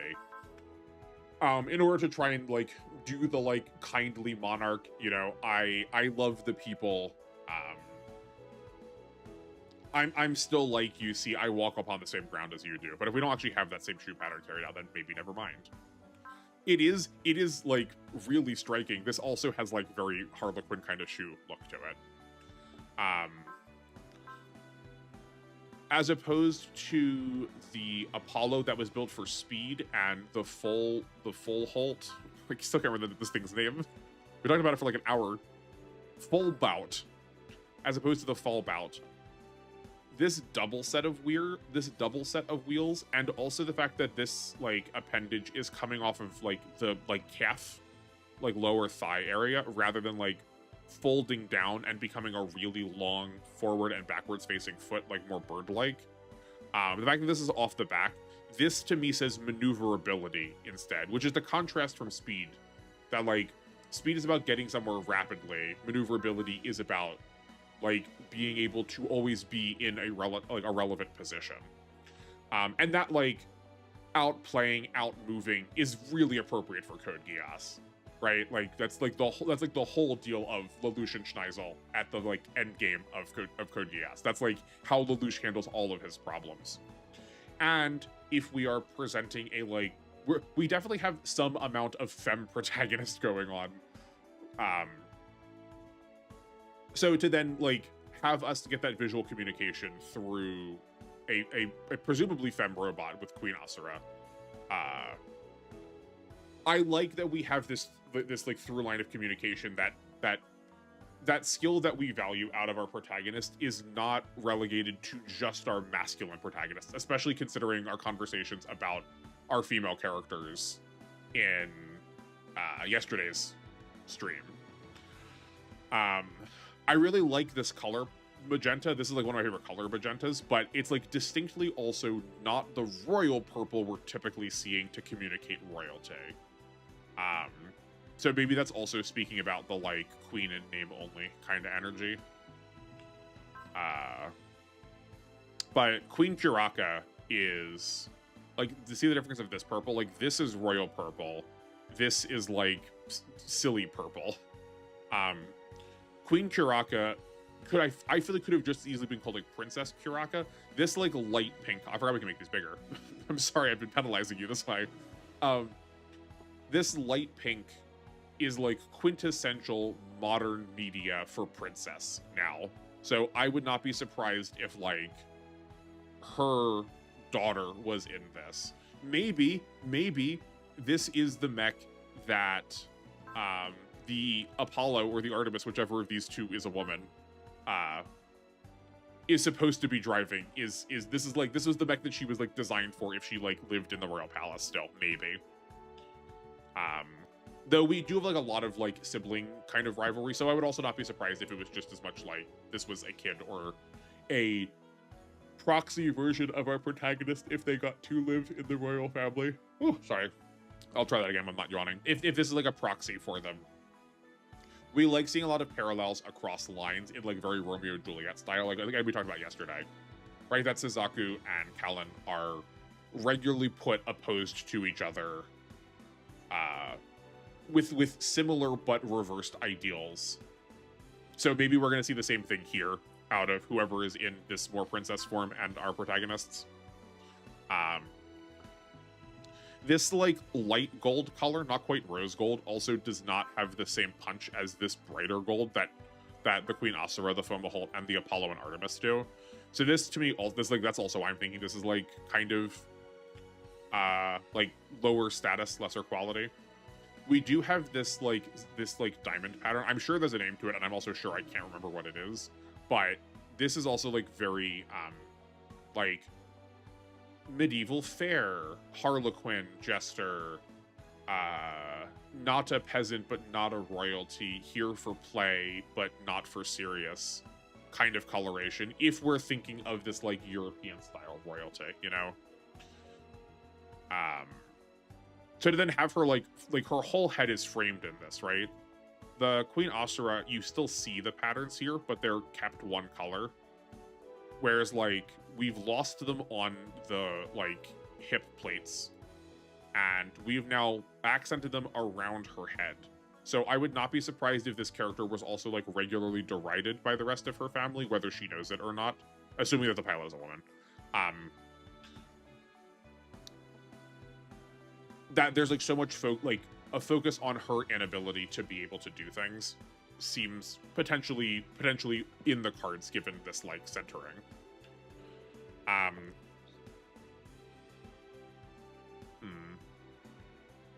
I don't know what to make of these like hip skirts, which is unfortunate because that's like the one big difference between these two. These feel a little bit jet engine-y. Okay. No, you know what? I think this is maybe I'm like not considering the fashion as much. This is still humanoid, right? This has the like layers of like crinoline under skirts, or like the big kind of floofy skirts. It's not doing the whole of it, but we've talked about like profile and silhouette before. If you have this like facing forward rather than facing this way, if you have it like just, I can't move the mouse towards you. I can pick my mouse up off the ground, but it doesn't move the mouse closer. But if she was facing forward, the profile would still look like, or the silhouette would still look like she was she had one of those like larger poofy skirts. Like maybe that also speaks to like the youthfulness of our pilot, that she's like still going to balls, or like still needs to try to like barter for her place in society by having these like public appearances. It definitely makes it more femme given the rest of these elements. I don't think this exclusively has to be, but like the light pale colors in association with the pink princess kind of look already does make this feel more feminine. But I think this could just be for like dress purposes. I wish we could see a better look at the back of it to see if it continued all the way around. I don't think it does, but like look at the aperture of this arm. We just have like one clean solid piece where we have this like extra spike coming here. So I can't tell, like maybe there isn't like another, there's like another, I'm doing like a hand motion, like you can see what I'm doing. I do this a lot while we're talking about this art. Like a fin, like fan kind of coming out tail deal. Think like a bird tail, right? Like something like that coming off the back of the dress, back as a dress. Like maybe that's happening here. We do also have these like light swooping curve designs.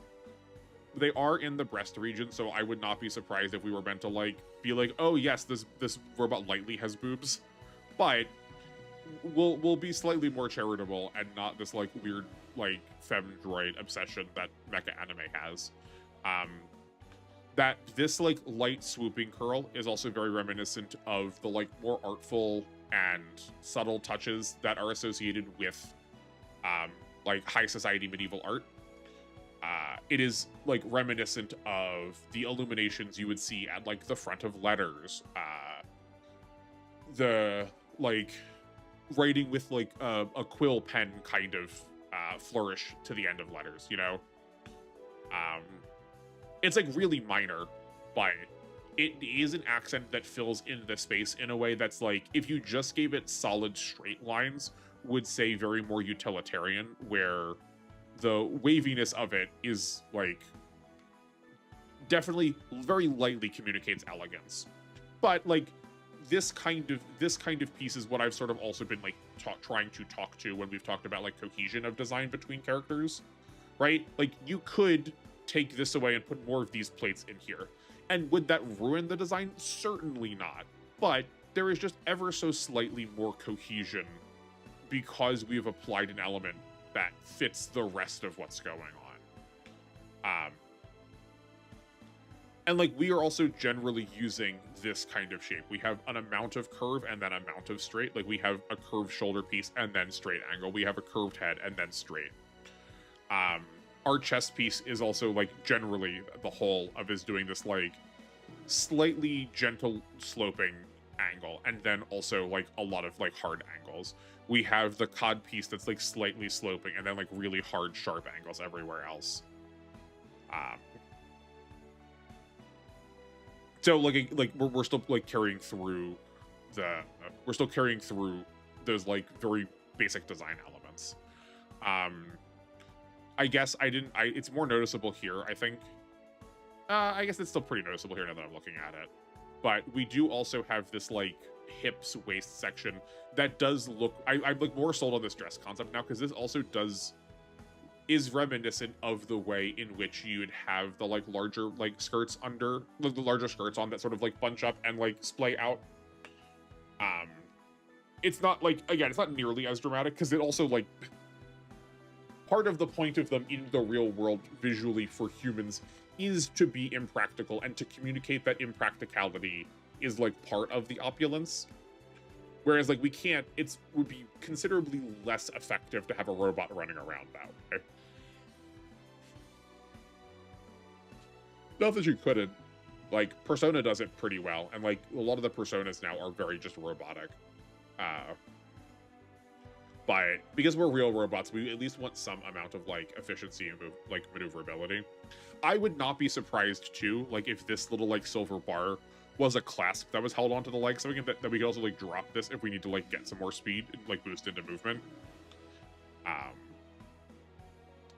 But yeah, this feels. I wish I was like better with the names of like parts of like clothing, but there is a particular part of like bottom of the dress going up into the corset area that these four pieces, these like darker purple, lighter pink, and then these like white, and then like dark mauve.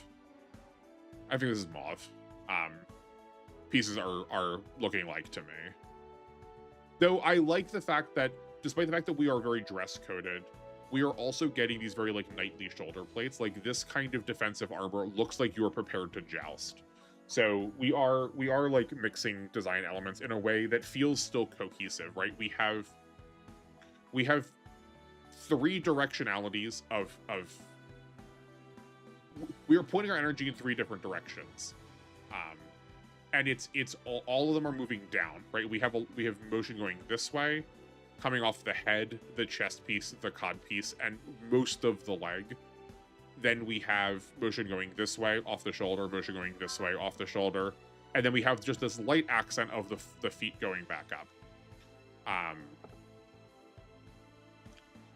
And like this kind of, thinking about this kind of directionality is good for like setting scenes or like trying to figure out how you're going to be framing shots, right? So if we have a lot of angles looking up at this unit, we are sort of misusing the visuals we have done with it. Right, where we want this like head on, or like if the camera was positioned roughly up here where my mouse is moving, looking down this way, we are going to get a better look and a better use out of the visual elements we have designed here. I feel like this started somewhere talking about the mix of knightliness and princessliness, but that was worth it too. But yeah, so I do like the combination of having these knight qualities and princess qualities. It feels very in keeping with the like double life nature of Code Geass in general. Not just in the fact that like you can perform two very contrasting roles, and I mean perform very literally, because like none of our characters are ultimately being honest with themselves and like what they are doing. I think in part because of like how I talked about yesterday, that at some point they kind of stop being characters and their actions are dictated more by the plot and what they need to represent, more than what they would actually realistically do. But regardless of how we got there, we still have characters who are like we have characters that are typically behaving in two very contrasting ways.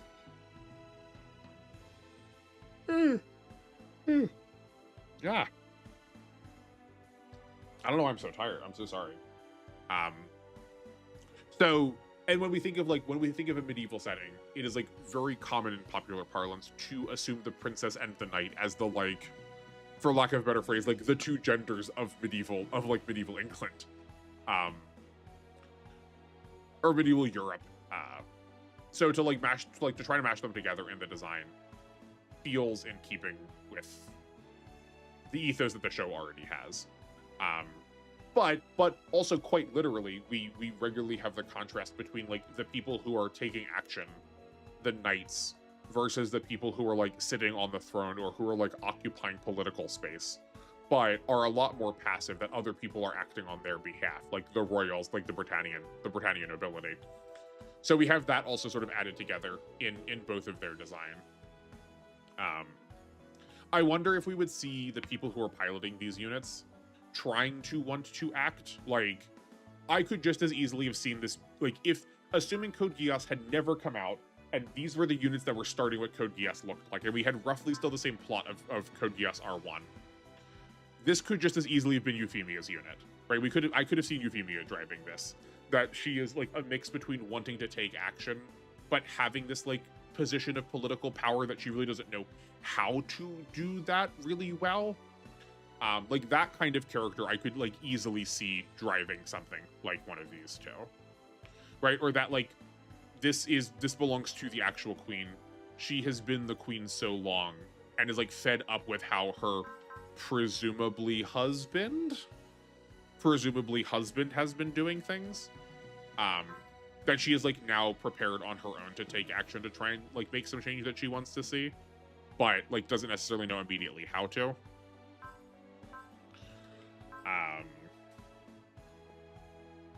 I think that is everything. I'm really like obsessed with these green skirt pieces that like I wish I had like a better answer to them. And this might just be that like the exercise that we are trying to perform is going to be fraught with some like mystery, and that this kind of thing would be more clear after watching it, because I could like see what they actually do. Like maybe these are jet boosters.